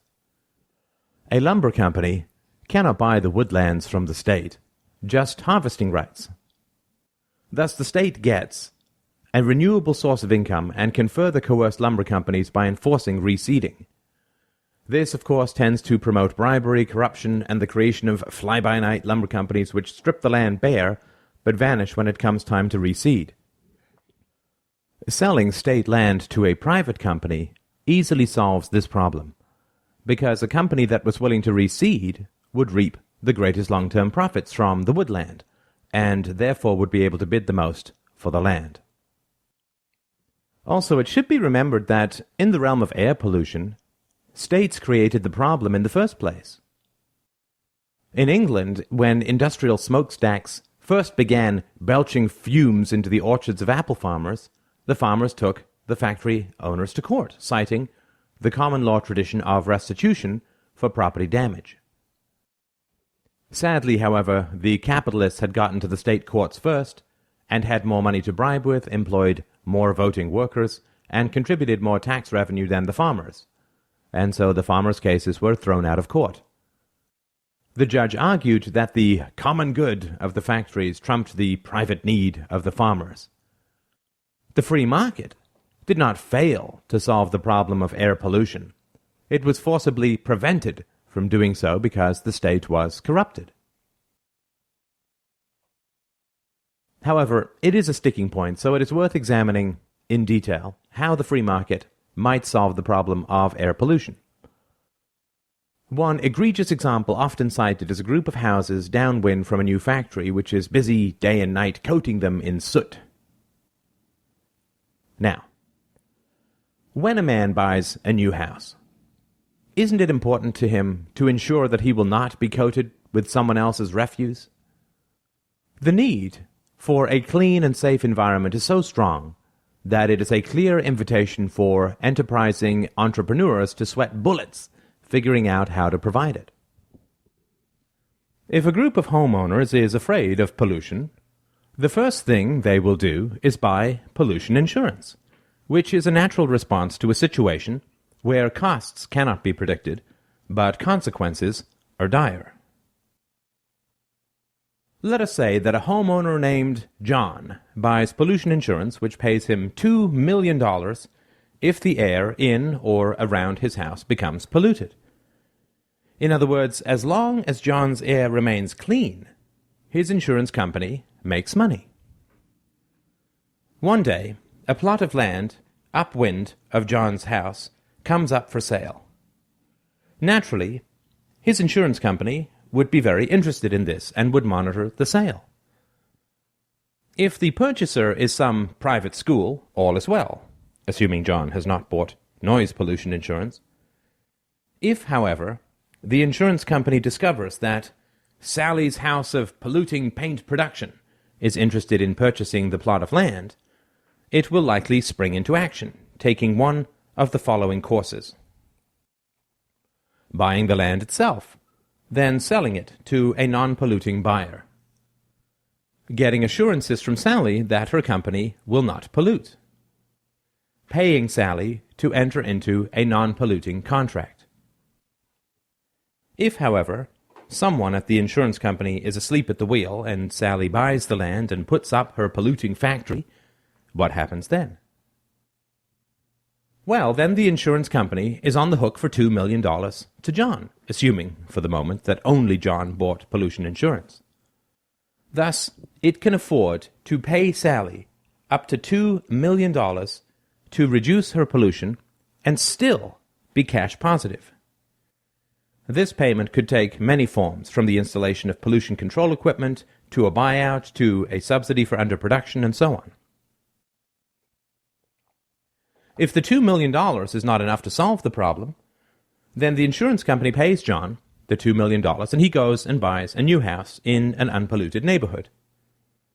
However, this scenario is highly unlikely, since the insurance company would be unlikely to insure only one person in a neighborhood against air pollution. So that is the view from John's air pollution insurance company. What about the view from Sally's house of polluting paint production? She also must be covered by a DRO in order to buy land, borrow money, and hire employees. How does that DRO view her tendency to pollute? Pollution brings damage claims against Sally, because pollution is by definition damage to persons or property. Thus, Sally's DRO would take a dim view of her pollution, since it would be on the hook for any damage her factory causes. In fact, it would be most unlikely that Sally's DRO would insure her against damages unless she were able to prove that she would be able to operate her factory without harming the property of those around her. And without a DRO, of course, she would be unable to start her factory, borrow money, hire employees, etc.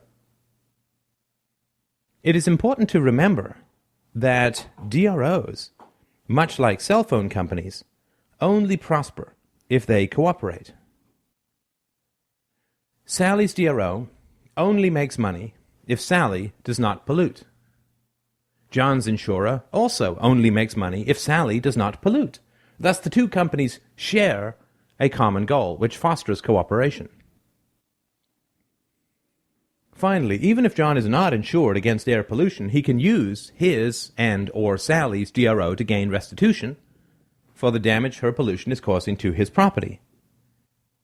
Both Sally and John's DROs would have reciprocity agreements, since John wants to be protected against Sally's actions, and Sally wants to be protected against John's actions. Because of this desire for mutual protection, they would choose DROs which had the widest reciprocity agreements. Thus, in a truly free market, there are many levels and agencies actively working against pollution. John's insurer will be actively scanning the surroundings, looking for polluters it can forestall. Sally will be unable to build her paint factory without proving that she will not pollute. Mutual or independent DROs will resolve any disputes regarding property damage caused by Sally's pollution. There are other benefits as well, which are almost unsolvable in the current system. Imagine that Sally's smokestacks are so high that her air pollution sails over John's house and lands on Reginald's house 100 miles away. Reginald then complains to his DRO insurer that his property is being damaged. His DRO will examine the air contents and the wind currents, then trace the pollution back to its source and resolve the dispute with Sally's DRO. If the air pollution is particularly complicated, then Reginald's DRO will place non-volatile compounds into Sally's smokestacks and follow them to where they land. This can be used in a situation where a number of different factories may be contributing pollutants. The problem of intra-country air pollution may seem to be a sticky one, but it is easily solvable, even if we accept that countries will still exist. Obviously, a Canadian living along the Canada-US border, for instance, will not choose a DRO which refuses to cover air pollution emanating from the US. Thus, the DRO will have to have reciprocity agreements with the DROs across the border. If the US DROs refuse to have reciprocity agreements with the Canadian DROs, inconceivable since pollution can go both ways, then the Canadian DRO will simply start a US branch and compete. The difference is that international DROs actually profit from cooperation in a way that governments do not. For instance, a state government on the Canada-US border has little motivation to impose pollution costs on local factories as long as the pollution generally goes north. For DROs, quite the opposite would be true. There are so many benefits to the concept of stateless DROs that they could easily fill volumes. A few can be touched on here to further highlight the value of the idea. In a condominium building, ownership is conditional upon certain rules. Even though a man owns the property, he cannot throw all-night parties or keep 5 large dogs or operate a brothel. Without the coercive blanket of a central state, the opportunities for a wide variety of communities arise, which will largely eliminate the current social conflicts about the direction of society as a whole. For instance, some people like guns to be available, while others prefer them to be unavailable. Currently, a battle rages for control of the state, so that one group can enforce its will on the other. That's unnecessary. With DROs, communities can be formed in which guns are either permitted or not permitted. Marijuana can be approved or forbidden. Half your income can be deducted for various social schemes, or you can keep it all for yourself. Sunday shopping can be allowed or disallowed. It is completely up to the individual to choose what kind of society he or she wants to live in. The ownership of property in such communities is conditional on following certain rules, and if those rules prove onerous or unpleasant, the owner can sell and move at any time. Another plus is that all these societies exist as little laboratories and can prove or disprove various theories about gun ownership, drug legalization, and so on, thus contributing to people's knowledge about the best rules for communities. One or two problems exist, however, which cannot be spirited away. A person who decides to live off the grid or exist without any DRO representation can theoretically get away with a lot. However, that is also true in the existing statist system. If a man currently decides to become homeless, he can more or less commit crimes at will, but he also gives up all the beneficial and enforceable forms of social cooperation. Thus, although DROs may not solve the problem of utter lawlessness, neither does the current system, so all is equal. Interpersonal crimes. Crimes against persons, such as murder and rape, are generally considered separate and distinct from those against property. However, this is a fairly modern distinction. In the European system of common law, crimes against persons were often punished through the confiscation of property. A rape cost the rapist such and such amount, a murder 5 times as much, and so on. This sort of arrangement is generally preferred by victims, who currently not only suffer from physical violation, but must also pay taxes to incarcerate the criminal. A woman who is raped would usually rather receive $250,000 than pay $1,000 annually to cage her rapist, which adds insult to injury. Thus, crimes against persons and crimes against property are not as distinct as they may seem, since both commonly require property as restitution. A man who rapes a woman then incurs a debt to her of some hundreds of thousands of dollars and must pay it, or be ejected from all the economic benefits of society. Finally, one other advantage can be termed the Scrabble challenge benefit. In Scrabble, an accuser loses his turn if he challenges another player's word and the challenge fails. Given the costs of resolving disputes, DROs would be very careful to ensure that those bringing false accusations would be punished through their own premiums, their contract ratings, and also by assuming the entire cost of the dispute. This would greatly reduce the number of frivolous lawsuits to the great benefit of all.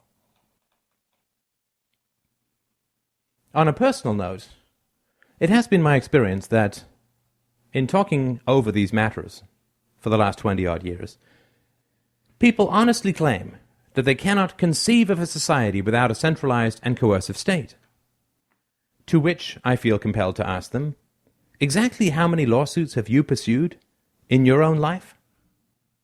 I have yet to find even one person who has prosecuted a lawsuit through to a conclusion. I also ask them whether they maintain their jobs through threats or blackmail. None. Do they keep their spouses chained in the basement? Not a one. Are their friends forced to spend time with them? Do they steal from the grocery store? Nope. In other words, I say, it is clear that, although you say that you cannot imagine a society without a coercive state, you only have to look in the mirror to see how such a world might work. Everyone who is in your life is there by choice. Everyone you deal with on a personal or professional relationship interacts with you on a voluntary basis. You don't use violence in your own life at all. If you are unsatisfied with a product, you return it. If you stop desiring a lover, you part. If you dislike a job, you quit. You force no one, and yet you say that society cannot exist without force. It's very hard to understand. People then reply that they do not need to use coercion because the state is there to protect them. I then ask them if they know how impossible it is to actually use the court system. They agree, of course, because they know it takes many years and a small fortune to approach even the vague possibility of justice. I also ask them if they themselves are burning to knock over an old woman and snatch her purse, but fear the police too greatly. Of course not. They just think that everyone else is. Well, after more than 20 years of conversations, I can tell you, it's not the case. Most people, given the correct incentives, act entirely honorably. Of course, evil people exist.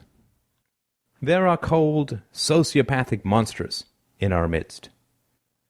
It is precisely because of the human capacity for evil that a centralized state always undermines society.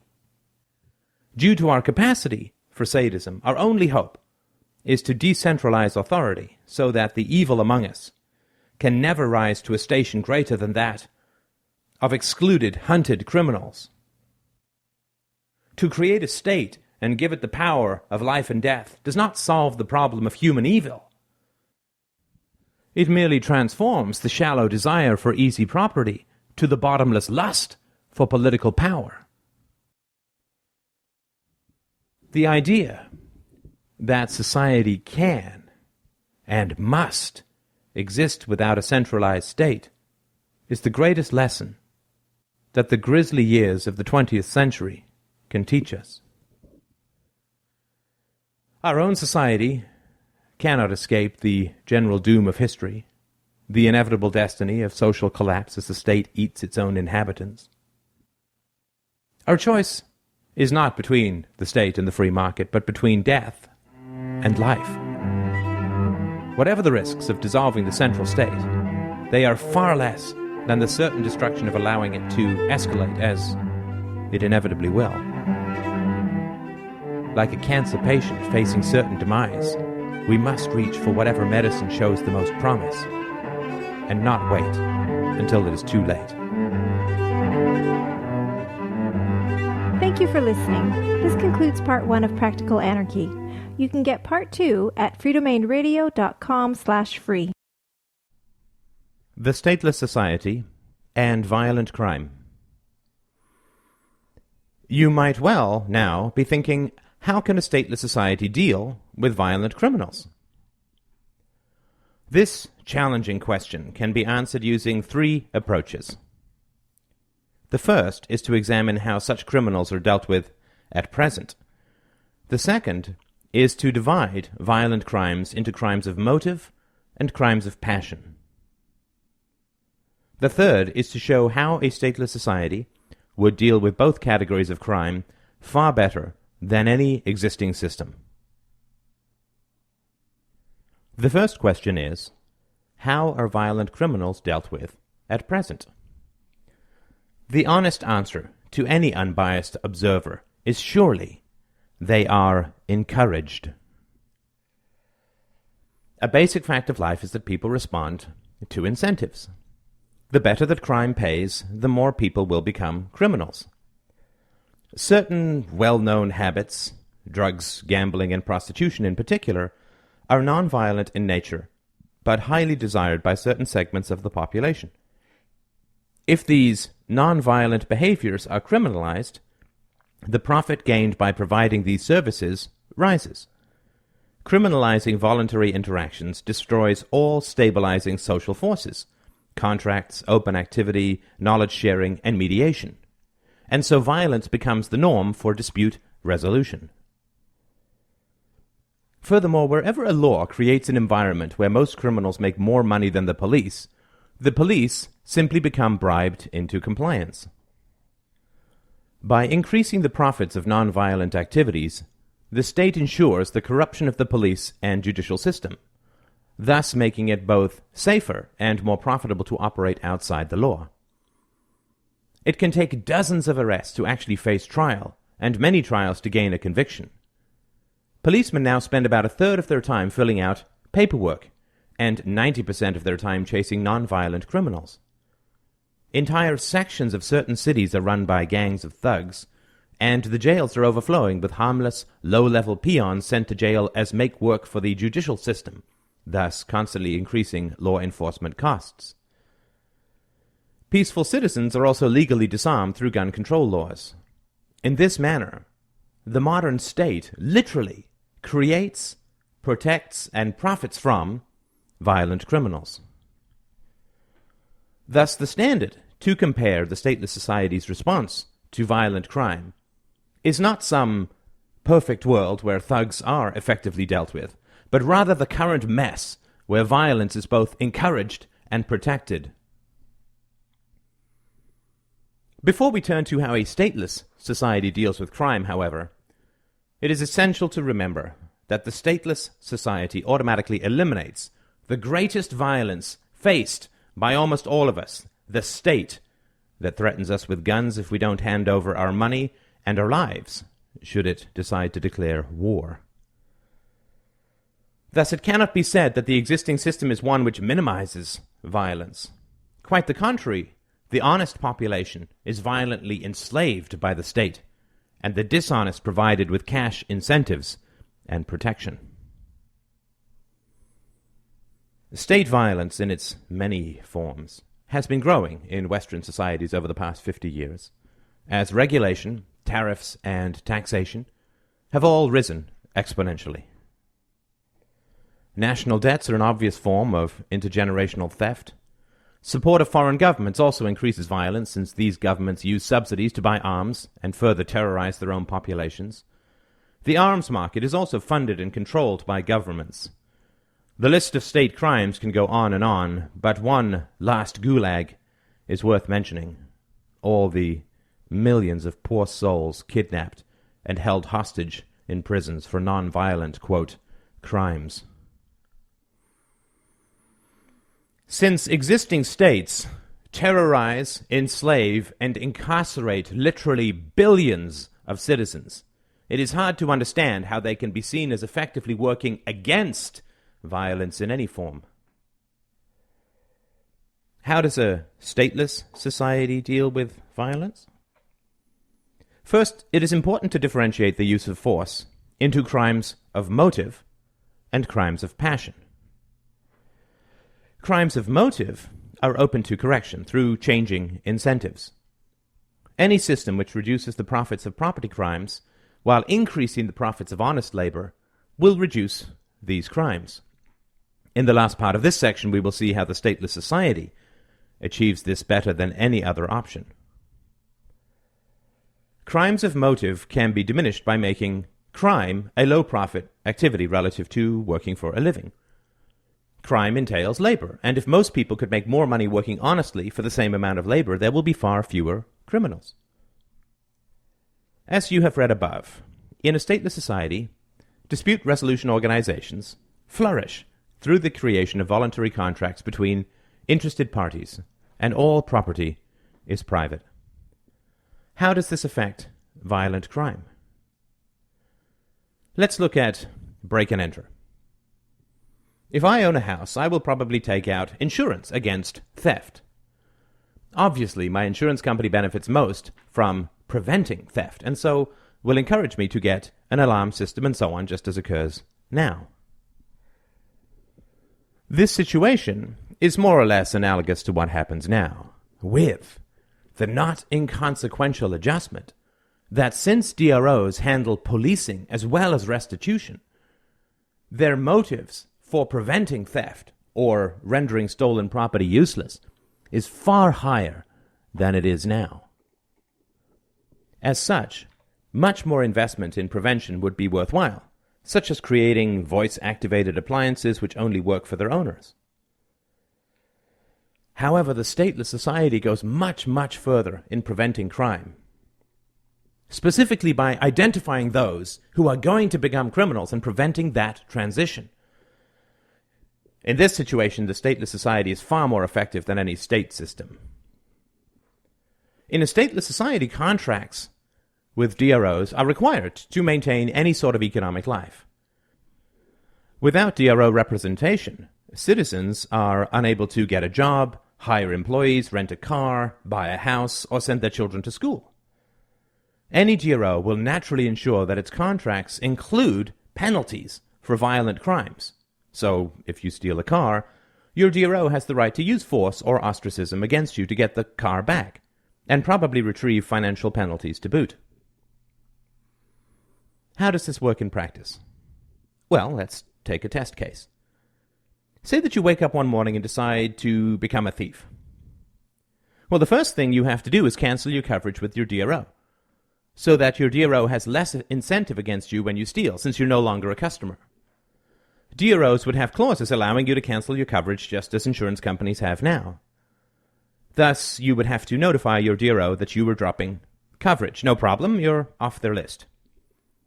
However, DROs as a whole really need to keep track of people who have opted out of the entire DRO system, since those people have clearly signaled their intention to go rogue and live off the grid. Thus, if you cancel your DRO coverage, your name goes into a database available to all DROs. If you sign up with another DRO, no problem, your name is taken out. However, if you do not sign up with any other DRO, red flags pop up all over the system. What happens then?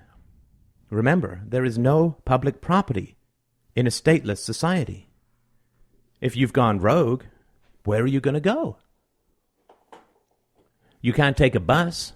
Bus companies will not take rogues because their DRO will require that they take only DRO-covered passengers in case of injury or altercation. Want to fill up on gas? No luck, for the same reason. You can try hitchhiking, of course, which might work, but what happens when you get to your destination and try and rent a motel room? No DRO card? No luck. Want to sleep in a park? Parks are privately owned, so keep moving. Getting hungry? No groceries. No restaurants. No food. What are you going to do? So really, what incentive is there to turn to a life of crime? Working for a living and being protected by a DRO pays pretty well. Going off the grid and becoming a rogue pits the entire weight of the combined DRO system against you. And even if you do manage to survive and steal something, it has probably been voice encoded or protected in some other manner against unauthorized use. Let's suppose that you somehow bypass all of that and do manage to steal. Where are you going to sell your stolen goods? You're not protected by a DRO, so who will buy from you, knowing that they have no recourse if something goes wrong? And besides, anyone who interacts with you may be dropped from the DRO system too and face all the attendant difficulties. Will there be underground markets? Perhaps, but where would they operate? People need a place to live, cars to rent, clothes to buy, groceries to eat. No DRO means no participation in economic life. As well, prostitution, gambling, and drugs will not be, quote, illegal in a stateless society.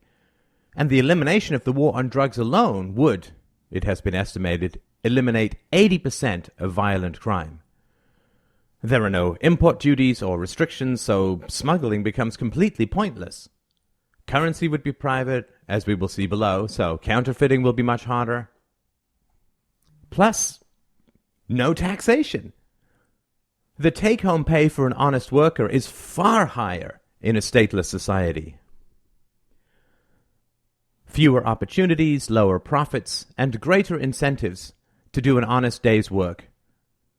There is no better way to steer those who respond to incentives alone away from a life of crime. Thus it is fair to say that any stateless society will do a far better job of protecting its citizens against crimes of motive. What, then, about crimes of passion? Crimes of passion.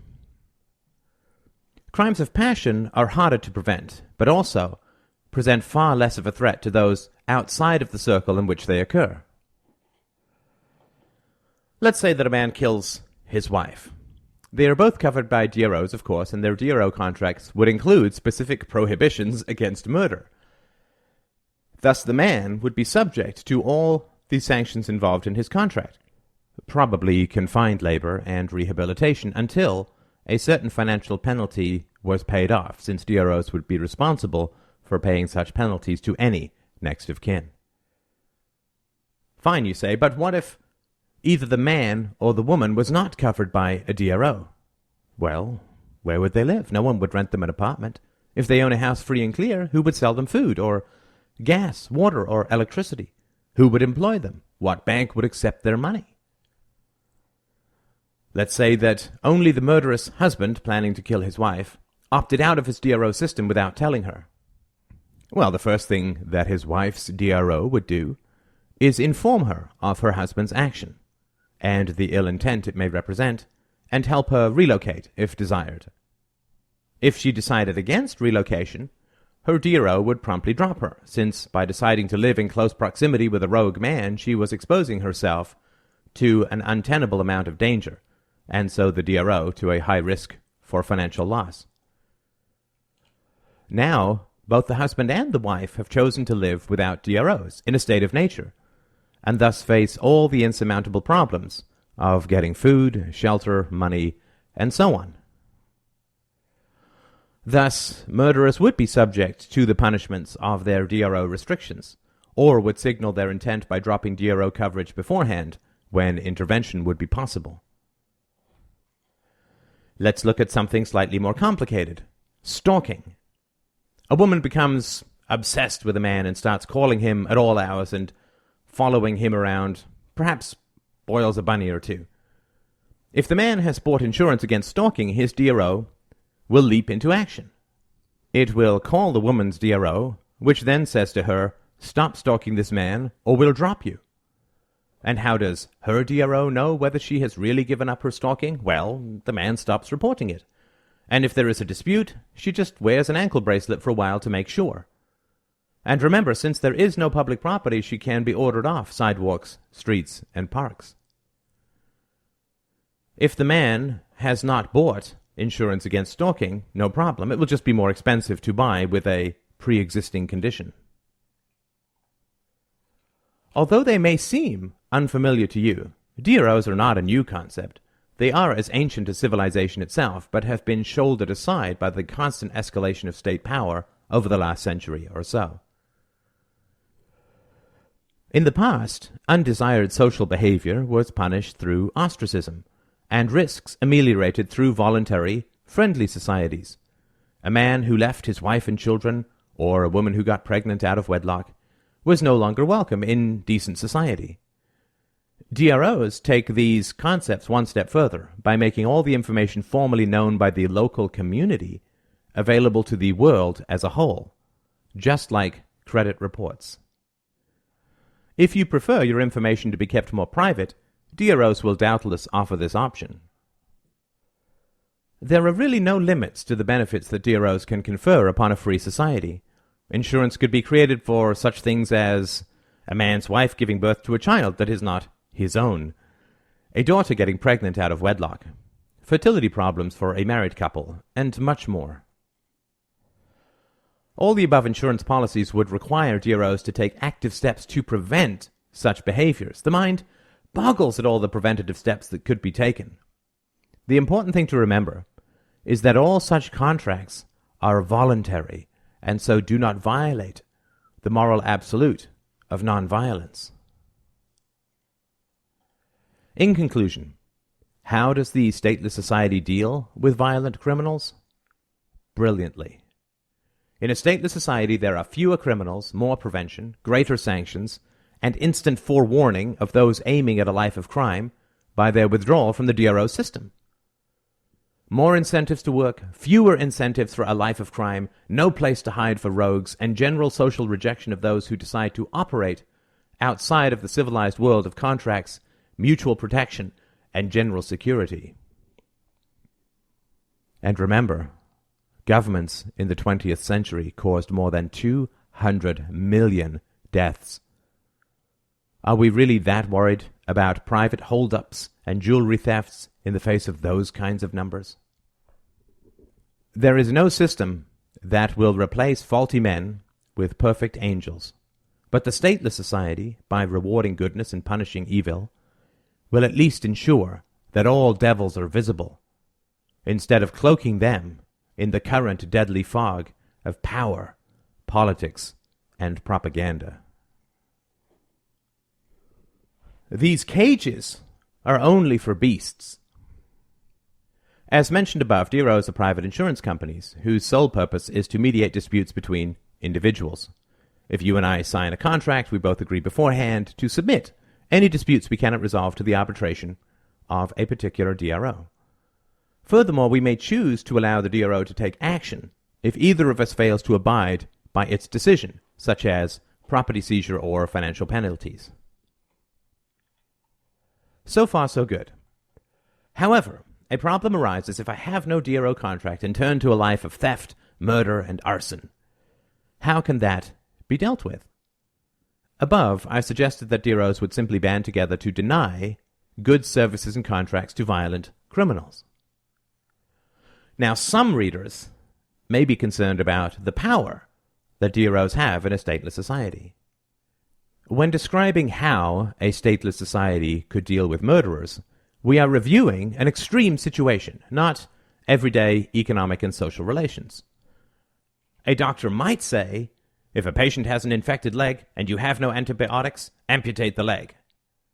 This does not mean that he advocates cutting off limbs in less serious circumstances. When I say that DROs will track violent criminals and try to deny them goods and services, I do not mean that DROs would be able to do this to just anyone. First of all, customer choice would make this impossible. A store owner can ban anyone he likes, but he cannot do so arbitrarily or he will go out of business. Similarly, if people see a DRO acting unjustly or punitively, it will quickly find itself without customers. The most important thing to remember is that DRO contracts are perfectly voluntary, and that hundreds of DROs will be constantly clamoring for our business. If we are afraid that they will turn into a myriad of quasi-police states, they have to address those fears if they want us as customers. How will they do that? Why, through contractual obligations, of course. In order to sign us up, DROs will have to offer us instant contractual release and lucrative cash rewards if they ever harass us or treat us arbitrarily. As a matter of course, DRO contracts will include a provision to submit any conflicts with customers to a separate DRO of the customer's choosing. All this is standard fare in the reduction of contractual risk. In other words, every person who says DROs will turn into dangerous fascistic organizations represents a fantastic business opportunity to anyone who can address that concern in a positive manner. If you dislike the idea of DROs, just ask yourself, is there any way that my concerns could be alleviated? Are there any contractual provisions that might tempt me into a relationship with a DRO? If so, the magic of the free market will provide them. Some DROs will offer to pay you $1 million if they treat you unjustly, and you can choose the DRO that makes that decision. Other DROs will band together and form a review board which regularly searches their warehouses for illicit arms and armies. DROs will fund watchdog organizations which will regularly rate DRO integrity. If none of the above appeals to you, then the DRO system is clearly not for you. But then neither is the current state system, which is already one-sided, repressive, and dictatorial. And remember, in a free society such as I describe, you can always choose to live without a DRO, of course, or pay for its services as needed, as I mentioned in The Stateless Society. as long as you do not start stealing and killing. For those who still think that DROs will become governments, I invite you to take a look at a real-world example of a DRO. One of the world's largest, quote, employers. Currently, over 300,000 people rely on it for a significant portion of their income. Most of what they sell is so inexpensive that lawsuits are not cost-effective, and transactions regularly cross incompatible legal borders. In other words, they operate in a stateless society. So how does eBay resolve disputes? Simply through dialogue and the dissemination of information. You can do a search on eBay for the unpaid item process page. If I do not pay for something I receive, I get a strike against me. If I do not ship something that I was paid for, I also get a strike. Everyone I deal with can also rate my products, service, and support. If I am rated poorly, I have to sell my goods for less. Since, everything else being equal, people prefer dealing with a better-rated vendor or buyer. If enough people rate me poorly, I will go out of business, because the risk of dealing with me becomes too great. There are no police or courts or violence involved here. Thefts are simply dealt with through communication and information sharing.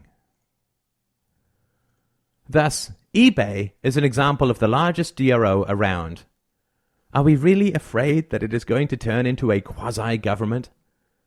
Do any of us truly lie awake wondering whether the eBay SWAT team is going to break down our doors and drag us away to some offshore J2EE coding gulag? Any system can be abused, which is why governments are so abhorrent, and so checks and balances are essential to any proposed form of social organization. That's the beauty of the DRO approach.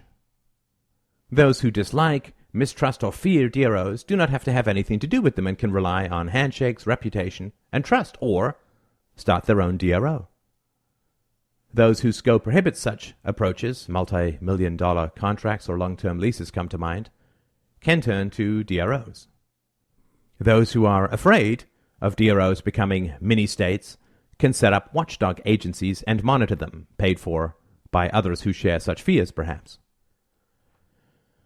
In short, either the majority of human beings can cooperate for mutual advantage, or they cannot. If they can, a stateless society will work, especially since millions of minds far better than mine will be constantly searching for the best solutions. If they cannot, then no society will ever work, and we are doomed to slavery and savagery by nature. Therefore, I stand by my thesis in Caging the Beasts above. If you mug, rape, or kill, I will support any social action that thwarts your capacity to survive in society. I want to see you hounded into the wilderness, refused hotel rooms and groceries, and I want to see your face plastered everywhere so the innocent can stay safe by keeping you at bay. I abhor the thug as much as I abhor the state. And it is because such thugs exist that the state cannot be suffered to continue, since the state always disarms honest citizens and encourages, promotes, and protects the thugs. For more details about DROs and how disputes can be resolved in a stateless society, you can subscribe to http://feeds.feedburner.com/freedomainradio-anarchism. Stateless dictatorships. How a free society prevents the reemergence of a government. By far the most common objection to the idea of a stateless society is the belief that one or more private dispute resolution organizations would overpower all the others and create a new government. This belief is erroneous at every level, but has a kind of rugged persistence that is almost admirable. Here is the general objection. In a society without a government, whatever agencies arise to help resolve disputes will inevitably turn into a replacement government. These agencies may initially start as competitors in a free market, but as time goes by, one will arise to dominate all the others economically, and will then wage war against its competitors and end up imposing a new state upon the population.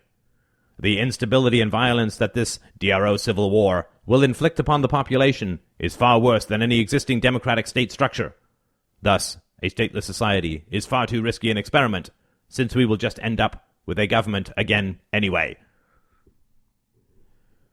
This objection to an anarchic social structure is considered self-evident, and thus is never presented with actual proof.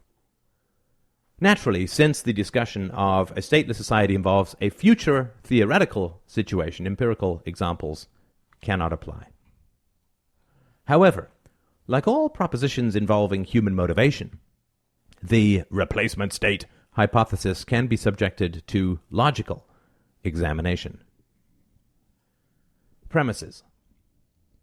The basis of the replacement state hypothesis is the premise that people prefer to maximize their income with the lowest possible expenditure of energy. The motivation for a DRO to use force is that by eliminating all competition and taking military control of a geographical region, a DRO can make much more money than through free market competition, and that it is worth it to invest resources in military conflict in order to secure the permanent revenue source of a new tax base. We can fully accept this premise as long as it is applied consistently to all human beings in a stateless society. To make the replacement state case even stronger, we will also assume that no moral scruples could conceivably get in the way of any decision making. By reducing the drive to dominate to a mere calculation of economic efficiency, we can eliminate any possible ethical breaks on the situation. Starting point. Let us start with a stateless society, wherein citizens can voluntarily choose to contract with the DRO for the sake of property protection and dispute resolution. Each citizen also has the right to break his contract with his DRO. There are essentially three possible ways that a DRO could gain military control of an entire region. 1. By secretly amassing an army and then suddenly unleashing it upon all competitors. 2. By openly amassing an army and then doing the same thing. 3. By posing as a voluntary defense DRO, amassing arms supposedly for the legitimate defense of citizens, and then turning those arms against the citizens and instituting itself as a new government. There is one additional possibility, which is that a private citizen can try to assemble his own army. Let's deal with each of these in turn. The secret army. In this scenario, let's say that a DRO manager called Bob decides that he's tired of dealing with customers on a voluntary basis. He decides that he's going to spend company money buying enormous amounts of armaments and training an army. For the moment, let us assume that Bob can make this decision entirely on his own and does not need to submit to any sort of board, bank, or investor review. Let us assume that Bob's DRO has annual revenues of $500 million a year and profits of $50 million a year. The most immediate challenge that Bob is going to face is, how on earth am I going to pay for an army? Given that in a free society there's no way of knowing exactly how many citizens are armed or what kind of weapons they have, it would be necessary to err on the side of caution and assemble a fairly prodigious and overwhelming army to gain control of an entire region. Otherwise, Bob's investment would be entirely lost in a military defeat. Such armies are scarcely cheap. For the purposes of this argument, let's say that it's going to cost $500 million over 5 years for Bob to assemble his army. Surely a lowball estimate. How is he going to get the money to pay for this? Raising rates. The most obvious way for Bob to raise the extra $500 million is to charge his customers more. The $500 million that Bob needs represents more than 10 years of his DRO's annual profits of $50 million a year. Reinvesting the $50 million for 5 years at 10% yields $805.26 million. Thus, in order to pay for his army within 5 years, Bob is going to have to more than double his rates. Since we have already assumed that it is Bob's greed that makes him want to create a new government, and that this greed is common to all citizens within the society, we can also assume that his customers share his motivation. Thus, just as Bob wants to have an army so that he can maximize his income, his customers just as surely do not want Bob to have an army for exactly the same reasons.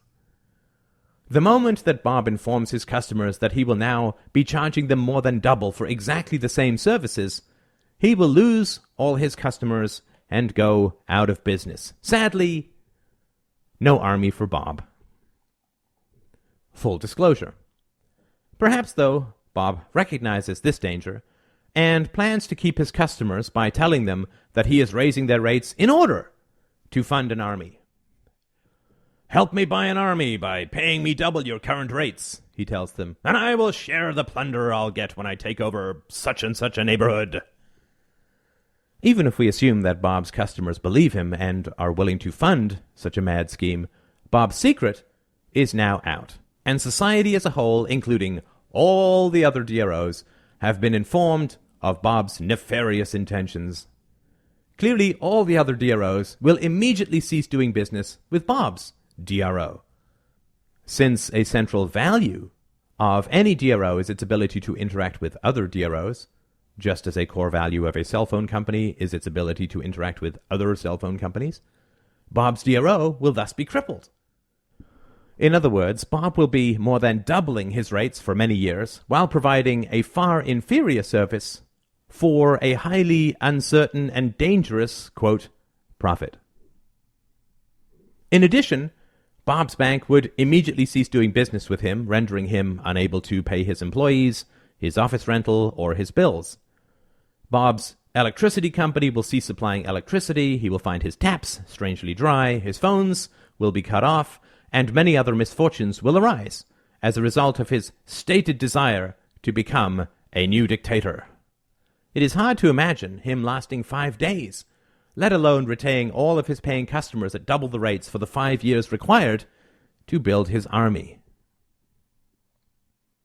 Even if all the above problems could somehow be overcome, it is hard to imagine that Bob's customers would be happy to arm Bob in the hopes of sharing in his plunder. Unlike the government, which can tax at will, DROs must actually protect their customers' property in order to retain their business. Given that those who contract with DROs are those with the most interest in protecting their property, it makes little sense that they would fund Bob's DRO army, since they would have no actual contract with that army once it was created, and thus no way of enforcing any plunder contract created beforehand. In a free society, people would not try to protect their property by funding a powerful army that could then take it away from them at will. That sort of madness requires the existence of a government. Alternative funding. Perhaps Bob will try to fund his army in other ways. He may try and borrow the money, but his bank will only lend him the money if he comes up with a credible and measurable business plan. If Bob's business plan openly states his desire to create an army, his bank would cease supporting him in any way, shape, or form, since the bank would only stand to lose if such an army were created. If Bob took the money from the bank by submitting a fraudulent business plan, the bank would be aware of this almost immediately and would take the remainder of the money back and impose stiff penalties on Bob to boot. Again, no army for Bob. What if Bob tried to pay for his army by reducing the dividends he was paying to shareholders? Naturally, the shareholders would resent this and would either have him thrown out or would simply sell their shares and invest their money elsewhere, thus crippling Bob's DRO. Perhaps Bob would try paying his employees less, but that would only drive his employees into the arms of other DROs also, destroying his business. It is safe to say that it is practically impossible for Bob to get the money to pay for his army. And even if he got such money, his business would never survive such a dangerous transgression of social and economic norms. There are other dangers, however, which are well worth examining. Defense DROs. The most likely threat would seem to come from defense DROs, since those agencies would already have weapons and personnel that might be used against the general population. However, this would be very difficult for two main reasons. First, defense DROs would require investment and banking relationships in order to grow and flourish. Given that investors and banks would not want to fund an army that could steal their property, they would be certain to insert myriad fail-safe mechanisms into their defense DRO contracts. They would make sure that all arms purchases were tracked, that all monies were accounted for, and that no secret armies were being assembled. Defense DROs would also be subject to the same kinds of funding problems as Bob's DRO. Let's say that Dave is the head of a defense DRO and wakes up one day seized by the desire to assemble his own army and pillage society. First of all, citizens would never contract with any defense DRO that would not submit to regular audits of its weapons and accounts to ensure that no secret armies were being created. If Dave decides to bypass this contractual obligation and start secretly funding his own army, how is he going to pay for it? The moment he raises his rates without increasing his services, his customers will know exactly what he's up to and withdraw their support. Bye-bye, army. Dave's funding would also be subject to all the other problems raised above. It can thus be seen that there is no viable way for any DRO to pay for a secret army without destroying its business in the process. Armies are only really possible when the government can force taxpayers to subsidize them. Independently wealthy? Perhaps, instead of Bob or Dave, we have a privately wealthy individual named Bill, a multi-billionaire who decides to raise an army and institute himself as a new dictator. Due to his immense wealth, he is not dependent on any customers, employees, or shareholders. Let us say that he can pay for an army out of his own pocket immediately. Bill's challenge, of course, is that, in a free society, he cannot exactly pick up a complete army at his local Walmart. Armies are fundamentally uneconomical, expensive overhead at best, and thus it seems likely that geographical defense in a free society would be limited to a couple of dozen nuclear weapons to deter any potential invader. Thus, even if he could get a hold of one, buying a nuke would not help Bill very much, since he would be unable to use it to overwhelm all of the other defense DROs. What about more conventional weapons? Part of the service that defense DROs would offer to subscribers would be a guarantee that they would do everything in their power to prevent the rise of an independent army, either of their own making or of anyone else's. Thus, arms manufacturers would have to provide rigorous accounts of everything they were making and selling to be sure that they weren't selling arms to some secret army, probably in the foothills of Montana. If people were really worried about the possibility of someone creating a private army, they would only do business with defense DROs that guaranteed that they bought their arms from open and legitimate arms dealers, subject to independent verification, of course. Thus, when Bill came along trying to buy $500 million worth of weapons and hire an army of tens of thousands of soldiers, one question would be, where on earth would they come from? Arms manufacturers would not be sitting on $500 million of inventory due to the limited demand for such products and the costs of making and storing them. Thus, the arms manufacturers would have to really crank up their production which could not be hidden from the general population, or the defense DROs that such extra production would directly threaten. In order to make all the extra armaments, manufacturers would have to borrow money to expand production. Where would they get this extra money from? Their banks would surely not fund such a dangerous endeavor and would immediately notify any defense DROs it had contracts with and drop the rogue's arms manufacturer as a customer. Defense DROs and general customers would also never do business with such a dangerous arms manufacturer ever again, thus driving it out of business. No manufacturer would ever expand production for a one-time purchase, any more than you would buy a car to make a single trip. Also, why would an arms manufacturer sell deadly weapons to a private individual, knowing that this individual would then be able to use those arms to steal more weapons from the manufacturer? Secondly, even if Bill could somehow get his hands on the necessary weapons, where would those tens of thousands of new troops come from? In a stateless society, the military would not be exactly the same kind of in-demand career that it is today. In order to assemble an army of tens of thousands of men, Bill would have to advertise, recruit, pay them, train them, etc. This would be impossible to hide. Since it would be completely obvious that Bill was assembling an army, what could people in society conceivably do to stop him? First of all, if this were a potential risk, his bank would have a clause in its service agreement giving it the right to refuse to honor any payments clearly designed to fund a private army. Secondly, no DRO would do business with Bill or his soldiers the moment that it became apparent what he was up to. This would mean that none of Bill's soldiers would have any guarantees that they would get paid. Grocery stores would not sell them food, electricity companies would cut them off, gas stations would not sell them gas, etc. When society as a whole wants to stop doing business with you, it becomes very hard to get by.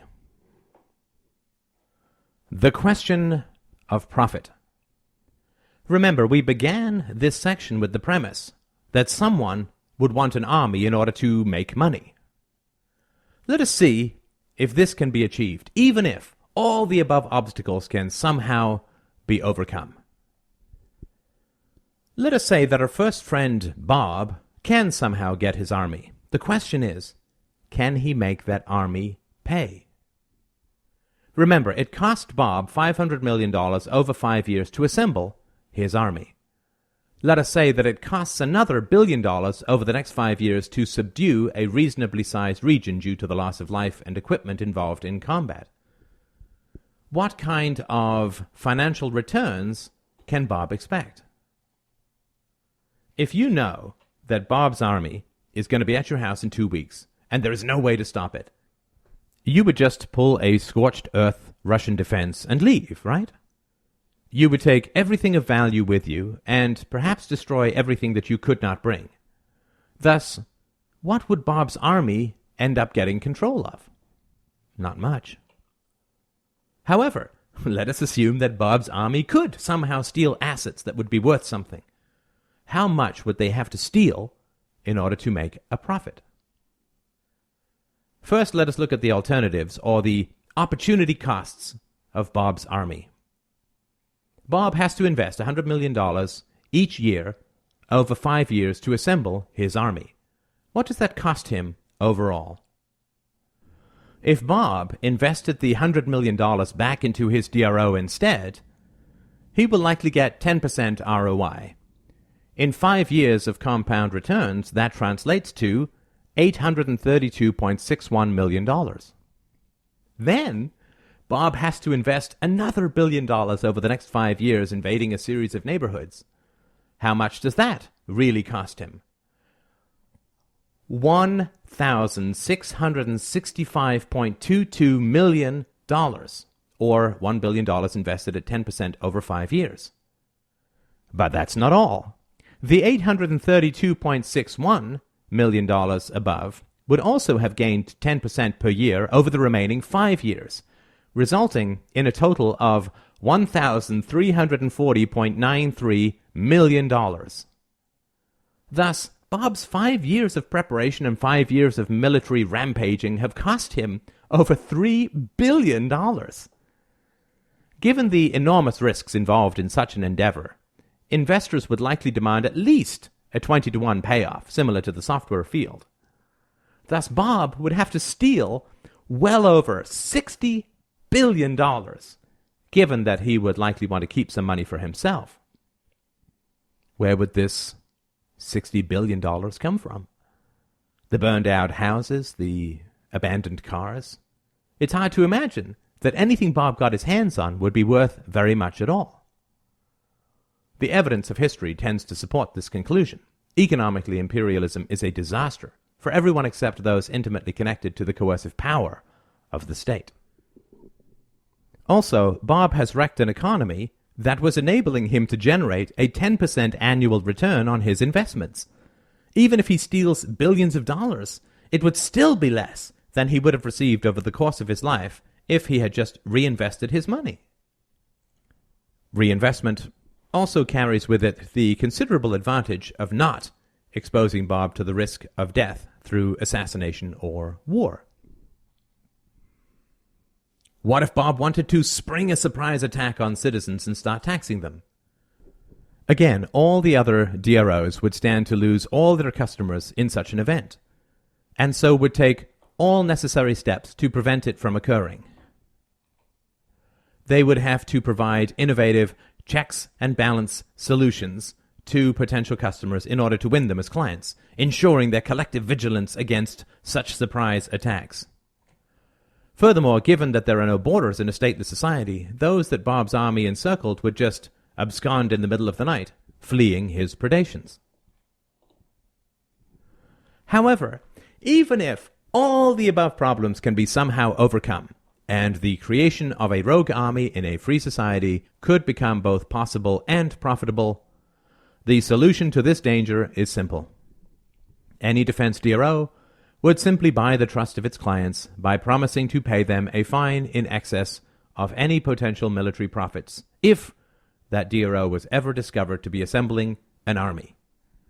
As mentioned above, DROs would simply put millions of dollars in a trust, payable to any customer that could find evidence proving that a rogue army was being created. Problem solved.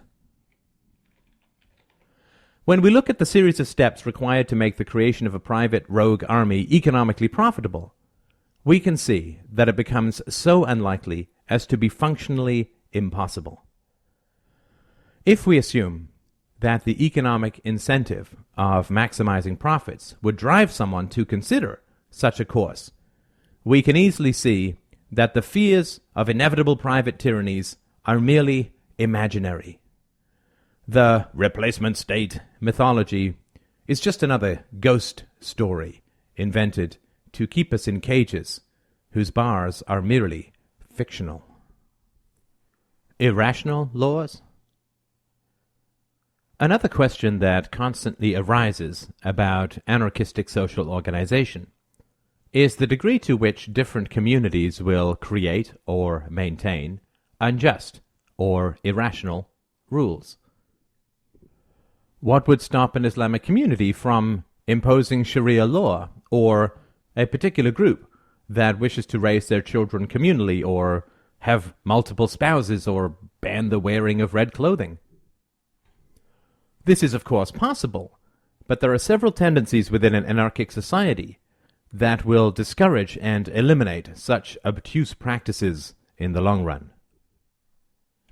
First of all, though, it is important to understand that there is no real solution for this in a statist society, assuming it is not a dictatorship. As long as we do not aggress against others, if a group of friends and I wish to get together and live in an enormous house, share all our property, and live in some polyamorous hippie flesh pile, there is nothing illegal about this in a statist society. As long as our children are fed, cared for, and educated, we can all choose to live common law and raise our children collectively if we want. Similarly, if a group of Muslims wish to live according to Sharia rules, and everyone voluntarily accepts these rules and lives by them of their own free will, there is very little that a stateless society can do about that either.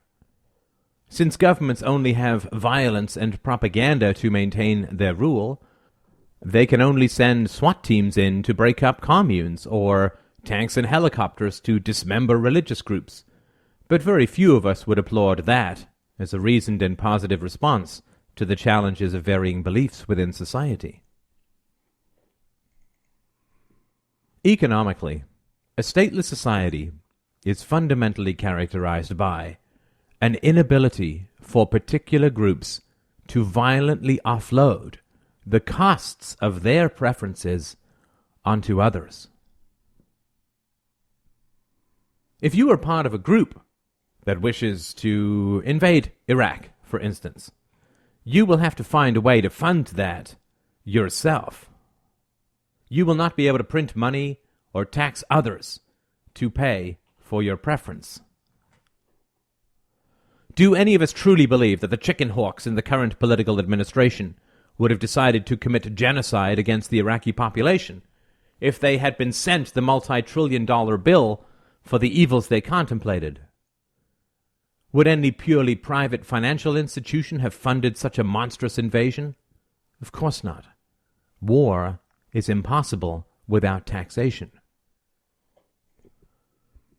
The most economically efficient legal system is the one which extends reasonable resources to prevent problems before they occur, and then sits inert until someone complains about an injustice. The DRO system is wonderful at preventing problems, since it inherently contains all sorts of red flags for potential criminal behavior as described above. What do I mean by saying that it will very likely sit in an inert state? Let us look at gambling as an example. Gambling, though obviously potentially addictive, is a voluntary transaction between adults. In any reasonable legal system where there is consent, there can be no crime. A man may complain if he loses his shirt at a roulette table, but he cannot claim that he was the victim of force or fraud.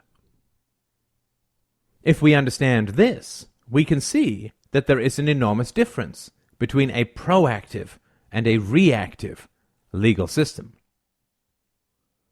A reactive legal system waits patiently until it receives a complaint about an injustice. Then it leaps into action to provide justice. A proactive legal system sends armed men out in waves, ferreting and rooting around in society, in order to capture and punish adults interacting in a voluntary and peaceful manner. This kind of legal system is an ugly stepchild of the Spanish Inquisition, and arises out of a hysterical form of aggressive moral puritanism, generally religious in origin. In this kind of legal system, an absence of force or fraud is not enough to allow people to escape moral condemnation, capture, and punishment. These voluntary crimes tend to revolve around mind-altering substances, gambling, and prostitution, and are often instigated in a status society by women who find out that they have married the wrong men, the Women's Christian Temperance Union, etc. Activities which certain people find distasteful are ferreted out and punished, not because the participants find them evil or immoral, but because others do. The man who smokes some vegetation, gambles some money, or pays for sex obviously is not the criminal complainant, and neither is the person who sells him weed, casino chips, or sex. Instead, it is others who wish to wreak their moral vengeance upon such transgressions. Mencken once wrote, "Puritanism, the haunting fear that someone, somewhere, may be happy." As a philosopher, I do not counsel or believe that drugs, gambling, or visiting prostitutes is a recipe for long-term happiness and wisdom, but I also understand that unwise or ill-considered actions are not solved by the initiation of violence The insertion of this third party into a legal system, the entity that brings charges in the absence of complaints by any individuals in a transaction, is very, very expensive. Can you imagine how expensive it would be for a computer company to send someone over to your house every time you wanted to install a program to make sure you got it right? Compare this to the cost of your average reactive tech support call center. It would be hundreds, if not thousands of times more expensive. There are many people who find it highly objectionable that other people enjoy taking mind-altering substances. How many of them would be willing to fund the true cost of their outrage themselves? In the United States, the Drug Enforcement Agency budget for 2007 was over $2.3 billion. If we imagine that there are perhaps 25 million tax-paying adults in America who are virulently anti-drug, would they remain as virulently opposed to drugs if each of them received a bill for $100 a year? What about the approximately $100 per year that it costs to incarcerate the resulting prisoners and the $100 in other law enforcement costs? Overall, the war on drugs costs over $20 billion a year, $800 for each of the 25 million tax-paying adults who find drugs so objectionable. How many of these people would find themselves magically able to manage a live-and-let-live attitude towards drug consumption if they were sent an $800 bill every single year? Can we imagine that 50% of them would drop out? If so, then the remaining 12.5 million people would be sent a bill for $1,600. How many of them would drop out at this rate? Half? Very well, then the remaining would be sent a bill for $3,200, and so on, until the last man to be sent the bill for $20 billion somehow found it in his heart to avoid the bill by embracing tolerance and compassion. The drug war, which is a war, of course, on people, not drugs, would inevitably collapse if those who found drugs so objectionable actually had to pay for their moral outrage themselves.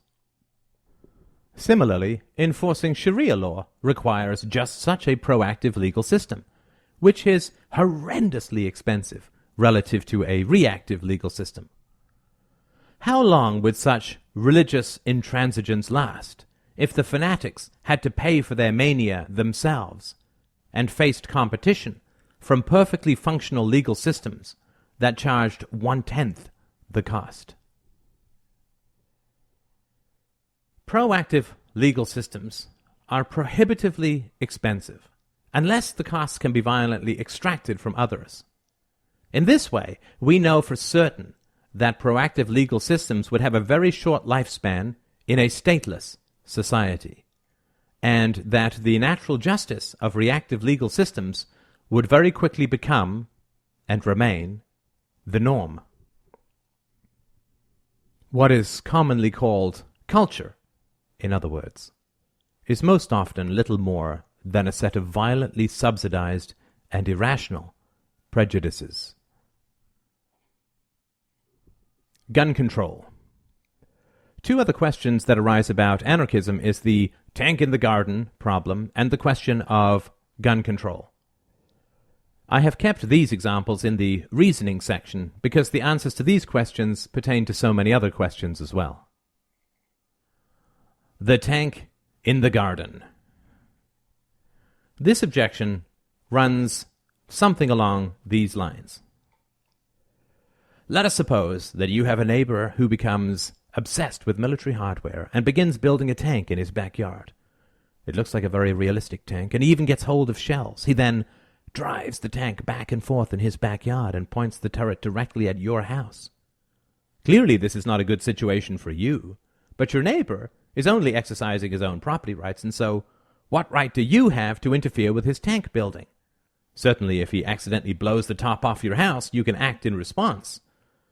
But surely you do not have to wait for such a disaster in order to intervene forcefully if necessary. If we believe that anarchism is a society without rules or laws, then this would seem to be a perplexing problem. In a statist society, you simply have laws against private tank ownership and the problem is solved. However, as we have discussed above, anarchism is not a society without rules or laws, but is rather populated by agencies entirely devoted to preventing foreseeable problems. Now, some problems are complicated and hard to detect, but the tank in the garden is not one of those problems. Furthermore, if we are so concerned about military hardware being used against us, it scarcely seems a wise solution to arm a government to the teeth and then disarm ourselves proportionately. If people are afraid of the tank in the garden, all they have to do is ensure that their DRO contract contains protections against well-armed neighbors. How can this be achieved?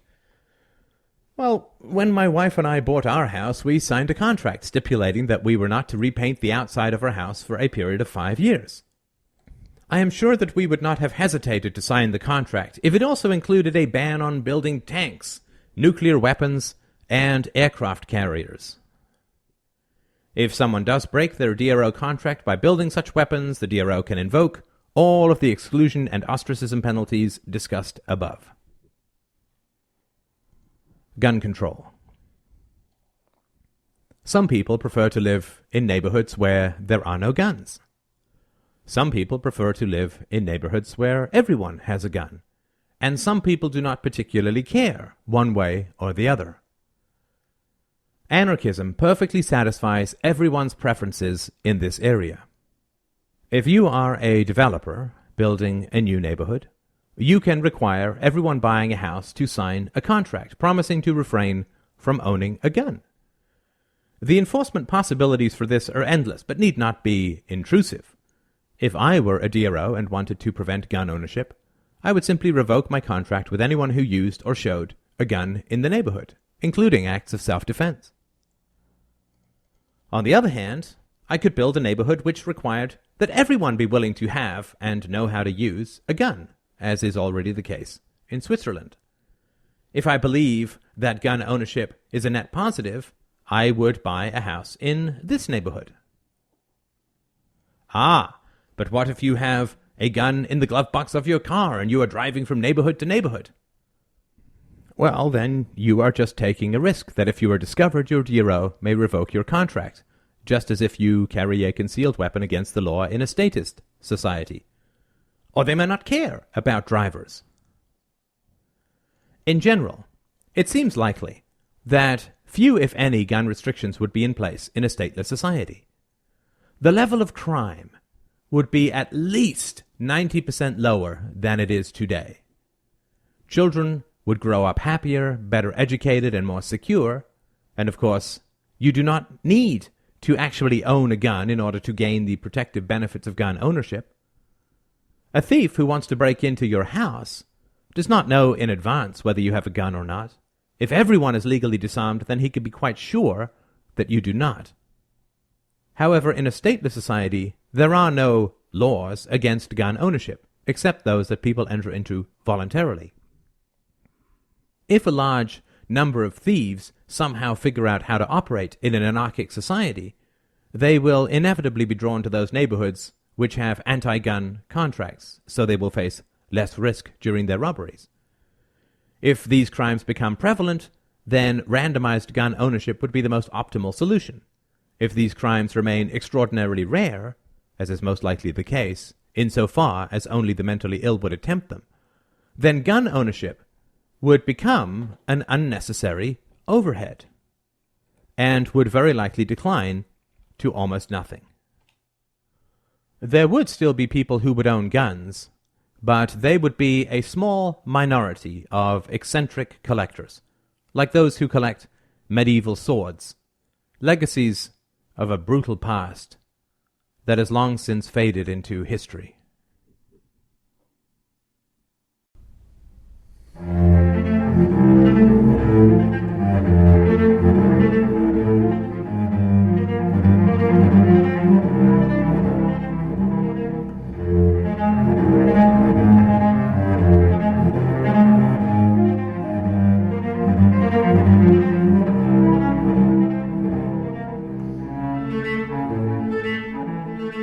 Practical Anarchy, Part 3, Examples.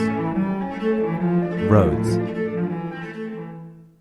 The question of roads always seems to arise as a central objection to a stateless society, which makes perfect sense in a way because it is a form of public ownership that we have all experienced firsthand, and because it can be hard to picture what they may look like in the absence of a government.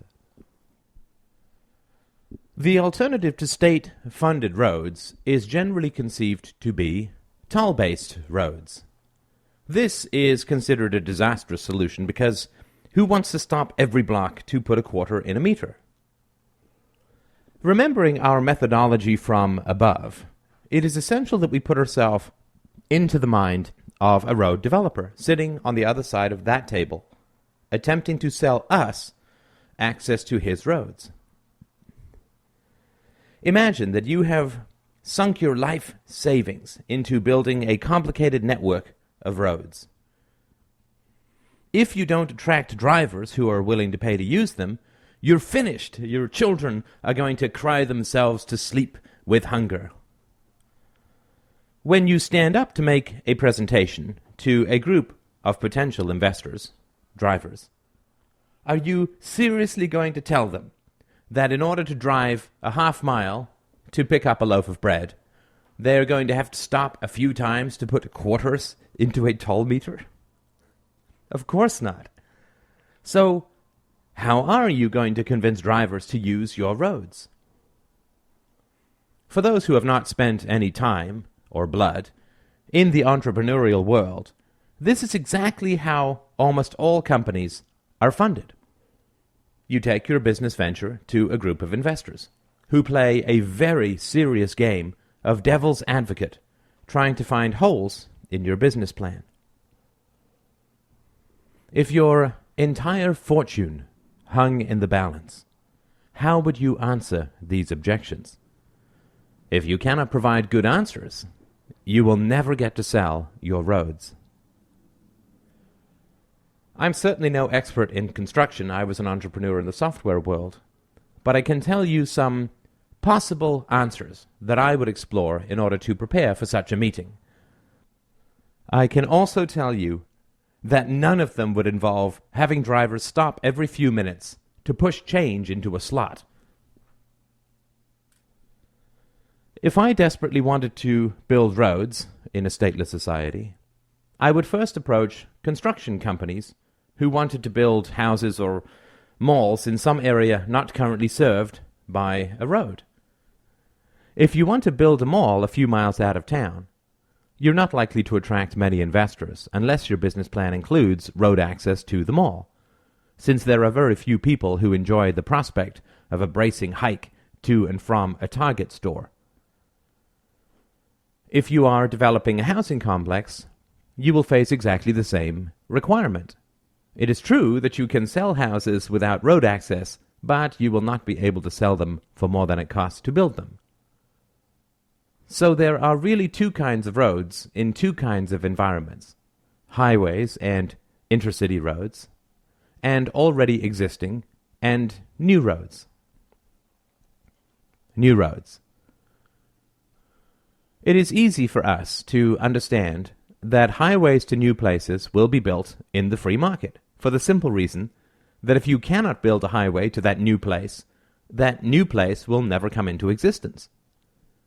Secondly, there is not much point building a highway to a new housing development without building roads from the highway to and within the housing development.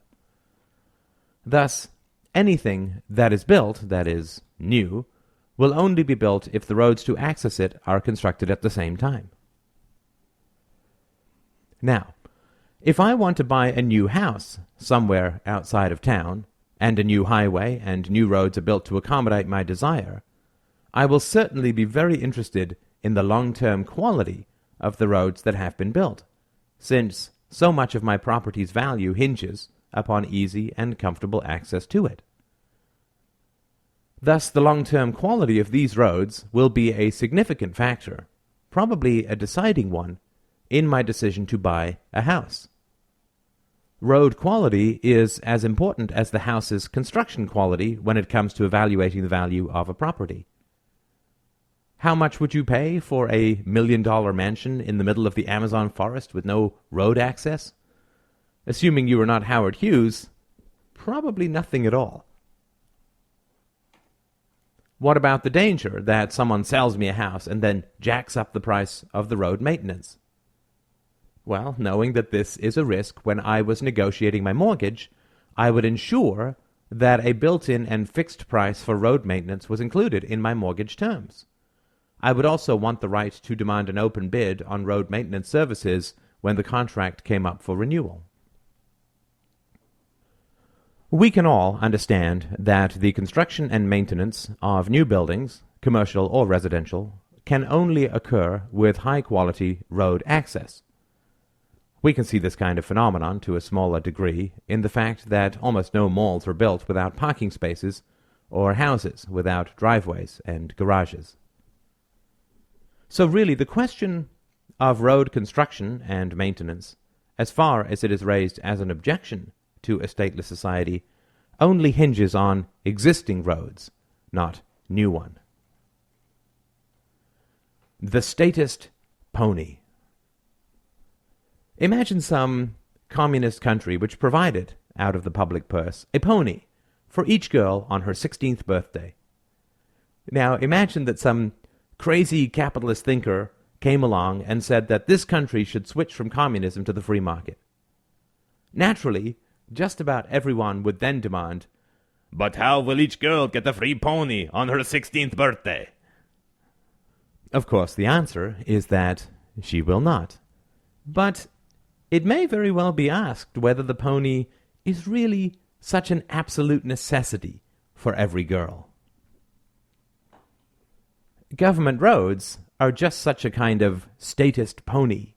They are extravagantly wasteful, badly planned and allocated, and facilitate all sorts of dangerous and inefficient behaviors, just like every other government program on the planet.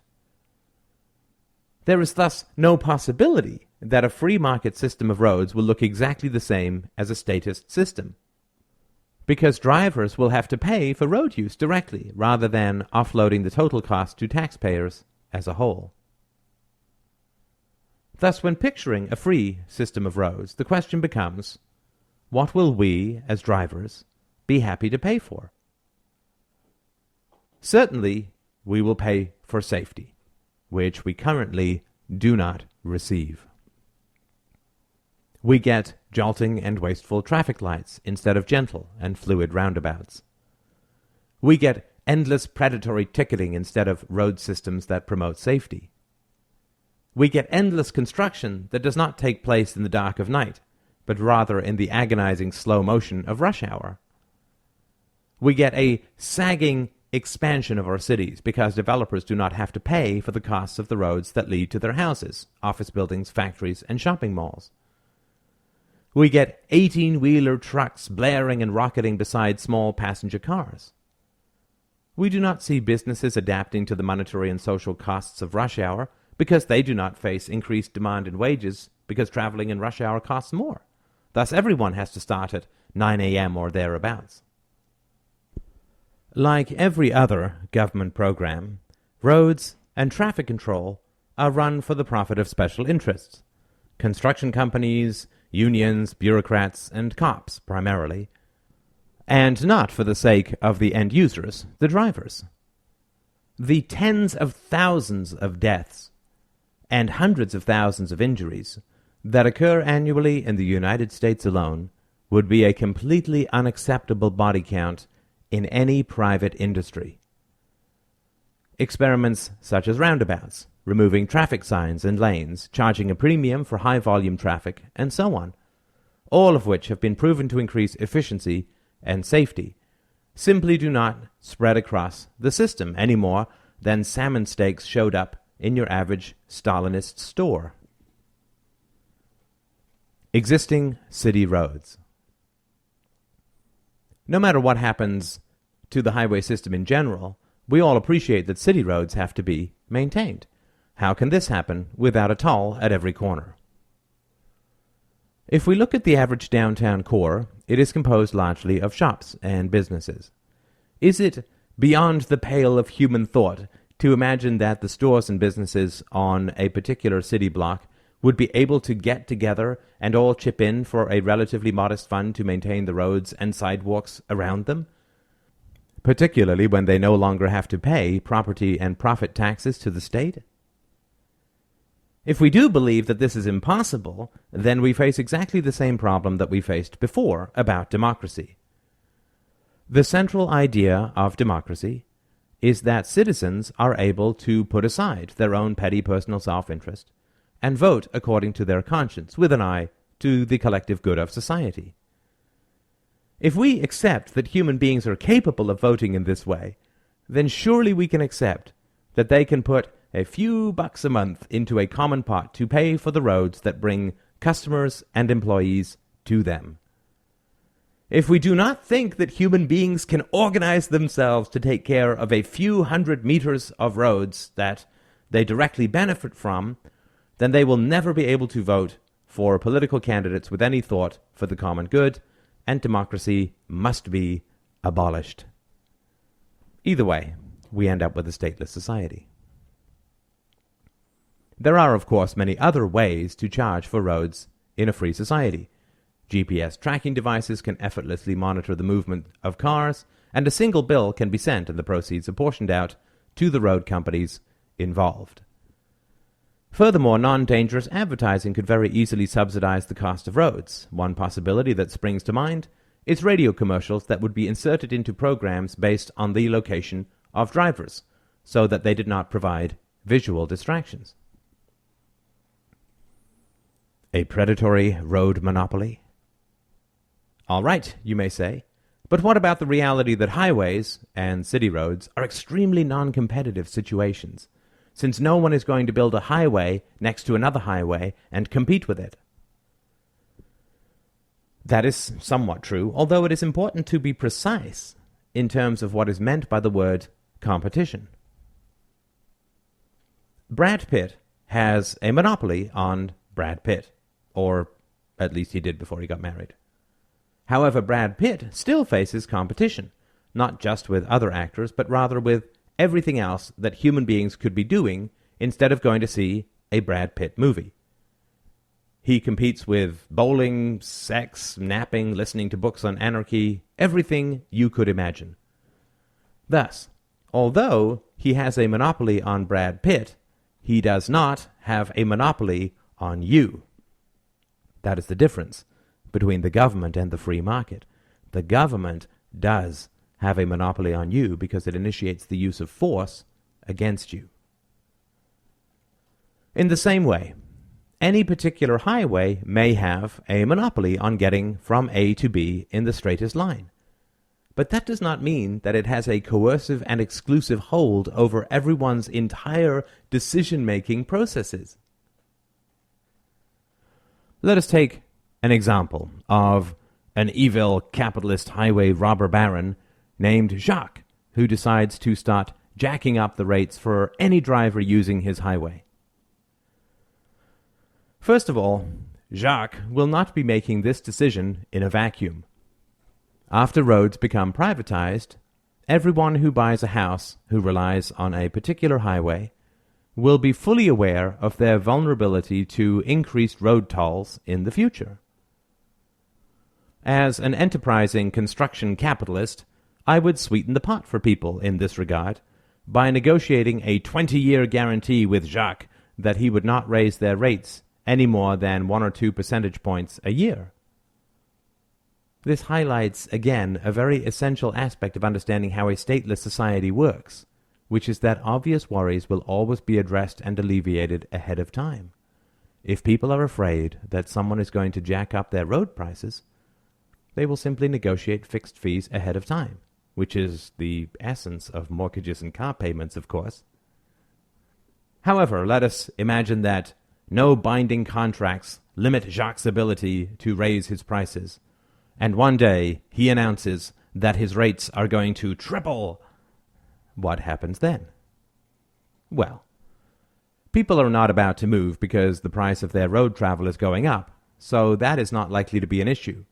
What they will do, however, is go to their bosses and say that they need a raise.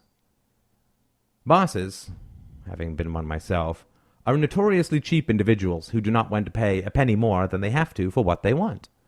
If I were a boss in this situation, I would explore other alternatives to giving raises.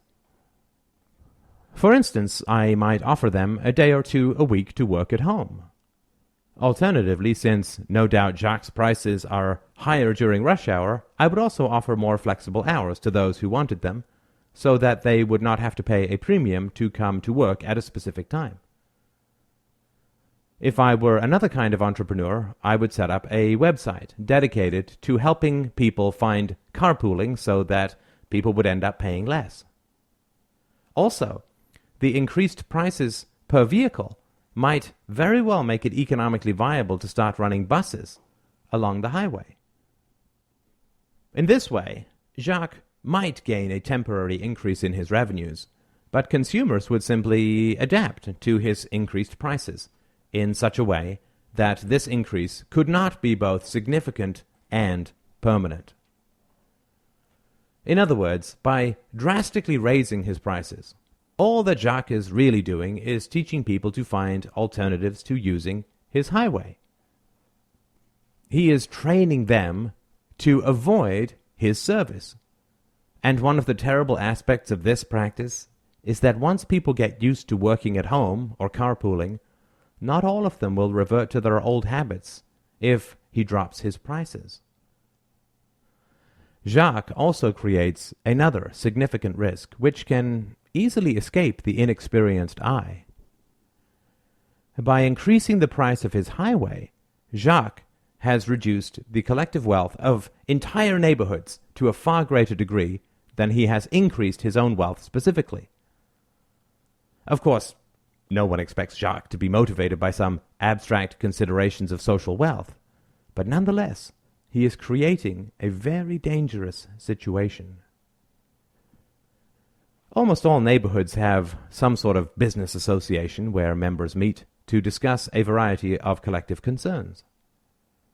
This association will certainly meet, and pointedly not invite Jacques, a day or two after he jacks up his prices in order to figure out what they should do. They will likely decide to ostracize Jacques, which will certainly have a negative effect on his ability to move with ease and profit in the business world, since so many deals are consummated through existing relationships. It is very possible that this form of business ostracism will cost Jacques more than he could possibly make by raising his rates, especially after the inevitable consumer adaptation. However, perhaps Jacques doesn't care about these particular business relationships. It does not matter. His ability to do business is still irretrievably harmed. Whomever Jacques wants to do business with next will be fully aware that he has a habit of outrageously jacking up his prices without warning. Therefore, if someone has a choice about doing business with Jacques, he will very likely refrain. Anyone who does end up wanting to, or having to, do business with Jacques will have to do far more due diligence and legal wrangling than before his fears were elevated by Jacques' deleterious and unpredictable business practices. Thus, it is enormously unlikely that jacking up his profits will end up having a permanent and positive effect on Jacques' profits. However, to take the argument to its extreme case, let us say that Jacques does somehow end up creating a permanent and positive enormous profit. His actions have created a large number of business people who have a direct interest in reducing those prices again. All those people whose property values and business expenses have been negatively impacted by Jacques' price increase. The business association members would be highly motivated to plot and execute a takeover of Jacques' highway business in order to restore their own property and business values. Whatever debts they may incur in this process will be more than recompensed by the increase in these values. Since the personal profits that Jacques is accruing remain far less than the collective costs he is inflicting on others, he remains highly vulnerable and exposed to a takeover bid, either hostile or friendly. Of course, the business association members are unlikely to be experts at running a highway, so they would more likely act as investors for competing highway companies to fund an expansion takeover, on the condition that this new company would guarantee a return to the original rates, along with a longer-term guarantee of reasonable rate increases. Thus, in general, the instability, customer alienation, ostracism, and endless competitive risks introduced by sudden and large price increases do not pay off at all, and in fact threaten the viability of the business as a whole. In the example above, we have simplified the scenario by pretending that Jacques can make all of these decisions on his own, which would never be the case in any free market. Any industry that has a potential for a monopoly would require a large amount of capital investment and management, which comes with stockholders, investors, and a board of directors. Jacques would not have the right or the ability to make significant decisions about price without the support of the majority of the interested stakeholders, all of whom would view, and quite rightly too, the jacking up of prices as far too threatening to the long-term value of their investment. My way or the highway? We could imagine a scenario where Jacques is able to build a $500 million highway out of his own pocket, because he has inherited billions or something like that. But it seems very unlikely that his venture would succeed in the long run, because people would be hesitant to get into business with someone who does not have a multitude of other interested parties to temper his judgment, and who retains a tyrannical level of control over his own organization. For instance, people do not want to get heavily involved in a company without a succession plan, and having a single dictator in a company does not bode well for its long-term success. If Jacques is not actively grooming a number of successors, and if he then gets hit by a bus, no one will be able to step into his shoes, and his company will fail. This level of risk would be too high for most other companies, since it would take a number of years to build his highway, and Jacques' company could collapse at any time, leaving bills unpaid and orders unfulfilled. If Jacques insisted upon these conditions, all that he would be revealing would be his own lack of business judgment, which would also cause more experienced business people to shy away from getting involved with him. Thus it seems exceedingly unlikely that Jacques would be able to build such a capital-intensive structure while retaining dictatorial control over the company. I do apologize for the detailed and somewhat technical nature of the above explanation, but I do think that it is essential to understand that there are always two sides to every negotiation. In a free society, there are a near infinite set of options available to peacefully address what could be considered suboptimal business practices on the part of others. Automobile insurance. Finally, let us look at how the provision of automobile insurance would affect the safety of the roads. In most Western countries, automobile insurance is compulsory. I believe that this would continue to be the case in practice, if not in principle, in a free society. I would much prefer to use someone's roads if I could know for certain that all the other drivers carried insurance. Thus, it seems very likely that insurance would be required for anyone traveling on a road. How could this be enforced? Well, a number of options spring to mind, most notably that currency companies would not process gas purchases from uninsured drivers. Naturally, the fewer car accidents there are, the more car insurance companies can make in profit. This direct correlation is one of the core foundations to the achievement of security in a stateless society. If, say, Jacques' roads are unsafe, then the car insurance companies will charge a premium for anyone who wants to drive on them, thus cutting into Jacques' profits considerably. This will drive Jacques to invest in road improvements. At the moment, insurance companies have no direct control over government road policies, and so these companies can only compete on price, not on the proactive promotion of road safety. However, when competition for roads heats up through privatization, and remember, the competition is not just between different road systems, but also between using roads and not using them, insurance companies will be forced to compete on creating the safest possible roads in order to keep their prices as low as possible. When the costs of roads are directly borne by the drivers, the benefits are both staggering and almost limitless. Without the ability to externalize the cost of roads to other taxpayers, drivers can make more informed and rational decisions about the costs and benefits of driving, where to live, how far to commute, whether to drive in rush hour, whether to use public transit, whether to carpool, whether to work from home. All of these decisions are fundamentally driven by cost. But in a state of society, these decisions almost always turn out to be disastrous because the simple and rational efficiency of the price mechanism is not allowed to function, to the detriment of resource consumption, the health of the environment, and the quality of life for literally hundreds of millions of people. An example of private roads. If I were to say that roads should not only be provided by the free market, but also that they should be enclosed under a roof, cooled in the summer and heated in the winter, that all stairs should in fact be escalators, that all corners should be landscaped with plants and fountains, and patrolled by security guards, surely you would say that this would be an outlandish standard which could never be achieved in the free market. Well, that is exactly what a mall is. Never underestimate what the free market can provide. Healthcare. The provision or subsidization of healthcare is considered a foundational justification for state power for a number of seemingly compelling reasons.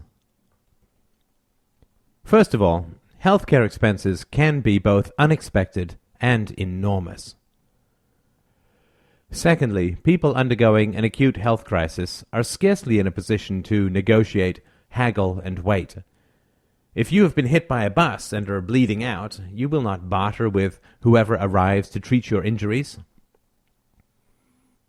Thirdly, healthcare providers are generally considered to be in a difficult position, insofar as they almost never refuse to treat someone who arrives in the emergency room, whether that person can pay or not. Fourthly, people have certain reservations or fears about the trustworthiness of medical advice, and so wish to ensure the quality and consistency of the instructions they receive. Finally, since doctors, pharmaceutical companies, and other healthcare providers currently profit from illness rather than health, the incentives are considered reversed, in that pharmaceutical companies, for instance, are motivated to deliver medication rather than discover alternatives to medication or prevent the problem in the first place. The, quote, solution to the above problems has almost always been the creation and expansion of state power over the medical field. In all Western democracies except the United States, this has resulted in the socialization of medicine, or the creation of a fundamentally communist monopoly that is funded by the taxes generated through the efficiency and productivity of the free market. Those who are healthy are forced at gunpoint to pay for those who are sick. Furthermore, the state regulates the licensing of healthcare providers, creating significant legal barriers to entry to doctors, nurses, and other practitioners. The imperative of providing healthcare, the axiom that it is a right, is considered a justification for the violence of the state in a way that trumps just about every other consideration. Even those who would be willing to accept the substitution of private charities for public welfare find themselves hard-pressed to defend the idea that healthcare should be a for-profit industry because of the fear that, as the song goes, the rich stay healthy, the sick stay poor. Every empathetic person feels the utmost compassion for an innocent child born with some form of correctable birth defect, to poor parents perhaps, who might require tens of thousands of dollars of expert help to correct the problem. The sheer random misfortune of such a disaster truly stirs us with sympathy, because we all understand that this wounded child could easily have been us, or our own child. Similarly, those who are born with some genetic or congenital disorder are also, quote, unjustly inflicted with additional medical costs through no fault of their own. A child whose teeth just happen to grow crooked requires thousands of dollars more in dental work than a child whose teeth just happen to grow straight. When a person is struck down by an unexpected, unanticipated, or inevitable medical condition, as will happen to all of us in the case of death itself, it feels excruciating to imagine that they would have to debate costs and benefits.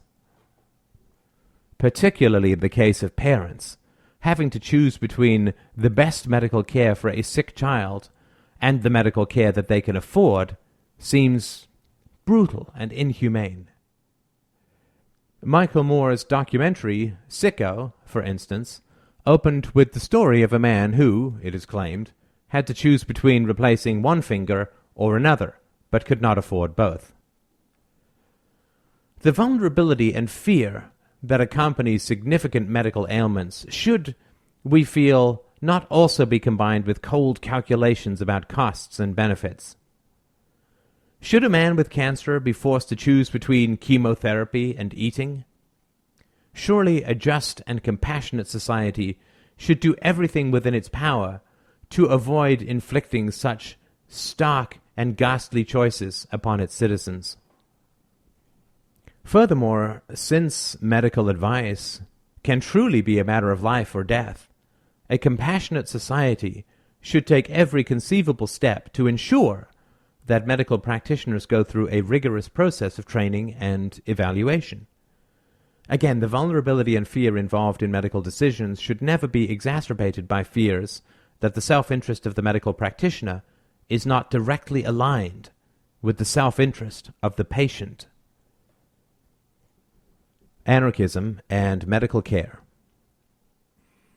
There is no question that human beings are not possessed by innate sainthood.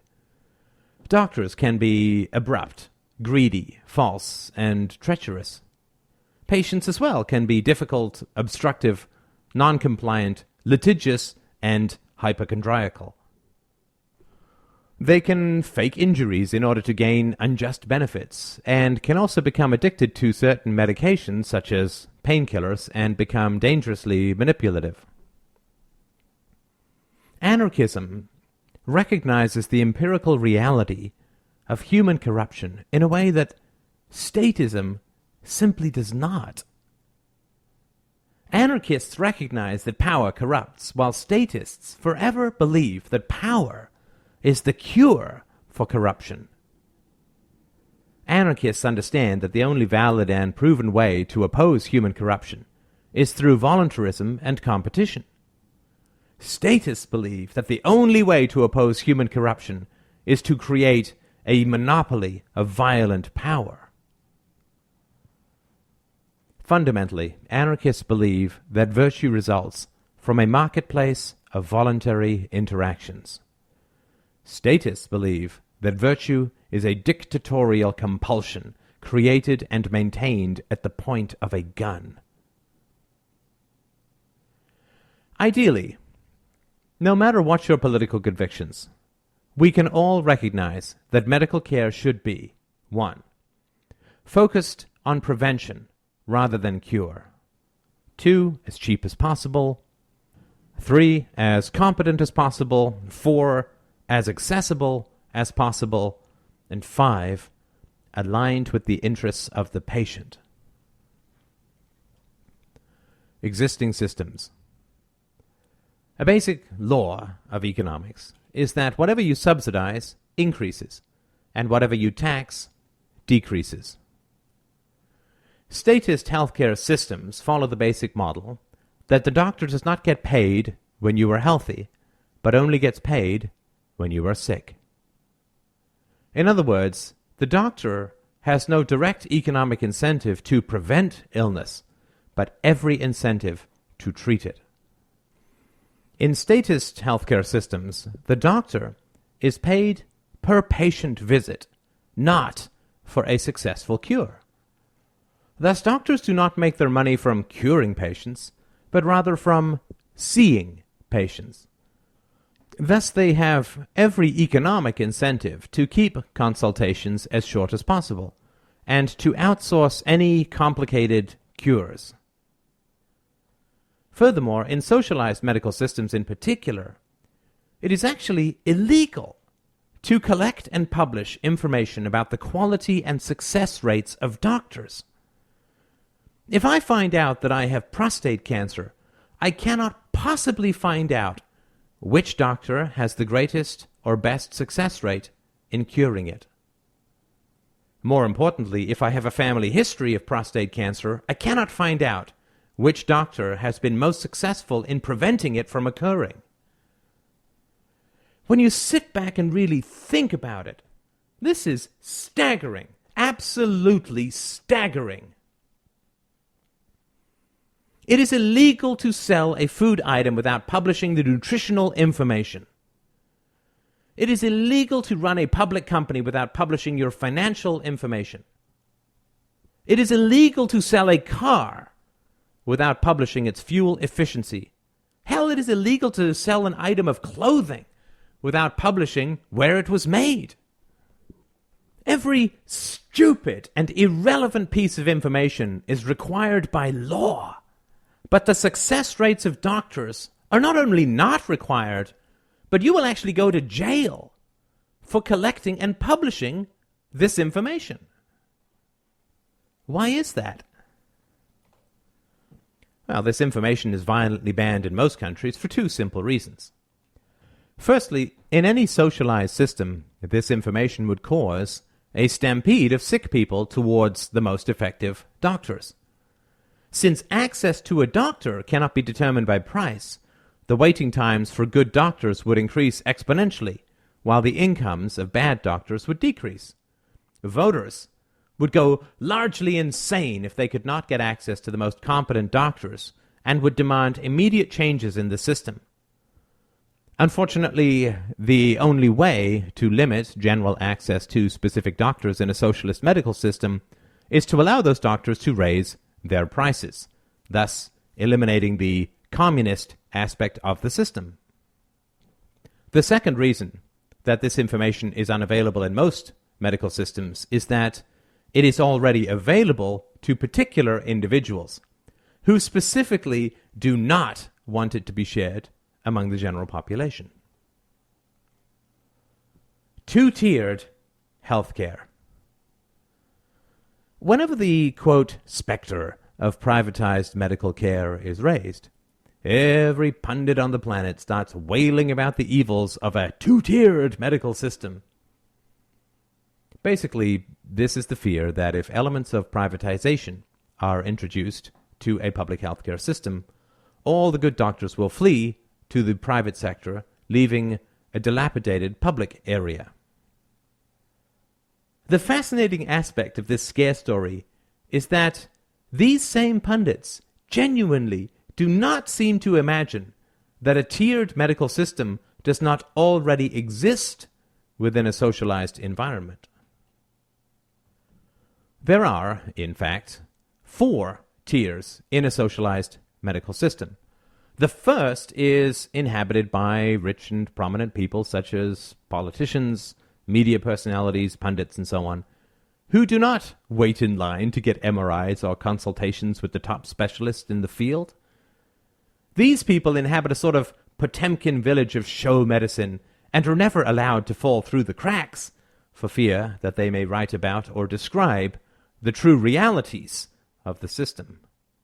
Those in the know will direct these people to the most competent medical specialists and ensure that they are ushered into private consultations without the indignity of having to sit in a waiting room. These patients then inevitably move to the front of the line for treatment and remain immensely satisfied with the public healthcare system because they do not actually have to deal with it, but rather remain quite happy to have everyone else pay for their elite private medical care. The second tier is composed of those who are inside, or at least near, the medical profession itself. A gentleman I know, who is a psychologist, received the bad news that his father had colon cancer. Because he was relatively close to the medical profession, he could call on friends and immediately find out who was the best specialist in town for this disease. Then he introduced himself to the doctor, saying that he was a friend of so-and-so, and thus inevitably vaulted to the front of the line. And this special treatment followed his father all the way through his diagnosis and chemotherapy. He always got the best doctors, and he rarely had to wait. This is not because doctors are evil or innately corrupt or anything like that, but rather because it is very uncomfortable to refuse a favor to a friend. And it is in fact easier to gather and keep friends when you can do favors for them, because then they will inevitably do favors for you as well. The third tier is composed of rich people without political or medical contacts who can fly overseas for medical treatment to the US or other more market-driven healthcare environments. The fourth tier is composed of those who are not prominent or do not wield power, are not rich, and who also do not have contacts within or near the medical profession.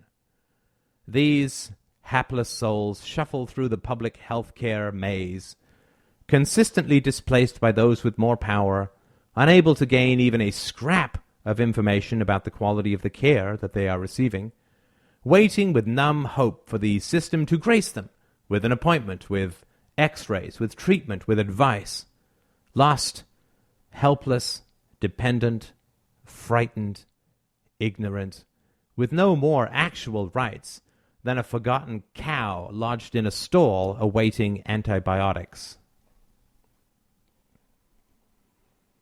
Since a doctor is paid to see as many of these people as possible, he will impatiently rush them through his office, spending a documented average of about 18 seconds listening to their symptoms, and by far his most common treatment option will be to write a prescription or refer the patient to a specialist.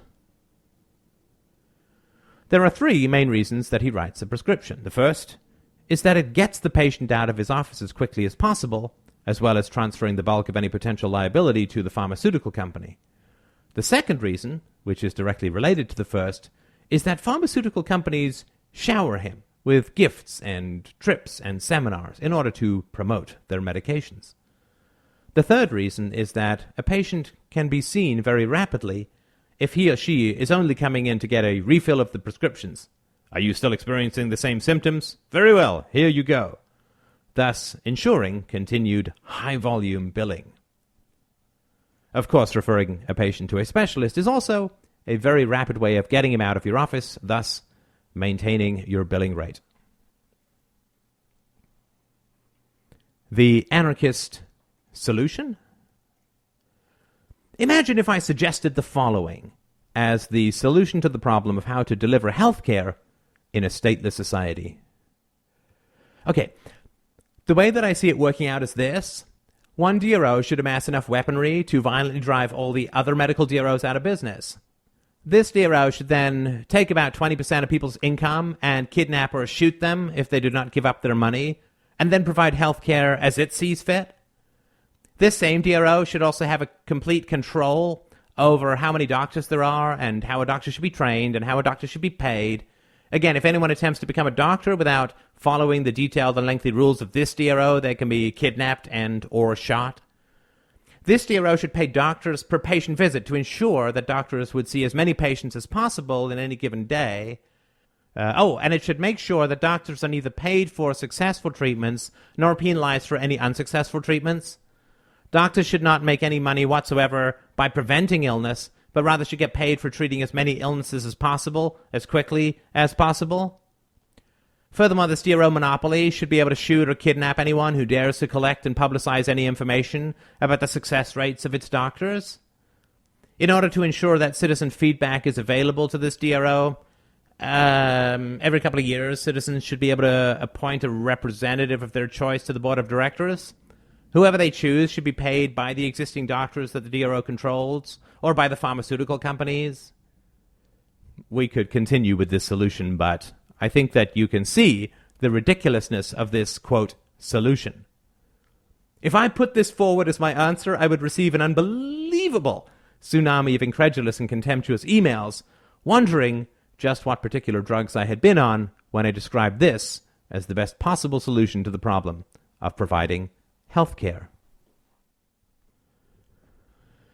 Inevitably, and again ludicrously, these same people will also deluge me with incredulous and contemptuous emails when I suggest privatizing the provision of health care. How it doesn't work. An analogy. In socialized medicine, as in any socialized or communistic system, the consumers are not the customers. I talked about this in terms of academia in my previous book, Everyday Anarchy, but this reality has far more dire consequences in the realm of healthcare. If automobile manufacturers were paid to produce automobiles by politicians rather than by consumers, it is easy to imagine what the results would be. Since consumer input would be almost non-existent, the preferences and needs of the consumer would have almost no effect on what was produced. If this statist monopoly also supported and protected a monopolistic public sector union, can we imagine what the efficiency and productivity of these workers would be? What if these manufacturers were paid by the number of cars that were delivered, not the quality of each car? Can we imagine what would happen to the wheels when we attempted to drive the cars off the lot? What if these car manufacturers were also heavily subsidized by the oil and gasoline industries, and those subsidies were directly proportional to the inefficient fuel consumption of their cars? Can we imagine that they would build energy-efficient cars, or would they want to increase their income by building inefficient cars? Does anyone ever suggest that we should nationalize car production? Yet it is impossible to have a healthcare system without cars, or at least ambulances, since there is no easy way to deliver doctors, medicines, or patients without cars. We could easily make the same arguments about the software and computer industry, with even more deleterious results.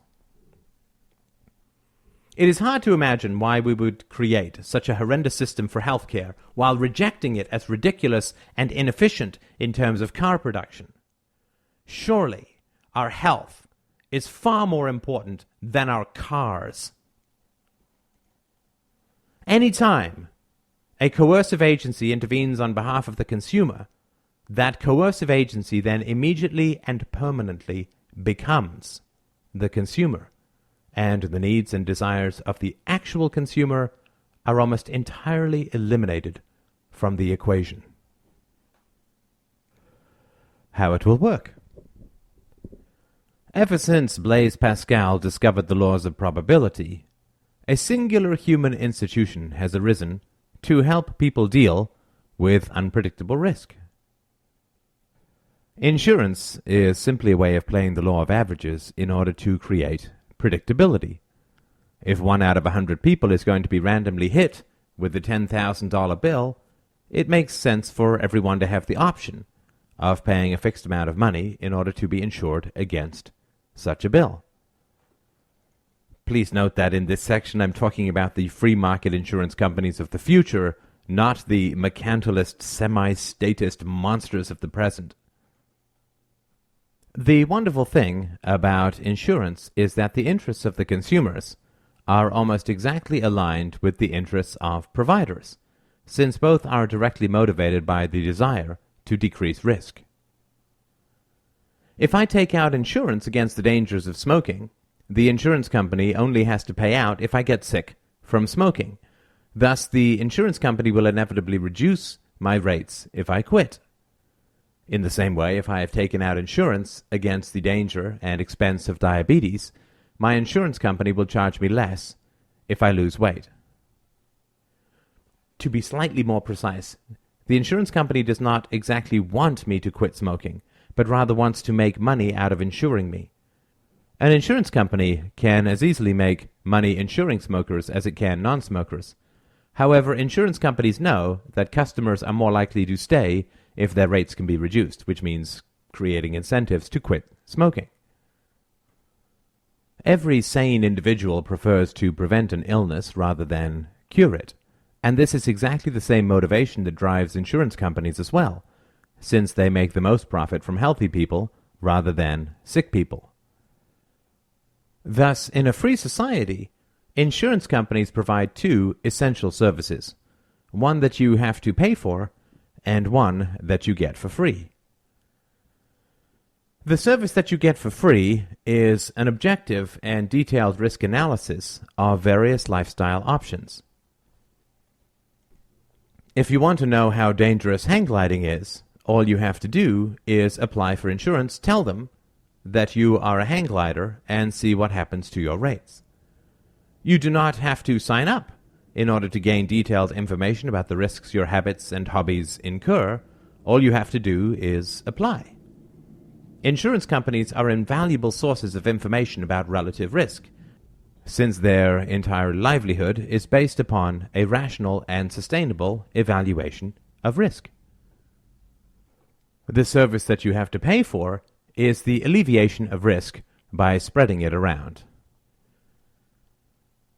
Now, this is an enormous topic, but I would briefly like to mention that any discussion of free market healthcare provision, and insurance companies in particular, will doubtless draw comparisons to the existing system within the United States.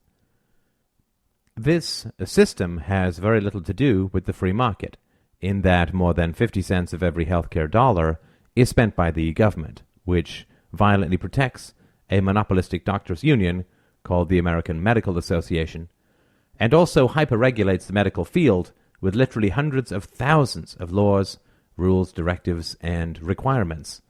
The incentive of private profit, combined with the corrupt largesse of a public purse, is technically called fascism rather than freedom. In terms of healthcare, then, we can be sure that your insurance company wants to keep you as healthy as possible. The farmer who sells cows is interested in their long-term health in a way that the butcher who disassembles them is not. Due to this motivation, private insurance companies will be reasonably proactive in attempting to prevent health problems from developing, rather than merely curing them after they have occurred. They will be sure to pay doctors first for prevention, and then for successful cures, rather than for merely cycling as many patients through their offices as humanly possible. In any situation where lifestyle choices can ameliorate health problems, those will be chosen in preference to endless medication. It does not cost the insurance company any money if you go for a walk or do some sit-ups. It does if you have to be on insulin for the rest of your life. Conversely, medication is in general cheaper than surgery, all other things being equal, and so effective medications will be researched, developed, and prescribed more often than invasive and dangerous surgery. Healthcare information. Spending money on a pricey doctor is probably about the most cost-effective investment you will ever make. The most effective doctors are those who cure the most efficiently. And for sure, most customers of healthcare insurance would also purchase life insurance from the same company, so that any disastrously failed, quote, cures would cost the company an enormous amount of money. In this way, returning a customer to health not only guarantees future health care payments, but it also postpones the payment of death benefits. In this way, the self-interest of the insurance company is directly aligned with the self-interest of the customer, who doubtless does not prefer to be either sick or dead. If the doctor is also paid to prevent, cure, and keep alive, then all three parties have the same goal, which is the polar opposite of any statist system. Thus, whenever anyone starts evaluating which healthcare insurance company to go with, each company would be tripping over themselves to provide independently verified statistics about the long-term health of their customers, the number of ailments prevented, identified, and cured, the average life expectancy, successful pregnancies and births, and so on. These companies would be selling health to you rather than inflicting repetitive treatments on you, which is the case with socialized medicine. The proactive and dedicated partnership between insurance company and customer, designed to serve the self-interest of each, would create a very positive and prevention-based healthcare approach.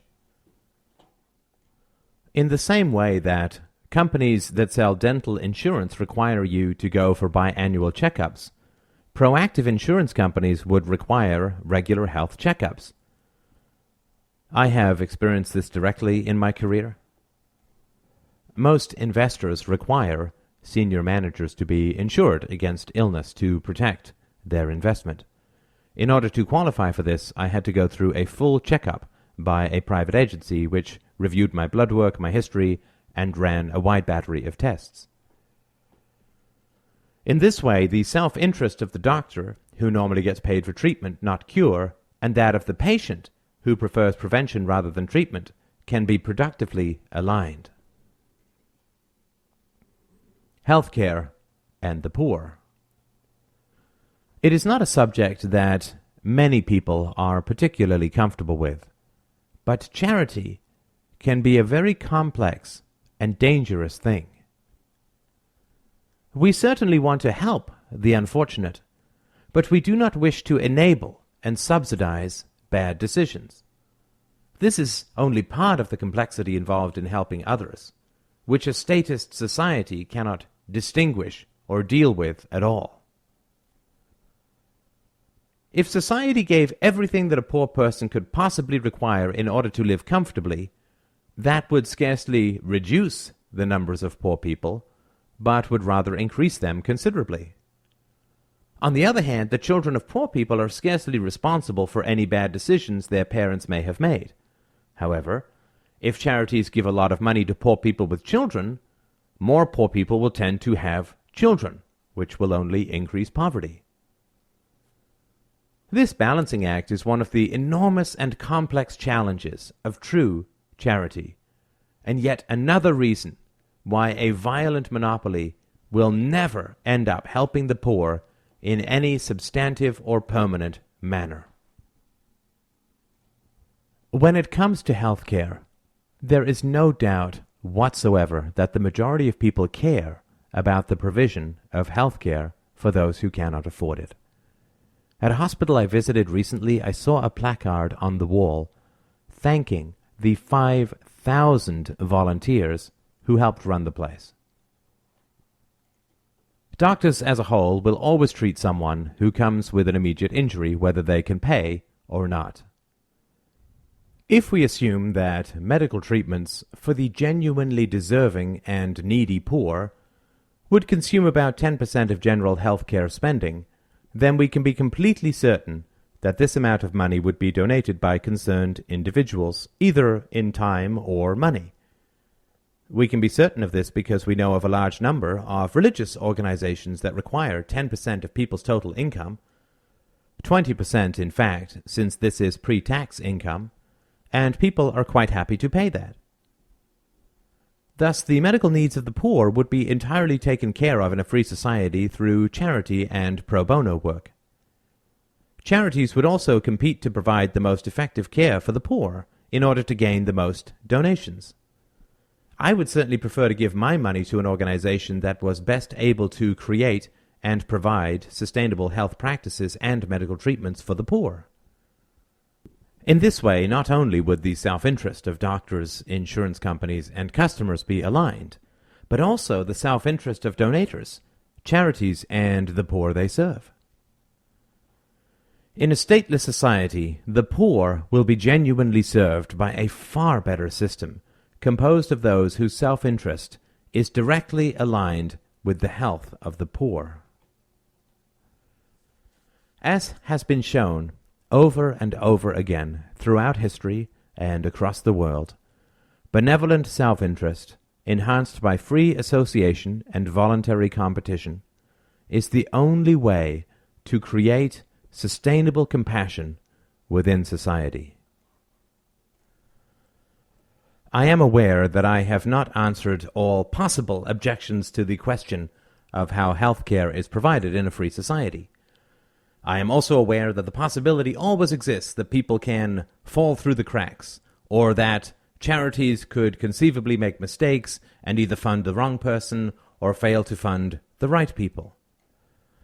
Once more, this possibility of corruption and or error is often considered to be an airtight argument against anarchy, when in fact it is an airtight argument for anarchy and against statism. Competition and voluntarism are the only known methodologies for repairing and opposing the inevitable errors and corruptions that constantly creep into human relations. The fact that human beings can make mistakes and are always susceptible to corruption is exactly why they should never be given a monopoly power of violence over others. When an entrepreneur, whether charitable or for profit, makes a mistake by failing to provide value, others will immediately rush in to provide the missing benefit.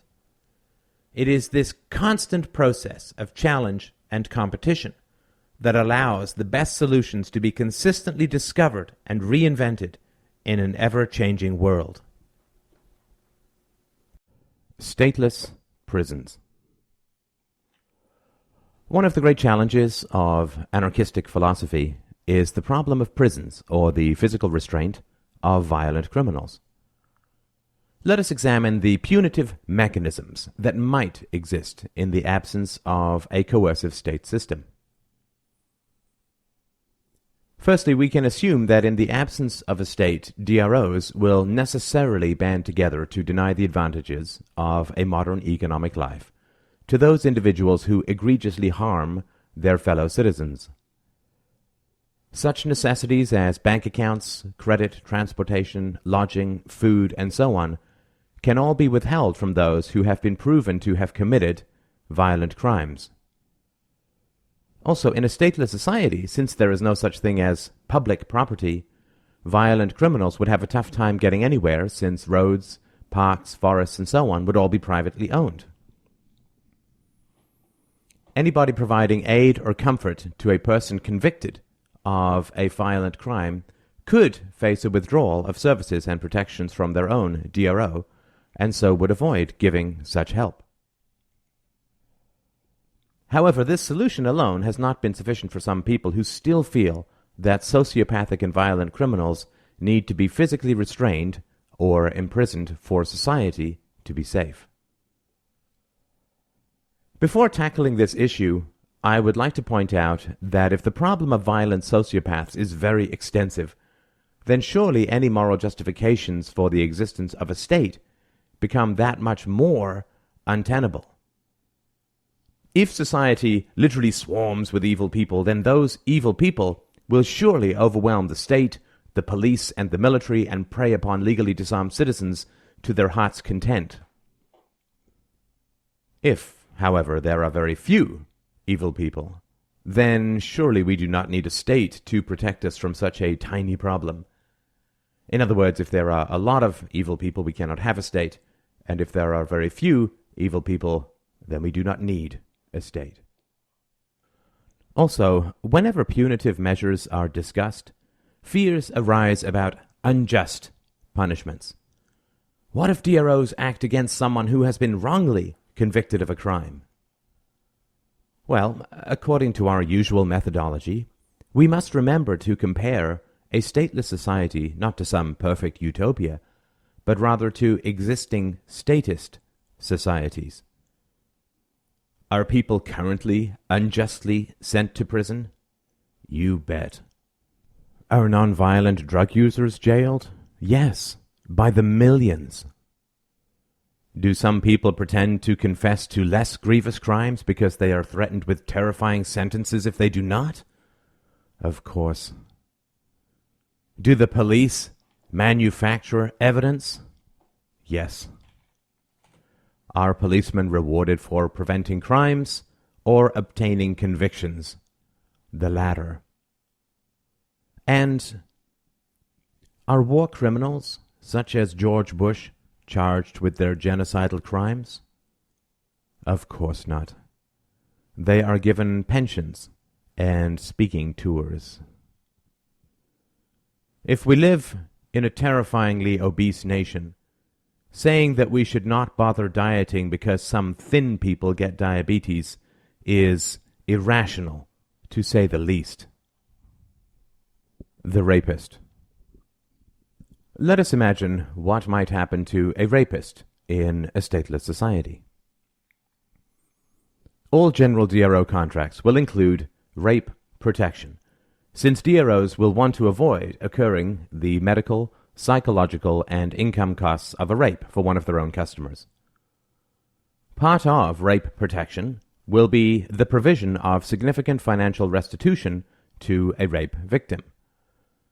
Women who can't afford rape protection will be subsidized by charities, or lawyers will represent them pro bono in return for a cut of the restitution. If a woman gets raped, she then applies to her DRO for restitution. The DRO then finds her rapist using the most advanced forensic techniques available and sends an agent to knock on his door. "Good morning, sir," the agent will politely say. "You have been charged with rape, and I'm here to inform you of your options. We wish to make this process as painless and non-intrusive as possible for you, and so we'll schedule a trial at the time of your earliest convenience. If you do not attend this trial, or testify falsely, or attempt to flee, we shall apply significant sanctions against you, which are outlined in your existing DRO contract. Our agreement with your bank allows us to freeze your assets, except for basic living and legal expenses, the moment that you are charged with a violent crime. We also have agreements with airlines, road, bus, and train companies, as well as gas stations, to prevent you from leaving town until this matter is resolved.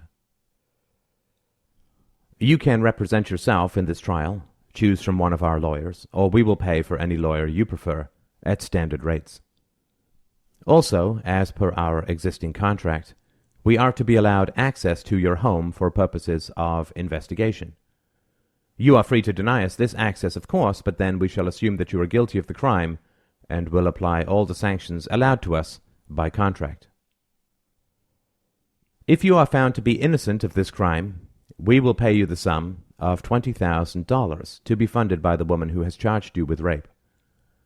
We will also offer free psychological counseling for you in order to help you avoid such accusers in the future. The trial will commence and will return a verdict in due course. It seems highly likely that lie detectors will be admissible, since they are more than 90% accurate when used correctly, which is better than most witnesses. The reason that they are not admissible now is that they would make lawyers less valuable, and also would reveal the degree to which the state police lie. If the man is found guilty, he will receive another visit from his DRO representative. "Good afternoon, sir," the agent will say. "You have been found guilty of rape, and I'm here to inform you of your punishment. We have a reciprocal agreement with your bank, which has now put a hold on your accounts and provided us limited access. We will be deducting double the costs of our investigation and trial from your funds, and will also be transferring $500,000 to the woman that you raped. We are aware that you do not have sufficient funds to cover this cost, which we will address in a moment. We also have reciprocal agreements with the companies that provide water and electricity to your house, and those will now be cut off. Furthermore, no gas station will sell you gasoline, and no train station, airline, or bus company will sell you a ticket. We have made arrangements with all of the local grocery stores to deny you service either in person or online. If you set foot on the street outside your house, which is owned privately, you will be physically removed for trespassing. Your wife and children can leave at any time. If they have no place to go, we will cover their transition costs and charge you for them. Of course, you have the right to appeal this sentence, and if you successfully appeal, we would transfer our costs to the woman who has accused you of rape, and pay you for the inconvenience we have caused you. If, however, your appeal fails, all additional costs will be added to your debt. I can tell you openly that if you choose to stay in your house, you will be unable to survive for very long. You will run out of food and water. You can attempt to escape your own house, of course, leaving all of your possessions. If you do successfully escape, be aware that you are now entered into a central registry, and no reputable DRO will ever represent you. Furthermore, all DROs which have reciprocal agreements with us, which is the vast majority of them, will withdraw their services from their own customers if those customers provide you with any goods or services. For the rest of your life, it will be almost impossible for you to open a bank account, use centralized currency, carry a credit card, own a car, buy gas, use a road or any other form of transportation, and gaining food, water, and lodging will be a constant nightmare for you. You will spend your entire existence running, hiding, and begging, and will never find peace, solace, or comfort in any place. However, there is an option. If you come with me now, we will take you to a place of work for a period of 10 years. During that time, you will be working for us in a capacity which will be determined by your skills. If you do not have any viable skills, we will train you.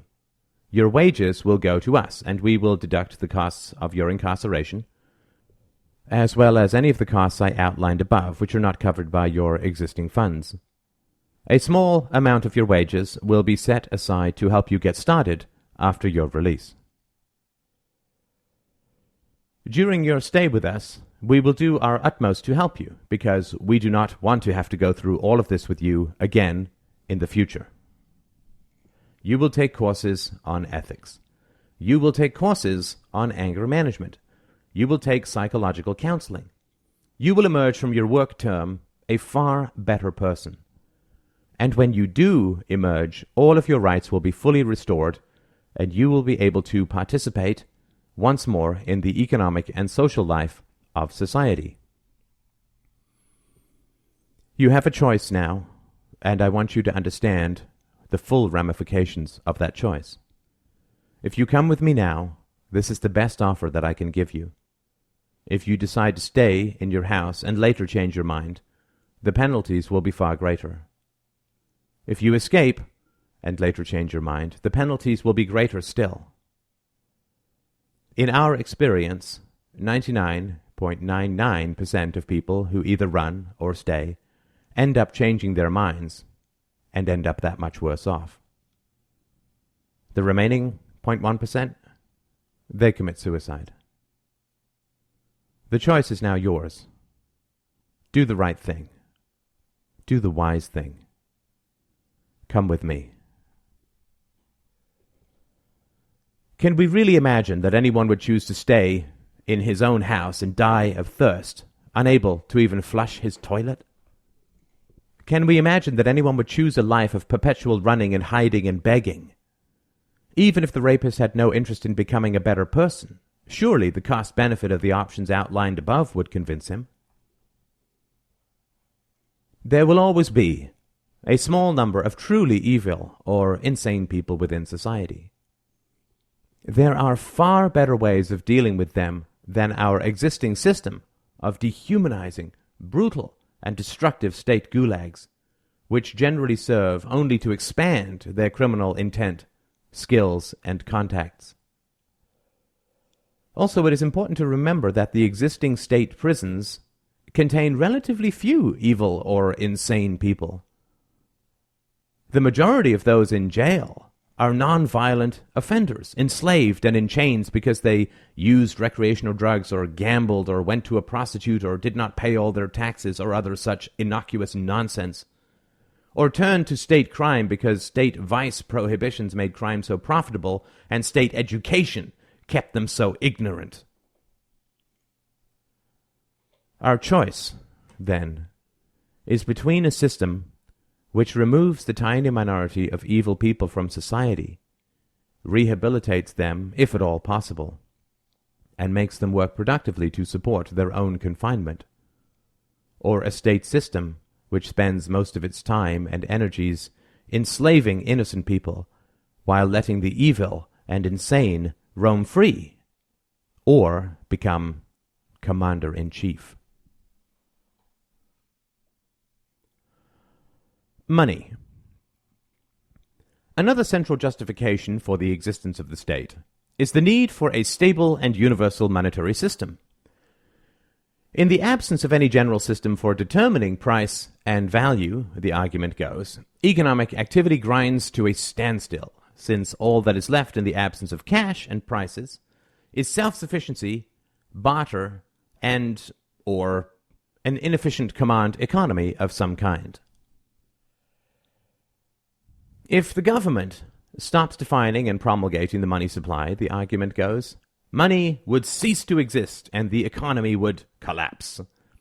Every group would come up with its own definition of money, and at the mall you would have to try and negotiate with people who were using diamonds, gold, shark teeth, salt, spices, DVDs, and goodness knows what else as cash. Our economic life would thus become an endless runaround of attempting to match a variety of currencies to a variety of prices. The value of our salaries would be diminished, or perhaps eliminated, by the amount of labor that it would take to find someone who would accept our currency. Furthermore, given the enormous multiplicity of currencies in a stateless society, we would never be sure whether or not we were being ripped off in some manner, as someone tried to convince us that 12 shark teeth were in fact equal to our bag of cinnamon.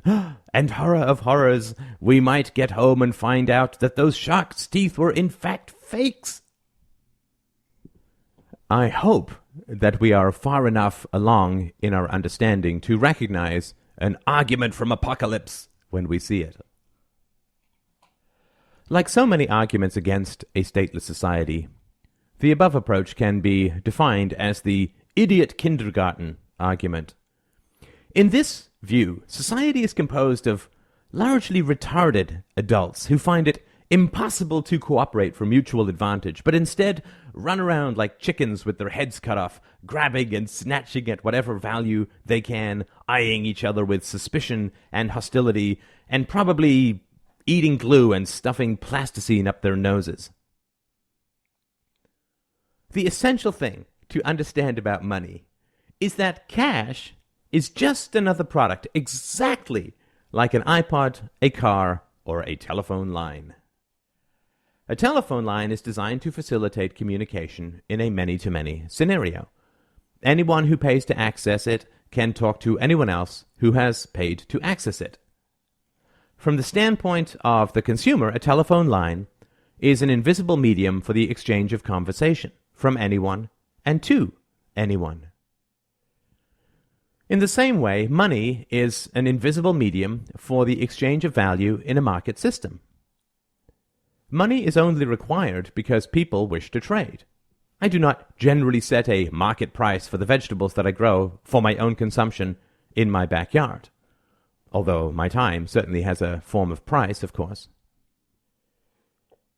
Money reflects the degree of actionable demand for goods and services. Actionable because we all may want a Lamborghini, but very few of us actually have the money to purchase one. Quite literally, money is a way of measuring apples versus oranges. How much of my economically productive time is a dozen oranges worth? How many oranges is a dozen apples worth? In the absence of money, the only alternative is direct trade, which is horribly inefficient for the obvious reason that if I want to trade apples for oranges, I have to find someone who wants to trade oranges for apples. Like any commodity, money has a price, and this price is called interest. If I want to rent a car rather than buy it, then I do not have to outlay the entire capital cost of the car, but rather I can borrow the car, which really means borrowing the capital cost of the car since someone else has to have already paid for it, and pay a rental fee. In the same way, if I want to borrow money, then I have to pay a rental fee, which is interest, which equals the amount that I am willing to pay in order to have something sooner rather than later. Interest exists because time is the most precious commodity that we have, because it can never be replaced, and without it, we are nothing. I can save for 20 years in order to buy a house outright, but there is no particular value in that. It is true that if I take this approach, I have saved myself a loss of money and interest, but so what? I have only exchanged paying interest for paying rent on some other place to live, both of which are forms of non-recoverable income. Whether I hand my money to a bank or a landlord is immaterial. If we are afraid that a stateless society will not be able to create or sustain any form of objective monetary system, then what we are really saying is that human beings will refuse to cooperate, even if their lack of cooperation means a complete collapse of the economic system and the entire basis of their high living standard. We can easily imagine that in the absence of cash, economic wealth and growth would collapse by probably 95%.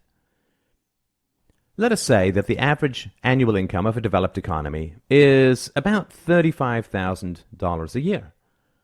When we reject a stateless society for fear that it cannot sustain a monetary system, we are really saying that human beings would accept an annual drop in income from $35,000 to $1,750 rather than cooperate with each other. To put it another way, if I were willing to pay you $33,250 a year, the difference between living in a mud shack and living in a comfortable home, between near starvation and having more than enough food, between plumbing and an outhouse, in order to cooperate with other human beings, would you say no? Of course not.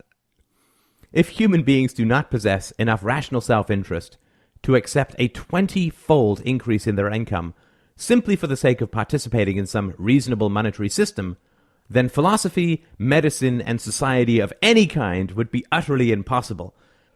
And you would also not be able to read books on anarchy, because you would have said to yourself, the effort of learning how to read, it's not worth it.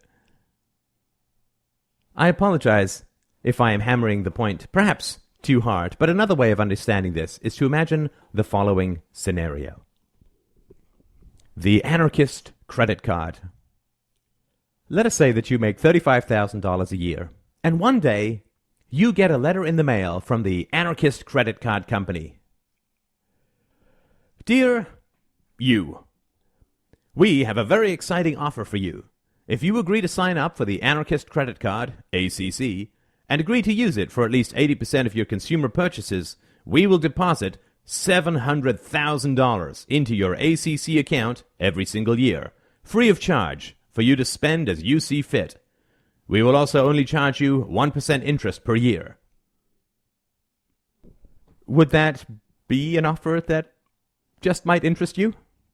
$700,000 of free money every single year just for signing up for and using a particular credit card? Well, this is exactly the anarchist offer. Given the massive incentives involved in participating in a voluntary monetary system, we can be certain that all but the insane will leap at the opportunity. Entrepreneurs who can offer people an immediate and permanent 20-fold increase in their income will not find any shortage of people willing to sign up for their services. Thus, we can be absolutely and completely sure that a stateless society will have a stable and beneficial monetary system. We can now spend some time examining how it might work. What problem are we trying to solve? It is always fascinating to see what Ayn Rand used to call the blank out, which occurs when people defend the existing statist system of currency. Government predation upon the economy through its monopoly on currency is one of the most savage and destructive aspects of a statist society. The overprinting of money, which is used to bribe existing special interests, results in inflation, or the loss of purchasing power, that results from too many dollars chasing too few goods and services. If I wanted to start a credit card company and sent out a business plan to investors, informing them that my goal was to ensure that customers paid 5% more per year for all their purchases, and use that as the basis for my profit, they would laugh at me as insane and ridiculous. Who would sign up for such a vampiric credit card? They would chortle and probably send it around to each other as a joke. Then these very same investors will run across an anarchist and end up defending the existing statist currency system without even noticing the rank contradiction. This is the true strangeness of the world that only the anarchist can see. Inflation is a brutal attack upon the poor.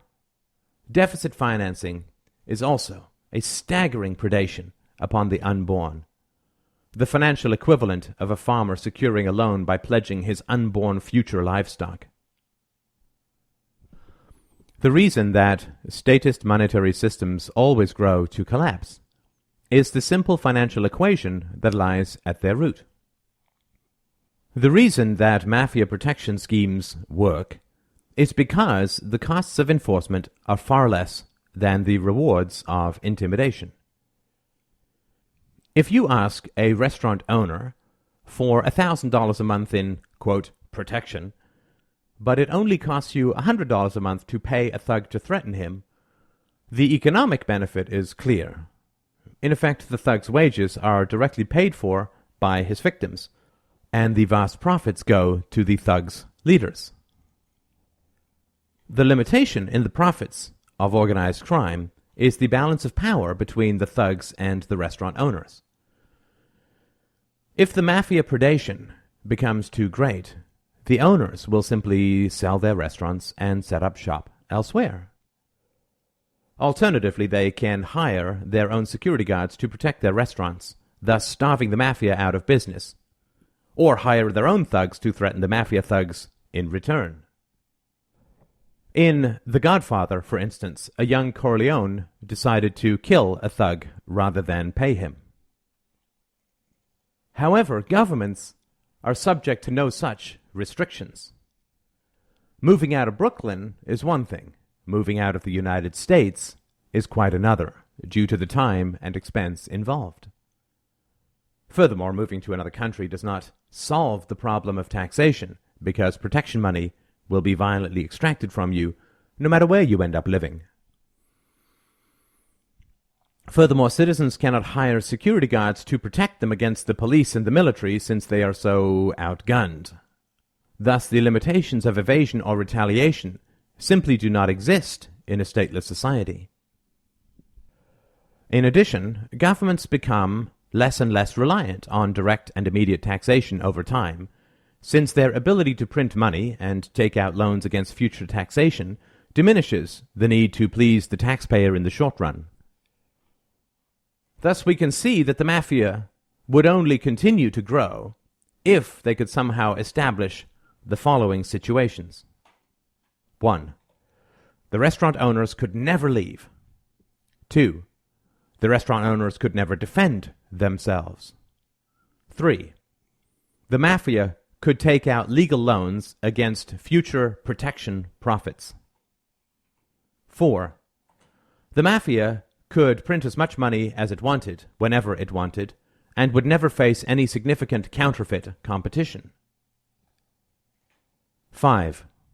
The mafia was well paid to collect this protection money.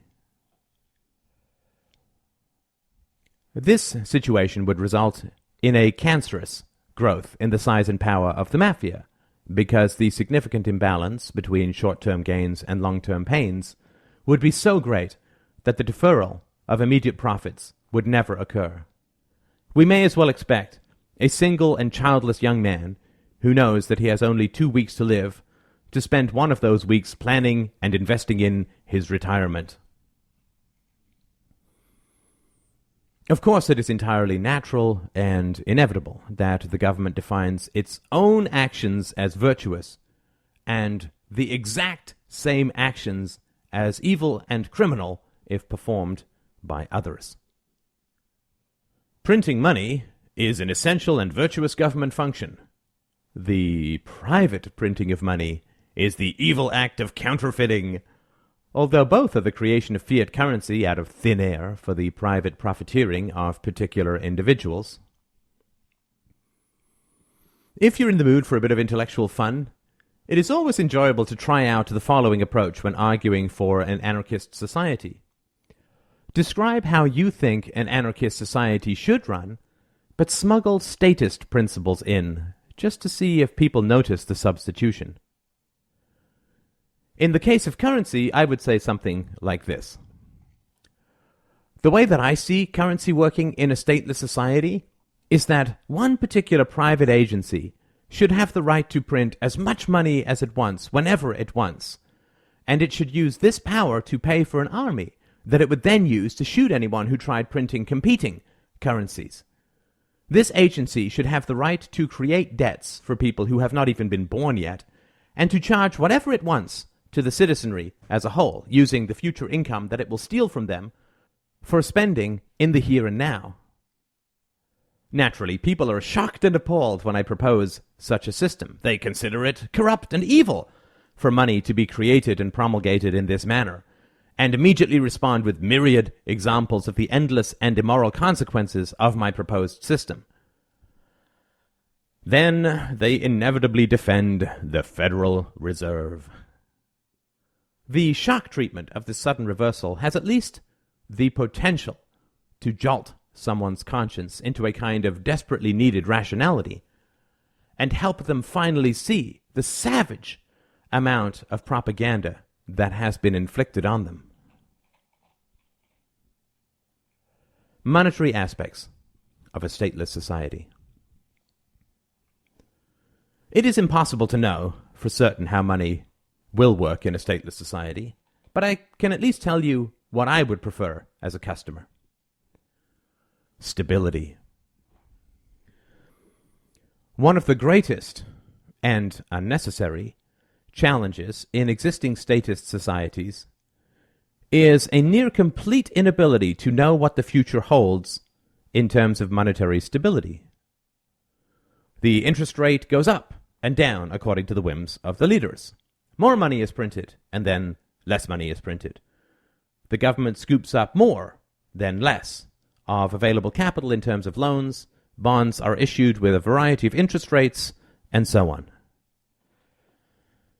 In particular industries, the business environment is even more random. Regulations swell and change, tariffs rise and alter, import restrictions grow and fall, union rules come and go, and the endless teasing possibility of government subsidies and contracts keeps many a faltering business around long after its natural expiry date. Thus, the first guarantee that I would require from anyone wishing to enroll me in a monetary system would be stability. I do not want to have to worry about whether my money will be worth less next year or whether its value is going to fluctuate in any substantial manner. Portability. There is a reason that people tend to travel with credit cards rather than with gift certificates for specific stores and restaurants.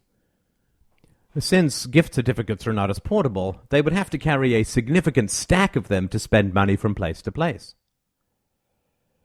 When traveling abroad, credit cards are generally preferable to cash because they do not have to be converted and are less convenient to steal.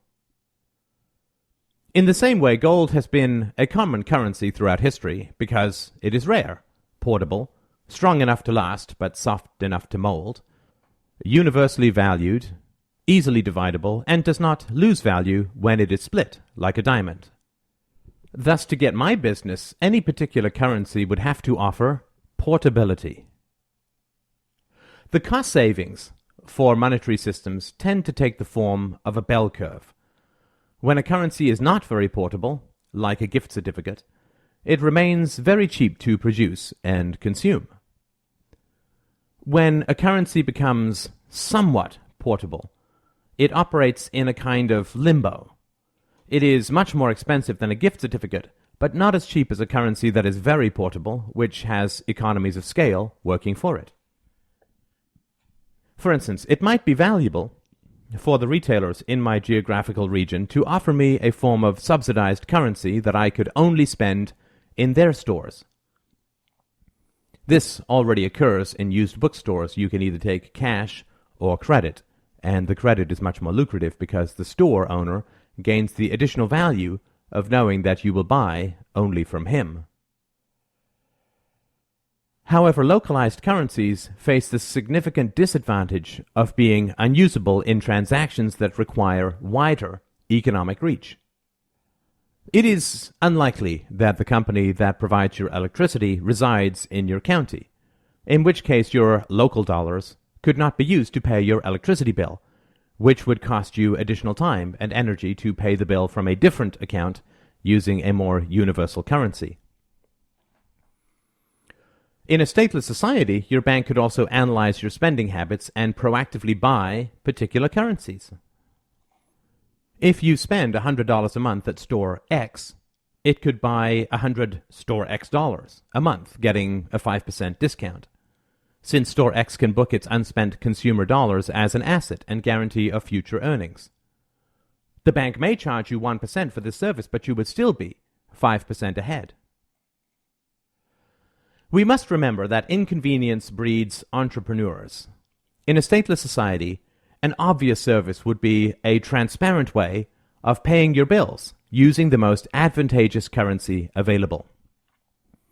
I might have bank accounts with 5 different kinds of currency, and thus my bank would provide bill payments in a universal format. I would not need to know all the details, but the bank would complete my transaction using the most advantageous currency. In this way, I might have different kinds of money, but that difference would be largely invisible to me, except for the savings I would receive. Note that these different currencies would also be a disincentive for invasion, as mentioned above. Would it be cheaper for me to participate in a currency that would be accepted on the other side of the world? That is very hard to predict ahead of time because there would be significant cost savings in a universal currency, but there would be significant costs as well. It is hard to imagine that a Chinese food seller would be interested in offering currency-based discounts to a teenager in Zimbabwe, and so the local incentive to provide subsidized currency would be diminished. On the other hand, the significant amount of technical resources required to run any currency would not have to be duplicated. Of course, since inconvenience breeds entrepreneurs, it is certain that a number of enterprising souls would come up with a framework for running currencies that could be populated with any number of specific currencies, just as websites almost never write their own shopping cart code from scratch, but rather populate existing frameworks with their own products and prices. This approach could very easily overcome the problem of duplicate investments in technical currency frameworks. This, combined with a transparent abstraction layer for bill paying in multiple currencies, would create an enormously efficient and user-friendly currency system, or systems, to be more precise. Security. If the above 2 criteria were met, my next consumer question would be, how secure is this currency? Security is always a delicate balance between usability and safety. any online transaction could require you to enter 10 unique passwords, each 255 characters long, which would then be virtually unbreakable. The problem is that no one would use it, for the same reason that very few people put 20 locks on their front door and walk around like some sort of apartment superintendent, their key rings clanking like a suit of chainmail. It certainly is an inconvenience to be robbed, but it is also inconvenient to spend 20 minutes opening and locking your door every day. I would not require that my currency be perfectly secure, if this were even possible. I would prefer that this security at least match my preferences and requirements. Some people are carefree. Some people are cautious. And some people are downright paranoid. The paranoid people always prefer to shift the costs of securing their money to the carefree people. In the same way, the carefree people resent paying for all the extra security features that the paranoid prefer.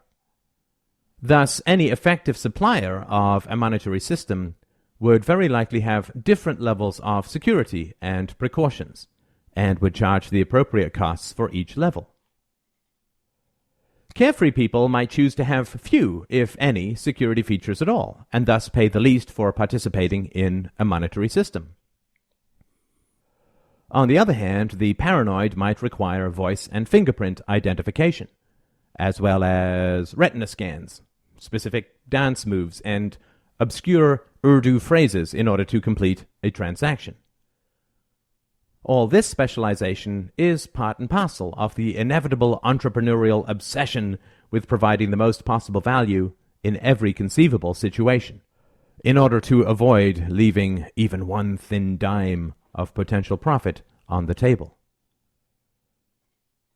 Of course, a central purpose of the free market is not to create profit, but rather to eliminate it, or at least make it as small as possible. Any firm which overcharges will inevitably be undercut, which is why profits, even in successful companies, are generally no more than a few percentage points. Thus, we can be sure that there will be just the right number of currency systems in a free market, not so many that economic interactions become complicated and cumbersome, but not so few that a lack of competition will allow profits to inflate. The majority of economic transactions in a free society will be performed electronically because the transaction costs are far lower. However, cash will always be necessary for a variety of reasons. The price of cash transactions, being higher, will be reflected in a lack of discounts or a surcharge in the price, which will discourage but not eliminate these kinds of interactions. It also seems likely that cash will not carry a guarantee of restitution in the case of loss or theft in the way that electronic currency would, unless there was a way to electronically associate cash with a particular individual. At the moment, it may seem that electronic transactions are subjected to a surcharge while cash transactions are not. However, this is not the case at all. Credit card companies do charge a few percentage points per transaction, while cash can get you certain kinds of discounts at computer stores, but in reality, the exact reverse is true. Currently, if you take your money and put it under a mattress, it will lose a few percentage points at least per year due to inflation. Furthermore, a certain percentage of your taxes is used to maintain and defend the statist monopoly on currency. It is quite likely, if we include debts and deficits, that you are paying at least 10% of your income for the, quote, privilege of participating in a statist currency system. This system has all the characteristics of any brutal and violent monopoly, which is that it is exploitive, random, destructive, cancerous, and on a certain course toward annihilation. I pay a percentage point or two on most of the donations I receive for Free Domain Radio, which come through PayPal. I assume that in a free market this would be halved at least. Thus, I think it is safe to say that currency transactions would very likely be around 1% of the total value, or 1/10 of the bare minimum of what you're paying at the moment for the statist system. A 90% reduction in cost, combined with far greater security features, guaranteed stability in the value of currency, portability proportional to your requirements, as well as discount incentives to shop in particular areas, would result in an essentially free monetary system. It would also doubtless be the case that you could choose not to pay a penny in fees to use a currency if you were willing to submit to advertisements on that currency. Bankruptcy? What would happen, though, if a particular currency DRO ended up going bankrupt? Would everyone end up losing his or her life savings? The standard cliché here, at least for older people, is the bank run scene in Depression-era movies where frantic people storm a bank desperate to get their money once they hear that it might be going out of business. Of course, this vision is always considered to be negative towards banks rather than towards the relatively new Federal Reserve, which was in charge of the currency for the entire nation. In the same way, if a foreign enemy were to bomb farm fields in the Midwest, it is doubtless the greedy capitalist grocery store owners who would be blamed and vilified in perpetuity for the resulting price increases. Let us say that some greedy or improvident DRO currency provider started running his company poorly. What would happen? Well, the first thing that would happen is that his investors and board of directors would notice. The first thing that I would require from the group in charge of any currency system I was involved in would be that they hold the majority of their savings in the currency system that they are trying to sell to me. I would demand external audits to ensure that at least 80% of their savings were in their own currency system. The moment that any of these people began to sell off their own currency holdings, it would be a clear indication that they no longer had faith in the long-term viability of what they were selling. Secondly, I would require an immediate sale of the company should its asset-to-debt ratio exceed a very conservative number. How would a sale help me? Well, if someone wanted to buy a distressed currency company, he or she would only want to do so if the existing customer base could be retained. In other words, additional benefits would have to be offered to the customers in order to retain them, a fee holiday, some sort of cash bonus, or something like that. In order to keep me from withdrawing my money from this currency system, someone would have to pay me to accept the increased risk if it was in distress. Thirdly, I would demand that any significant losses come directly out of the bank accounts and assets of those in charge of the currency.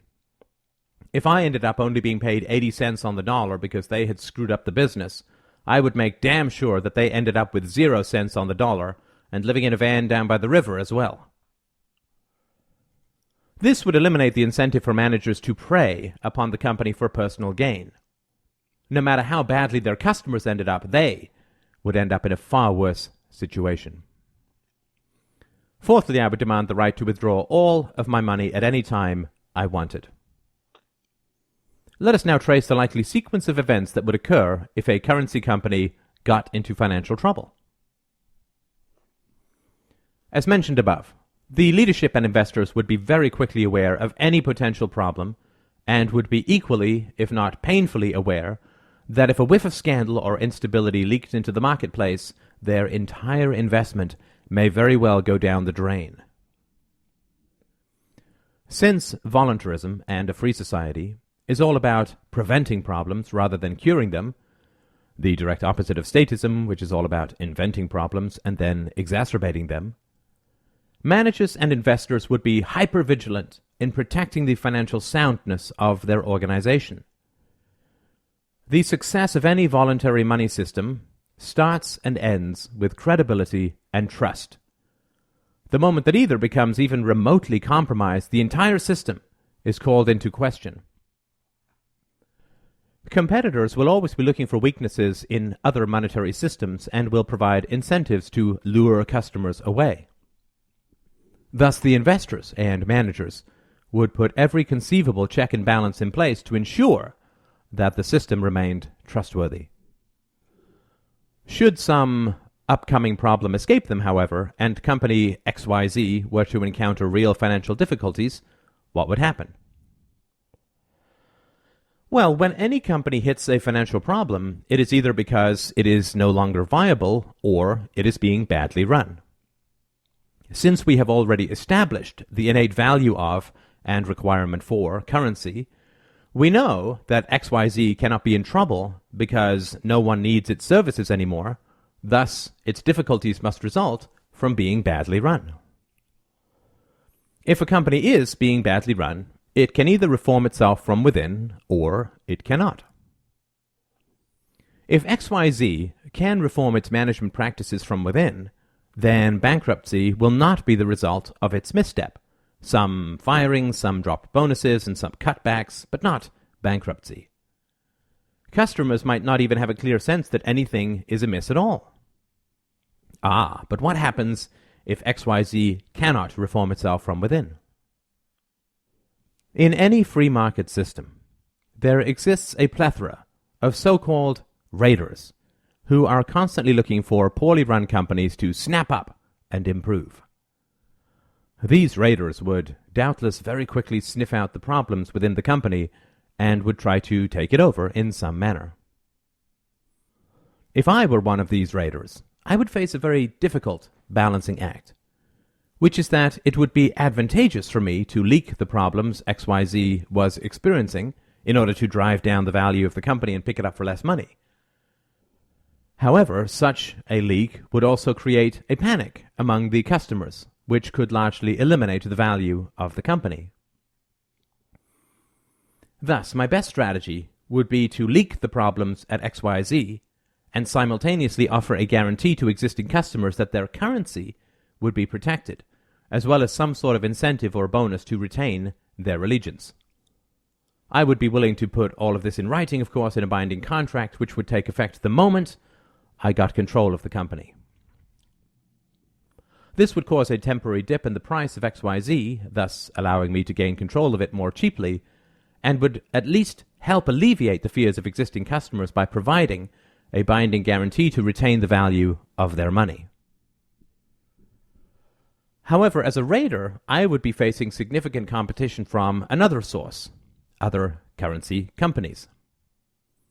Company ABC, on hearing about any possible problems with XYZ, would immediately take out full-page advertisements offering significant bonuses to any XYZ customers who transferred their money to the ABC company. There would be so many lifeboat companies offering to rescue XYZ customers at par or greater that such customers would doubtless be able to walk to shore. It could be the case that whatever solution any individual customer chooses might not pan out. In other words, a raider might offer a 5% bonus to currency holdings and then fail to deliver it, falter in his execution, and customers might end up having to pull out at 80 or 90 cents on the dollar. Color me cold, but I cannot see the innate tragedy in such a situation. Anyone who offers you, quote, free money does so with the implicit, though perhaps unspoken, background of risk. If I decide to leave my money in a troubled company in the hopes of gaining 5% more, and I end up getting 10% less, it is hard to see how that is significantly different from investing in a stock or a bond, or a horse, for that matter. Thus, there is no conceivable situation in which currency customers would wake up one day to find their savings utterly wiped out. There is so much profit in customer retention, particularly in currency situations, that a literal stampede of entrepreneurs would attempt to insert themselves into the equation to the benefit of the existing customers. Compared to what? Doubtless, there are 10,000 churning minds out there at this very moment, chanting their heated way through every conceivable possibility that might result in financial ruin for customers of the XYZ currency company. And perhaps such a possibility exists. But again, this is an argument for anarchism, not against it. Any farmer can fail to produce crops at any particular time. This is a natural reality and risk of farming, or indeed of any human endeavor. Since any farmer can fail to produce crops, the only way that we can guarantee, as best as possible, the continual supply of crops is to have a large number of farmers. If we only have one farmer for the entire world, to take an exaggerated example, then the moment that the inevitable happens and that farmer fails to produce crops, worldwide starvation inevitably results. This distribution of risk is an essential part of any rational strategy to reduce danger. If you are only ever allowed to buy one stock your whole life long, then you may do very well, but you also may do very badly. Diversification is the key to minimizing risk.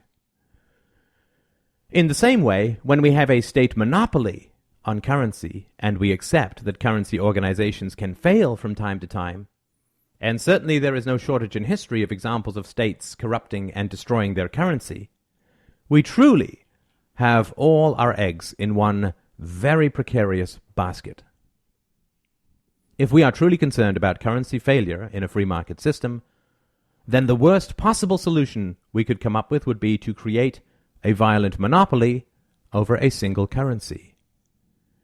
If we are concerned about farm failures, then obviously the solution is to have as many farms as economically possible, so that those that fail can be shored up by those that succeed. In other words, if currency failure is not a problem, then a stateless society is the best solution. If currency failure is a problem, then a stateless society is the best solution. Saving children, the stateless society, and the protection of the helpless.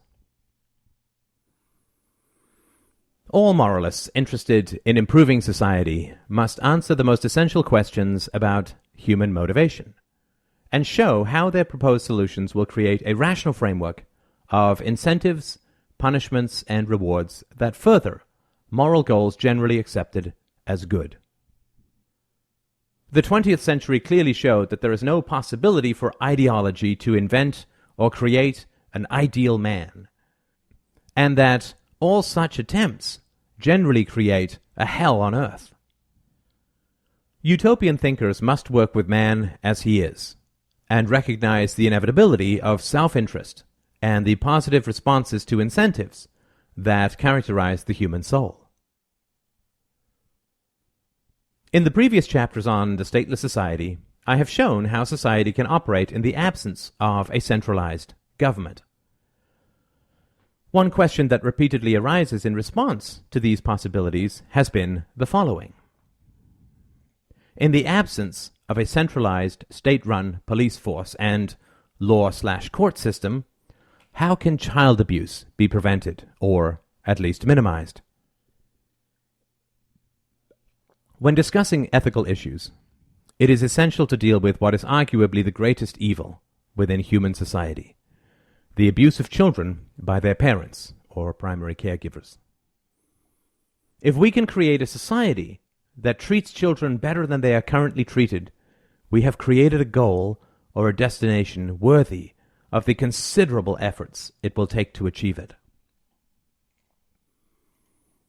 In any post-tribal society, family life generally becomes very opaque. Great evils can be committed within the family home, in isolation from the general view of society. And children, by their very nature, can do almost nothing to protect themselves. Excepting grave or obvious physical injuries, government agencies rarely get involved. And even when such agencies do get involved, it is far from clear that their involvement results in a better situation for the victimized child. As we know from totalitarian regimes, any situation which combines an extreme disparity in authority with a lack of accountability for those in power tends to increase abuse. This does not mean that all parents are abusive, of course, but it does mean that in situations where abusive tendencies do exist, the power differential between parents and children, combined with the reality that few parents face any legal or direct financial consequences for their abuse, tends to prolong and exacerbate child maltreatment. Due to this situation, it is hard to say that the existing system works to maximize the protection and security of children. While there is no perfect utopia wherein all children will be loved, nurtured, and protected, any society which contains strong, positive incentives for good parenting is a vast improvement over the current situation. Since children are by far the most vulnerable members of society, if a stateless society can protect them better than a statist society, it is perhaps the greatest moral benefit that anarchism can bring to bear on the human condition.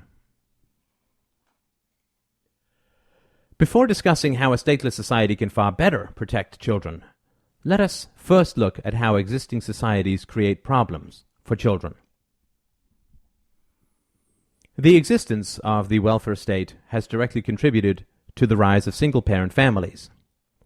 Abuse is generally more prevalent in single-parent families. The war on drugs has created extremely unstable, volatile, and violent social circumstances. Government-run housing projects have gathered together unstable single mothers and unstable drug dealers. In fact, housing projects are sometimes called girlfriend farms for such men, thus exposing children to highly dysfunctional role models. Public school education often creates unstable and dangerous environments for children, where younger children in particular are easy prey for bullies. The rise of taxation has reduced take-home income to the point where, for many families, both parents need to work. This has left children vulnerable to abuse by outside caregivers and often leads to an excess of unsupervised time for children in their early teens. Government-run social agencies are no better at protecting children than any other state agencies are at protecting the environment, helping the poor, healing the sick, or any of the other self-appointed missions that bureaucrats devise for themselves. If a badly raised child becomes a criminal, parents are not directly liable for the resulting social, medical, legal, or property costs. If, through their bad parenting, parents end up alienating their children, they face far fewer financial problems in their old age due to state-run Social Security benefits. It is clear, then, that the existing system has room for improvement, let us say. How, then, does a stateless society better encourage good parenting?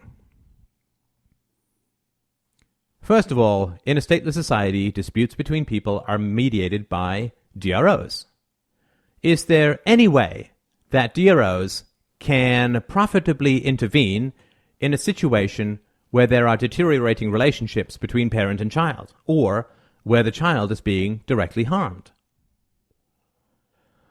One of the primary reasons for the existence of DROs is to protect citizens against unacceptable levels of risk. In a free society, if a child goes off the rails and begins hurting other people or damaging their property, DROs will hold the parents responsible. To take a true disaster scenario, if your child paralyzes another child, you as a parent will be on the hook for a lifetime of medical bills, rehabilitation, and equipment. Given that childhood, even in the absence of malice, is a physically risky time, few parents would accept the risk of having no protection for any potential injuries their child might commit or experience. Like any insurance company, DROs would lower rates for children who were less at risk. An insurance company would prefer that your child be active, or they would face the health problems which naturally arise from inactivity. But not that your child be aggressive, especially towards other children. Children who learned positive negotiation skills, or at least did not hit, throw, punch, or push other children, would be cheaper to insure. Parents who raised aggressive children would be charged far more in insurance than those who raised more peaceful offspring. Some forms of child abuse do not generally result in destructive tendencies towards others, but rather towards the self. Anorexia nervosa, self-mutilation, excessive piercings, and hyper-dangerous activities are all signs that a child has experienced significant forms of abuse, usually sexual in nature. Given that DROs also provide health insurance, it seems likely that DROs would do as much as possible to prevent and detect these kinds of activities, since they scarcely profit from self-destructive behavior. At this point, you might be thinking that bad parents would scarcely stay in a DRO system, since it would be very expensive to insure their children. This is a natural response, but incorrect. For instance, most parents prefer to have their children educated, even parents who abuse their children. Most schools would doubtless prefer DRO coverage for their students because unprotected children would be more risky to have around. Thus, in order to get their children educated, parents have to have a DRO contract that protects them. If you are a bad parent, it will be almost impossible to avoid the significant costs imposed upon you. Furthermore, I would prefer that my DRO refuse to insure parents without also insuring their children, because I care deeply about the health and well-being of children. I am sure that I am not alone in this desire. Proactive protection. Currently, when you apply for medical insurance in the United States, you are subjected to a battery of tests aimed at determining your general level of health and so your future medical risks. Similarly, life insurance costs usually depend on health indicators such as smoking, blood pressure, and cholesterol levels. Also, generally, the earlier that you buy insurance, the cheaper it is over the long run. Also, the earlier that you buy insurance, the lower your initial payments are. Thus, we can imagine that a variety of DROs will approach new parents with a number of different insurance offers, all designed to protect their children. These DROs will be eager to offer the lowest possible rates for the parents. How can they achieve that? When a young man applies for his first car insurance, the insurance company usually takes into account any driving courses that he has taken. Similarly, DROs will offer lower rates to parents who take specific training on how to best raise children to be peaceful, safe, and healthy members of society. DROs will also work hard to determine exactly which parenting practices are most likely to produce such happy children. Children need very specific guidelines and parenting skills at different stages in their development. Given that parents are likely to want to keep insurance coverage on their children until they turn 18, and that DROs are very interested in preventing problems over the long run, it also seems likely that DROs will continue to provide lower cost coverage if parents update their parenting skills periodically. There are other significant indicators that parenting is becoming problematic. For instance, parental substance abuse virtually guarantees that the children will be abused or neglected. DROs will offer far lower rates to parents who have either never shown these tendencies or, if they have, are willing to submit themselves to rehabilitation and random testing to prove that they are still clean. Remember that these tests are in no way intrusive in nature. Parents can always refuse to take such tests and simply accept the consequences. What about the children? Since prevention is by far the better part of cure, their insurance costs will remain the lowest if potential problems can be identified before they manifest themselves in costly antisocial behavior. With the young in particular, early intervention is the key. How can DROs best keep the costs low for these children?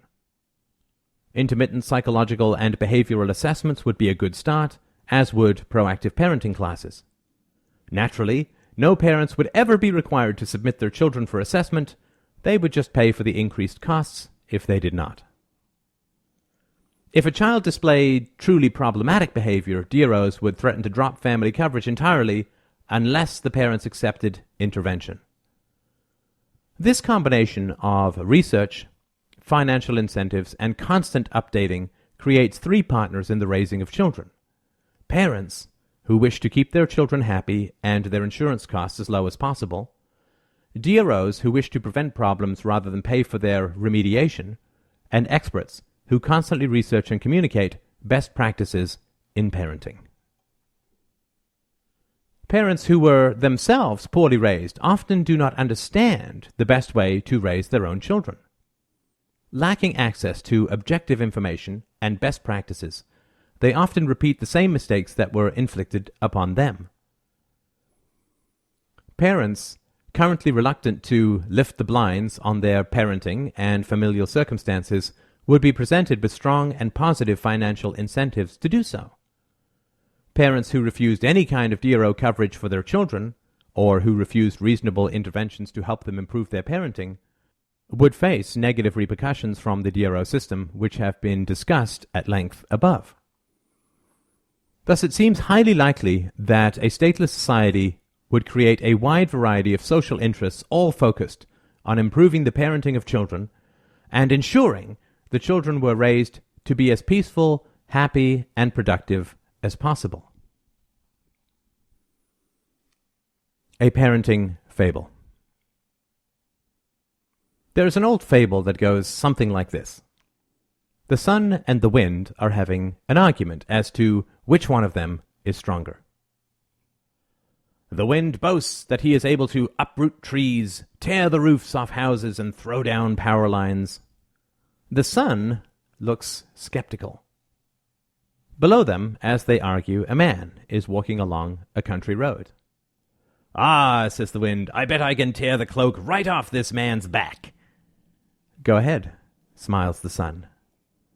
The wind goes down and tears around the man, attempting to pry his cloak off his back. Naturally, the man simply clutches his cloak tighter, and the wind can find no purchase. Finally, exhausted, the wind withdraws. "Let me show you how it's done," says the sun. Bursting into full brilliance, the sun generates enormous heat, and the man begins to sweat. After 10 minutes or so, the man sighs, wipes his brow, and slowly shrugs off his cloak.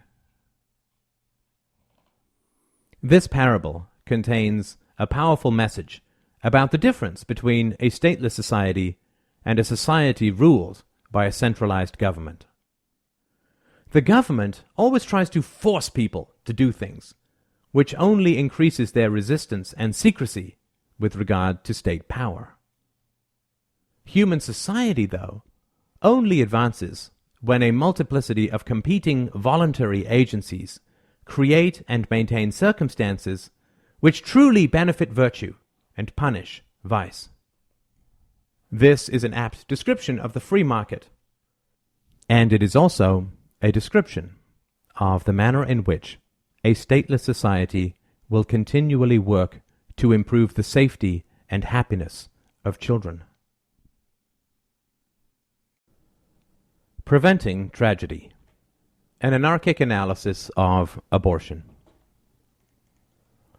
Abortion is always a tragedy and one of the saddest occurrences on this earth. Government, quote, solutions are also always disastrous, and so it is hard to understand how combining a tragedy with a disaster can create any kind of positive outcome. Mixing arsenic with mercury does not solve the problem of poison, and combining the violent inefficiency of the state with the tragedy of abortion does not solve the problem of family planning. All those wishing to reduce the incidence of abortion, surely all rational and sensitive souls, must recognize that giving the government the power to combat abortion also gives it the power to promote abortion, which it currently does to a hideous degree. The best way to reduce the incidence of abortion is to withdraw state subsidies and allow the economic and social consequences to accrue to those who engage in sexually risky behaviors. Reducing the incidence of abortion is not very complicated, since it is subject to the same laws of supply and demand as any other human activity. Simply put, any activity that is subsidized will increase, and any activity that is taxed will decrease. The incidence of abortion will go down only when abortion is no longer subsidized, and when responsible family planning is no longer taxed. Abortion is very rare in a stable marriage, and is generally only performed under an extremity of financial or medical distress. The vast majority of abortions occur to single women or women in unstable relationships. Particularly over the past 50-odd years, the role of sexuality has been forcibly separated from marriage and procreation. This is an entirely predictable, although perfectly horrible, development, given the role of the state in breaking down stable family structures. Subsidizing abortion. In general, any program which subsidizes pregnancy in the absence of a stable family structure will also tend to encourage abortion. In particular, state subsidies which encourage the pursuit of sexual pleasure in the absence of virtue, financial stability, or at least opportunity, and personal responsibility will also tend to increase the number of abortions. When the financial and social consequences of pregnancy are mitigated through state programs, risky sexual behaviors will inevitably increase, resulting in an increase of both pregnancies and abortions. Controlling or mitigating the financial consequences of unwanted pregnancies directly alters the kinds of decisions that women make about sexual practices and partners. Having a child out of wedlock is one of the most costly decisions a woman can make, insofar as it tends to significantly arrest her educational, emotional, and career development. The physical impossibility of being able to work for money and care for an infant at the same time reduces most young single mothers to a life of dependency, exhaustion, and poverty. The chance of meeting a good man when already burdened with a baby lowers a single mother's chances for a good marriage. Not only does she come with a baby and significant expenses, but she probably also has few economic skills to offer. Plus, it's hard to date when you're breastfeeding. For these and many other reasons, single mothers often end up settling for unstable, unreliable men, just to have any sort of man around. Inevitably, the chances of having another baby thus increase, sadly, without a corresponding increase in relational stability. This is why, in the past, society expended considerable effort to ensure that women did not get pregnant before marriage. The staggering financial losses incurred by childbirth without commitment usually accrued to the new grandparents, and so it was those parents who tried to do their best to prevent such a disaster. This need, being common to all parents, was generally shared across society, creating a near impenetrable web of sexual chaperoning. Social self-government based on individual incentives is the only way that social problems have been, or ever will be, solved to any degree of stability. It currently costs about $250,000 to bring a child from birth to age 18 under the current system. In a free market environment, with fully privatized and charity-supported education, healthcare, housing, and so on, this cost will decrease, of course, since all taxation would cease and competition increase, but it would still be considerable. Babies, in short, are expensive. However, when the welfare state enters the equation, all of the above changes. Now, if a young woman gets pregnant out of wedlock, she can survive quite nicely. She will very likely never be rich, or probably even middle class, but she will be able to survive on some combination of any of the hundreds of state subsidies which directly benefit poor mothers. In addition to the usual suspects, welfare, Medicare, child supplements, food stamps, there are many other ways that she can lean on the state. When her child grows up, the state will also pay for his or her education. Does she need to take the bus? That is subsidized as well. Drop her child off for a story at the library? Subsidized. Daycare is subsidized as well, as is her apartment, through rent control or public housing. Dental problems? No problem. Subsidies take care of most, if not all, of the bills. The amount of money and resources provided to single mothers by the state is literally staggering. And what if she gets old? Not to worry if she's been unable to save much money or has alienated her children. Social Security will take care of her. Since getting pregnant while unmarried is no longer a life-or-death issue, a young woman has far less incentive to keep her womb to herself until the right man comes along. She will not have a great life economically, but she will survive just fine, and also nicely avoid having to slave away at low-rent jobs.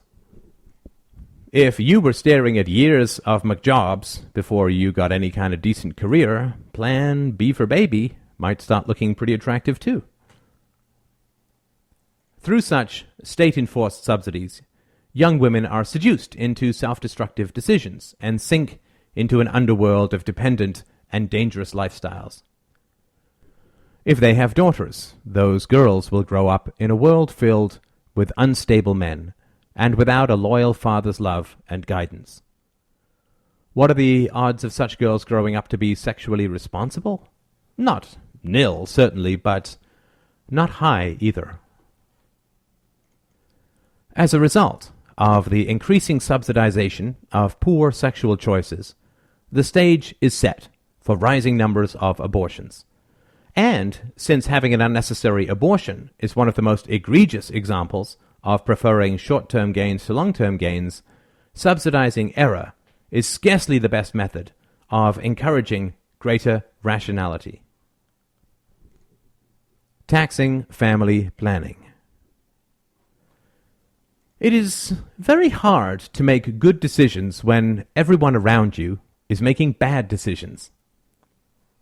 Either you go along and jump right into their pit of error, or you withdraw, provoking social ostracism and, all too often, outright hostility. When encouraged by the endless subsidies of state programs, a certain number of unplanned pregnancies are reached. They become the norm, and vaguely something not to be criticized. Young women, in order to keep their friends and not be attacked as superior, often decide that it is cool to engage in sexually risky activities. When combined with the financial incentives outlined above, the social acceptance motive proves overwhelming for far too many women. What alternatives are available to those young women who decide to take the straight and narrow course and avoid risky behaviors? What kind of opportunities are out there? Minimum wages, state monopoly unions, overregulation, crippling taxation, mind-numbing apprenticeship programs, and 1,000 other political factors have virtually killed off good job opportunities for the poor and unskilled. State schools fail to train youngsters for anything useful, and higher education is probably out of the picture as well. So it is fairly safe to say that productive and honorable lifestyles are as thwarted as irresponsibility and instant gratification are encouraged. So far, we have only been talking about women. But what about the men? How has male behavior been affected by these fundamental reversals in social values? Well, as the negative effects of sexual indiscretion become smaller and smaller, men also become conditioned to expect, let us say, short-term interactions with the fairer sex. As more and more women decide to engage in risky sex without requiring a commitment, the value of education, integrity, and hard work for men goes down proportionally.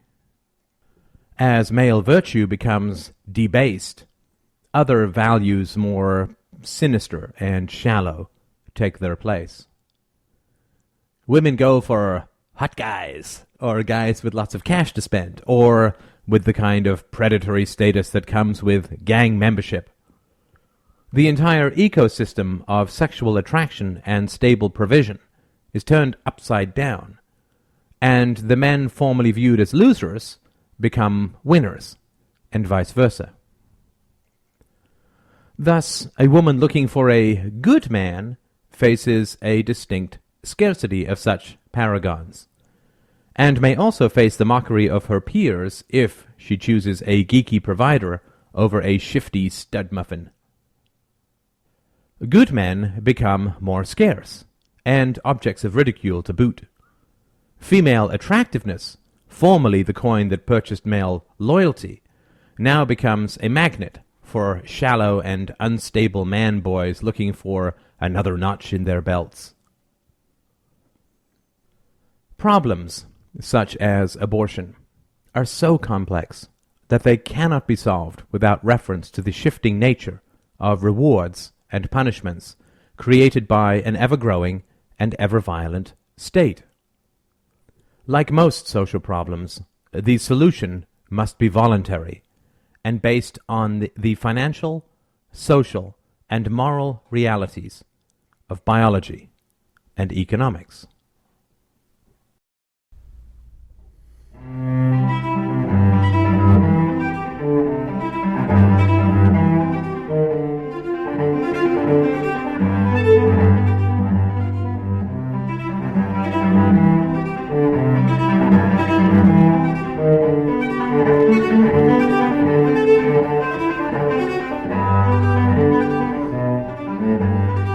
Part 4. Conclusions. The value of anarchism. I am often asked why on earth anyone should ever get interested in anarchism when there is virtually no chance that a stateless society will ever come into existence in our lifetime, or in the foreseeable future at all. This is a very interesting question, and to some degree it involves a very personal answer, and so I hope you will forgive me if I forego the odd syllogism or two and speak directly from the heart. The future. The story of the progress of human morals is almost entirely populated by people who did not live to see the world that they loved in their minds. Those to whom the idea of the separation of church and state arose as a tiny, faint glimmer over the burning horizon of religious warfare did not live to see these two whores pried apart by the power of philosophy. Those who first dreamed of a world free of slavery lived only to see slavery increase and worsen, not diminish and collapse. Those who dreamed of reason, evidence, and science in the late Middle Ages saw their dreams go up in endless flames, and all too often themselves as well, under the burning mercies of Christian salvation. Those who dream of peaceful debate rather than flashing swords taste the bitter dregs of hemlock, not the sweet nectar of victory. It is an inevitable consequence of inertia and corruption that those who dream of a better world almost always die before those dreams come true. The entrenched and pompous self-righteousness of viciousness and exploitation always moves to discredit any attack with all the resources it has stolen. The embedded corruptions of existing familial, professional, economic, and political relationships is a sinewy hydra that 1,000 men with 1,000 swords cannot possibly bring down in one generation. However, you may say, even if this is true, what form of altruistic madness could take hold of us to the point where we are willing to sacrifice so many comforts in this world in order to secure a better one for people we shall never meet? Why should I care for people who are living 200 years from now and their opinion of me and those who fight beside me in a war whose spoils only the unborn will receive. Even if they thank us and build statues in our names, what possible good can that do for us now? Why should we give up all the creature comforts of blind conformity and refuse to surrender to the endless momentum of the cultural riptide, gaining no love and peace in the present, but rather only willed incomprehension and spiteful calumny? There may be those among us who are motivated for the most part by a love for a future that they shall never inhabit. There may be those of us willing to sit in the dark and tell tales of green fields to our fellow dungeon dwellers, so that our grandchildren's children, whose lineage has been sustained by the bright stories of a free world beyond their walls, can emerge from the rubble of their crumbling jails into a sunlight that has been pictured and predicted, though not seen, for many decades. And it will be our world, this world of the future, that we shall never tread. The evils and pettiness of the world that is will fall away from our rising ideals like unneeded past boosters from a rocket, piercing the stratosphere and launching to the stars. The door to this world of beauty and plenty and generosity and peace and benevolence can only be opened by the key of philosophy, of wisdom. I personally consider it the greatest possible honor to do my part in helping to fashion this golden key. I am a kind of intransigent warrior, far more at home in this time of war, the war for the future, than I would be, I think, in this world of the future, where all major foes and evils have been laid to rest. A natural warrior can rejoice to be born in a time of war. I am just such a born fighter, and take enormous pride and satisfaction in confronting and attempting to master the embedded evils and lies of the human mind. The size of my soul, it has turned out, is directly proportional to the size of my enemies, the enemies of wisdom and virtue. In this time, where the exploration of the world has largely ceased, but the exploration of other worlds has yet to begin, my restless, combative, and explorative nature finds its true natural home and greatest possible purpose in the mental wrestling with unseen demons. Thus, I can genuinely say that I could not conceivably wish to be born or to live in any other time. This new universe of instantaneous communication is my natural element, and the endless potential of these unexplored lands of thoughts, feelings, dreams, and insights has given my soul scope to expand in a way that I never imagined possible. I am, hopefully, slightly larger than the size of my enemies, and certainly far smaller than the scope of the world I explore. For me, then, the small pleasures of social conformity shrink to insignificance next to the glory of leading the charge in this kind of battle, the thrill of reasoning out new connections, the excitement of lighting up my own mind and helping to light up the minds of others. To feel the power of significant evolution within the span of a few years, within my own mind, within my own soul, within my own life, is for me a staggering and unprecedented gift, which I would live 1,000 years of social discomfort in order to attain. I am also acutely aware of the reality that, had I been born and lived in a different time, a later time or an earlier one. I would have been pedaling a bicycle with a broken chain, if you understand me. The power of the conversation that I have initiated and am involved in is what gives my mind traction, links, and engages it in the real world. It is the other stick that brings the new fire.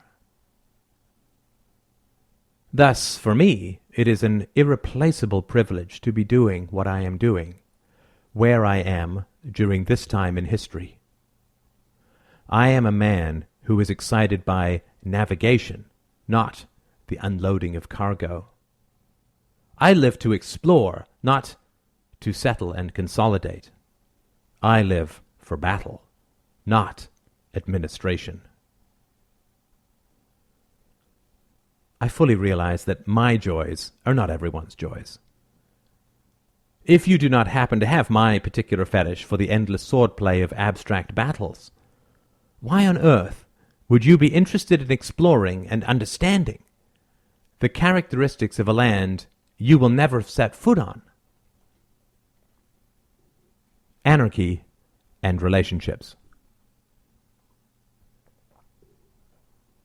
Within our minds, because of our personal histories, there exists, for want of a better phrase, a kind of dead zone, which is the black and broken scar tissue of the endless dictatorial commandments we were subjected to as children.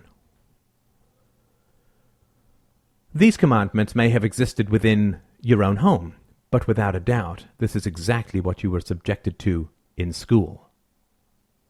When you were a young child, opening up and exploring your own mind and the new world before you, your teachers, and by proxy your parents, never asked you what you most wanted to learn and explore. Instead, you were jammed into a little desk in a tight box-like row with other children, while a teacher scratched with grating chalk on an old blackboard. Your individuality was not respected and explored. The natural and specific direction of your mind was not harnessed and expanded. Your latent talents and abilities were not teased and conjured into full, magnificent view. This was a dictatorial, almost entirely one-sided relationship. And this relationship showed up in school, in church, and very likely at home as well. Who really cared what you thought? Who really cared what you preferred to do? Were you not, in general, treated at home, in school, and at church as a generally disobedient and largely inconvenient kind of pet? Did people talk to you, ask you questions, sit you down, and open you up to yourself? Or did they feed you, clothe you, wash you, and manage you? Was your childhood a more or less endless series of little commandments and, quote, suggestions? Put that down. Pick that up. Don't go there. Go here. Share. Be nice. Don't raise your voice. Go and read a book. Turn that off. Brush your teeth. Finish your homework. Don't use those words. Use these words. Stop play acting. Calm down. Go to bed. Wake up. All of these teeth-gritting and petty commandments circle your childhood like an endless buzzing cloud of little gnats that can never be swatted, are never full, and can never be escaped. In the face of the needs and preferences of others, particularly those in authority, do we not fall back on a kind of empty, dull, and resentful conformity? When others get irritated with us, particularly in our personal relationships, do we not either flash up with resentment or sink back with resentment? Do we not either bully back or surrender and plot? When we explore anarchy as a theoretical ideal, we slowly and surely and painfully make gradual inroads back into this dead zone. Like the last man in a city struggling to start the generator that will bring it back to life, when we continually reimagine what it is like to sit on the other side of that negotiating table, we regrow these deadened nerve endings of resentful conformity and dull compliance. In the statist paradigm, we listen only to God and obey His commandments. In the anarchist paradigm, God also listens to us, and we negotiate as equals. When we mentally practice sitting on the other side of that negotiating table, we relearn a lesson that has long been pounded out of us, the lesson of empathy and mutually advantageous debate. When we imagine being a DRO owner and attempting to sell our services to a community, we challenge and break the mental habits of evasion or compliance to authority. By far the most popular video that I have ever produced has been an off-the-cuff discussion of how best to approach a job interview. This video explicitly follows anarchic principles insofar as I remind people that although they are being interviewed, they are also the ones doing the interviewing and evaluating the person who is evaluating them.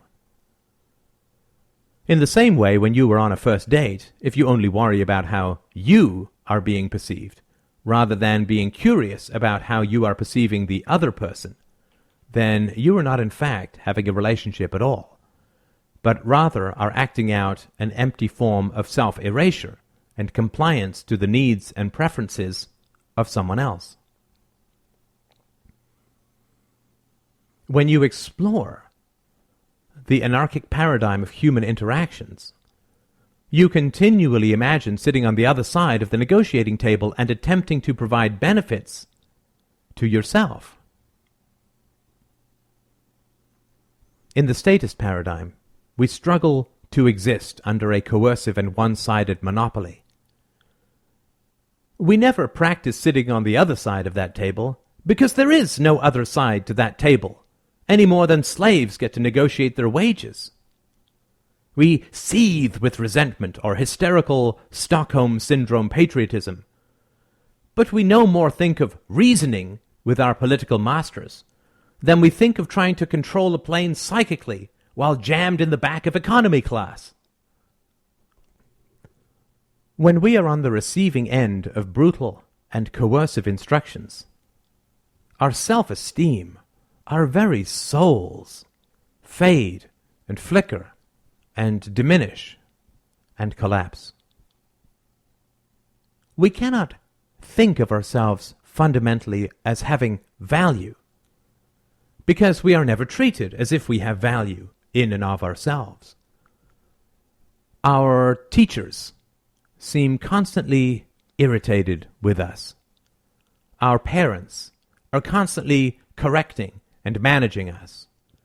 And our preachers are constantly informing us of our sins. Self-esteem has a lot to do with believing, or at least understanding, that we have value in and of ourselves, and that our feelings and thoughts are worthy of consideration. We are treated so little this way when we are children that I strongly believe that we grow up fundamentally scarred in our ability to comprehend our own independent value. For instance, I can only remember one incident in my childhood when I was able to sit with an adult and chat in a relaxed fashion and be asked questions for any length of time. It was with a camp counselor when I was 13 or so. I couldn't sleep, and we sat out front of our cabin looking up at the stars and chatting easily back and forth about our thoughts. I clearly remember him telling me that everyone thought Frankenstein was the monster, when in fact it was the name of the doctor who created him. And I know that I remember that for very clear reasons to do with my family. For anyone who is interested, I used that interaction as the basis of the sleepover conversation between the two girls in my novel, The God of Atheists. When we repeatedly picture the natural win-win interactions of an anarchist society, we unconsciously remind ourselves that we are worthy of being negotiated with, and that other people have to bring value to the table if they want to interact with us. That we do not exist simply to fulfill the greedy needs of others. This mental exercise has staggering benefits in our personal relationships, and is the surest and most stable set of bricks that we can use to build a bridge to the future. Once we get used to the idea that we are worthy of negotiation, and that other people need to bring value to our lives in order to be of value to us, our self-esteem necessarily rises proportionally. I face this quite often in my conversation with people in a variety of forums, including the Free Domain Radio board. People will be difficult or negative or hostile or evasive, and genuinely believe that I have some duty or obligation to continue to interact with them. This is fundamentally a statist position, insofar as these people do not believe that they have to provide consistent or overall value in order to receive resources from others. In the past, before I became an anarchist and practiced this way of thinking, I was very susceptible to this kind of entitlement and manipulation. Now, however, it has become almost funny for me to see the shock that people experience when I simply find interacting with them more negative than positive. Almost inevitably, they will attempt to rope me in by attempting to snag me with my own values. I thought you valued debate. Or if I ban them for being genuinely unpleasant or abusive, they haughtily inform me that I am censoring them and going against anarchism and rejecting the values I proclaim on my very website, free, and so on. The truth of the matter is that I am acting in complete accordance with anarchistic principles when I refrain from interacting with people who do not bring me value. The fact that they are unable to sit on the other side of that table and empathize with my perception of the interaction only tells me that they have a long way to go in the journey towards understanding what voluntarism really means. The idea that I, or anyone, owe them any form of interaction is entirely statist in its essence. It is the belief that value does not have to be reciprocal, that one side can dictate terms to the other, and most fundamentally and most subtly, that the values of the person not receiving value should force them to continue the interaction. Don't you love your country? When we get used to sitting on both sides of the table, so to speak, it becomes that much harder to exploit us and press us into the service of other people's neurotic defenses, needs, and desires. We get habitually used to checking in with our own feelings to see whether or not we are enjoying a particular interaction. And if we are not, we feel perfectly free to disengage. We do not owe other people time, energy, or resources. They must earn our attention through positivity, just as an entrepreneur must earn our business through the provision of value. When we raise our standards in this manner, it is certainly true that large numbers of people will react with incomprehension and sometimes hostility, because we are, in a very real sense, rewriting our social contract with those around us. Before, they could count on us to provide them with what they wanted, and they did not have to trouble themselves by considering what we wanted. When we begin to require reciprocity in our relationships, people tend to get upset with us because we are in fact highlighting their own entitled narcissism.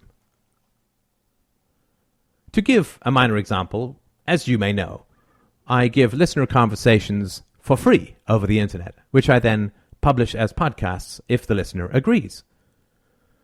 The majority of people politely request these conversations. However, a not insignificant minority simply inform me that they are ready for a conversation.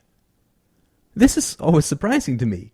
The idea that I somehow owe them a conversation because I am dedicated to philosophy and mental health. This entitlement is all the more jaw-dropping when these people tell me in advance that they do not want this conversation released as a podcast and don't even offer to donate either. Helping people to understand that they need to provide value in their relationships is a very tricky and challenging endeavor, but one that is vastly easier with people who have genuinely and deeply explored anarchism and voluntarism, particularly in their own personal relationships. Once people understand that if they do not provide value in their relationships, they do not in fact have relationships, but rather are just using people in an exploitive manner, then they can work to undo the damage of the legacy that they have inherited from their family and their school and their church, which is that you either take value from people or you give value to people, but a mutual exchange of value is not possible. You either steal or you are stolen from. This is not the best paradigm for having a strong, deep, and emotional understanding of the free market of relationships that is the primary characteristic of an anarchic worldview. Thus, exploring anarchy will free you in your world, right now, the world you actually live in, the world of your professional, familial, and social relationships. Learning how to negotiate from both sides of the table will make you a more powerful and effective employee, a better and more loving spouse, a happier and more credible parent. It will bring you all the joys and liberties of a free society, even as you labor under excessive taxation and regulation. Finally, and not insignificantly, the more that we can teach people, directly or by example, that relationships must be mutually beneficial in order to be considered positive, the more we will teach people that the state is evil because it is one-sided and violent and exploitive. The world will be free of the state when we finally see that the state is inferior to all of our personal and professional relationships. When we are completely used to thinking in terms of mutual advantage, the violent exploitation of the state will finally become clear to us,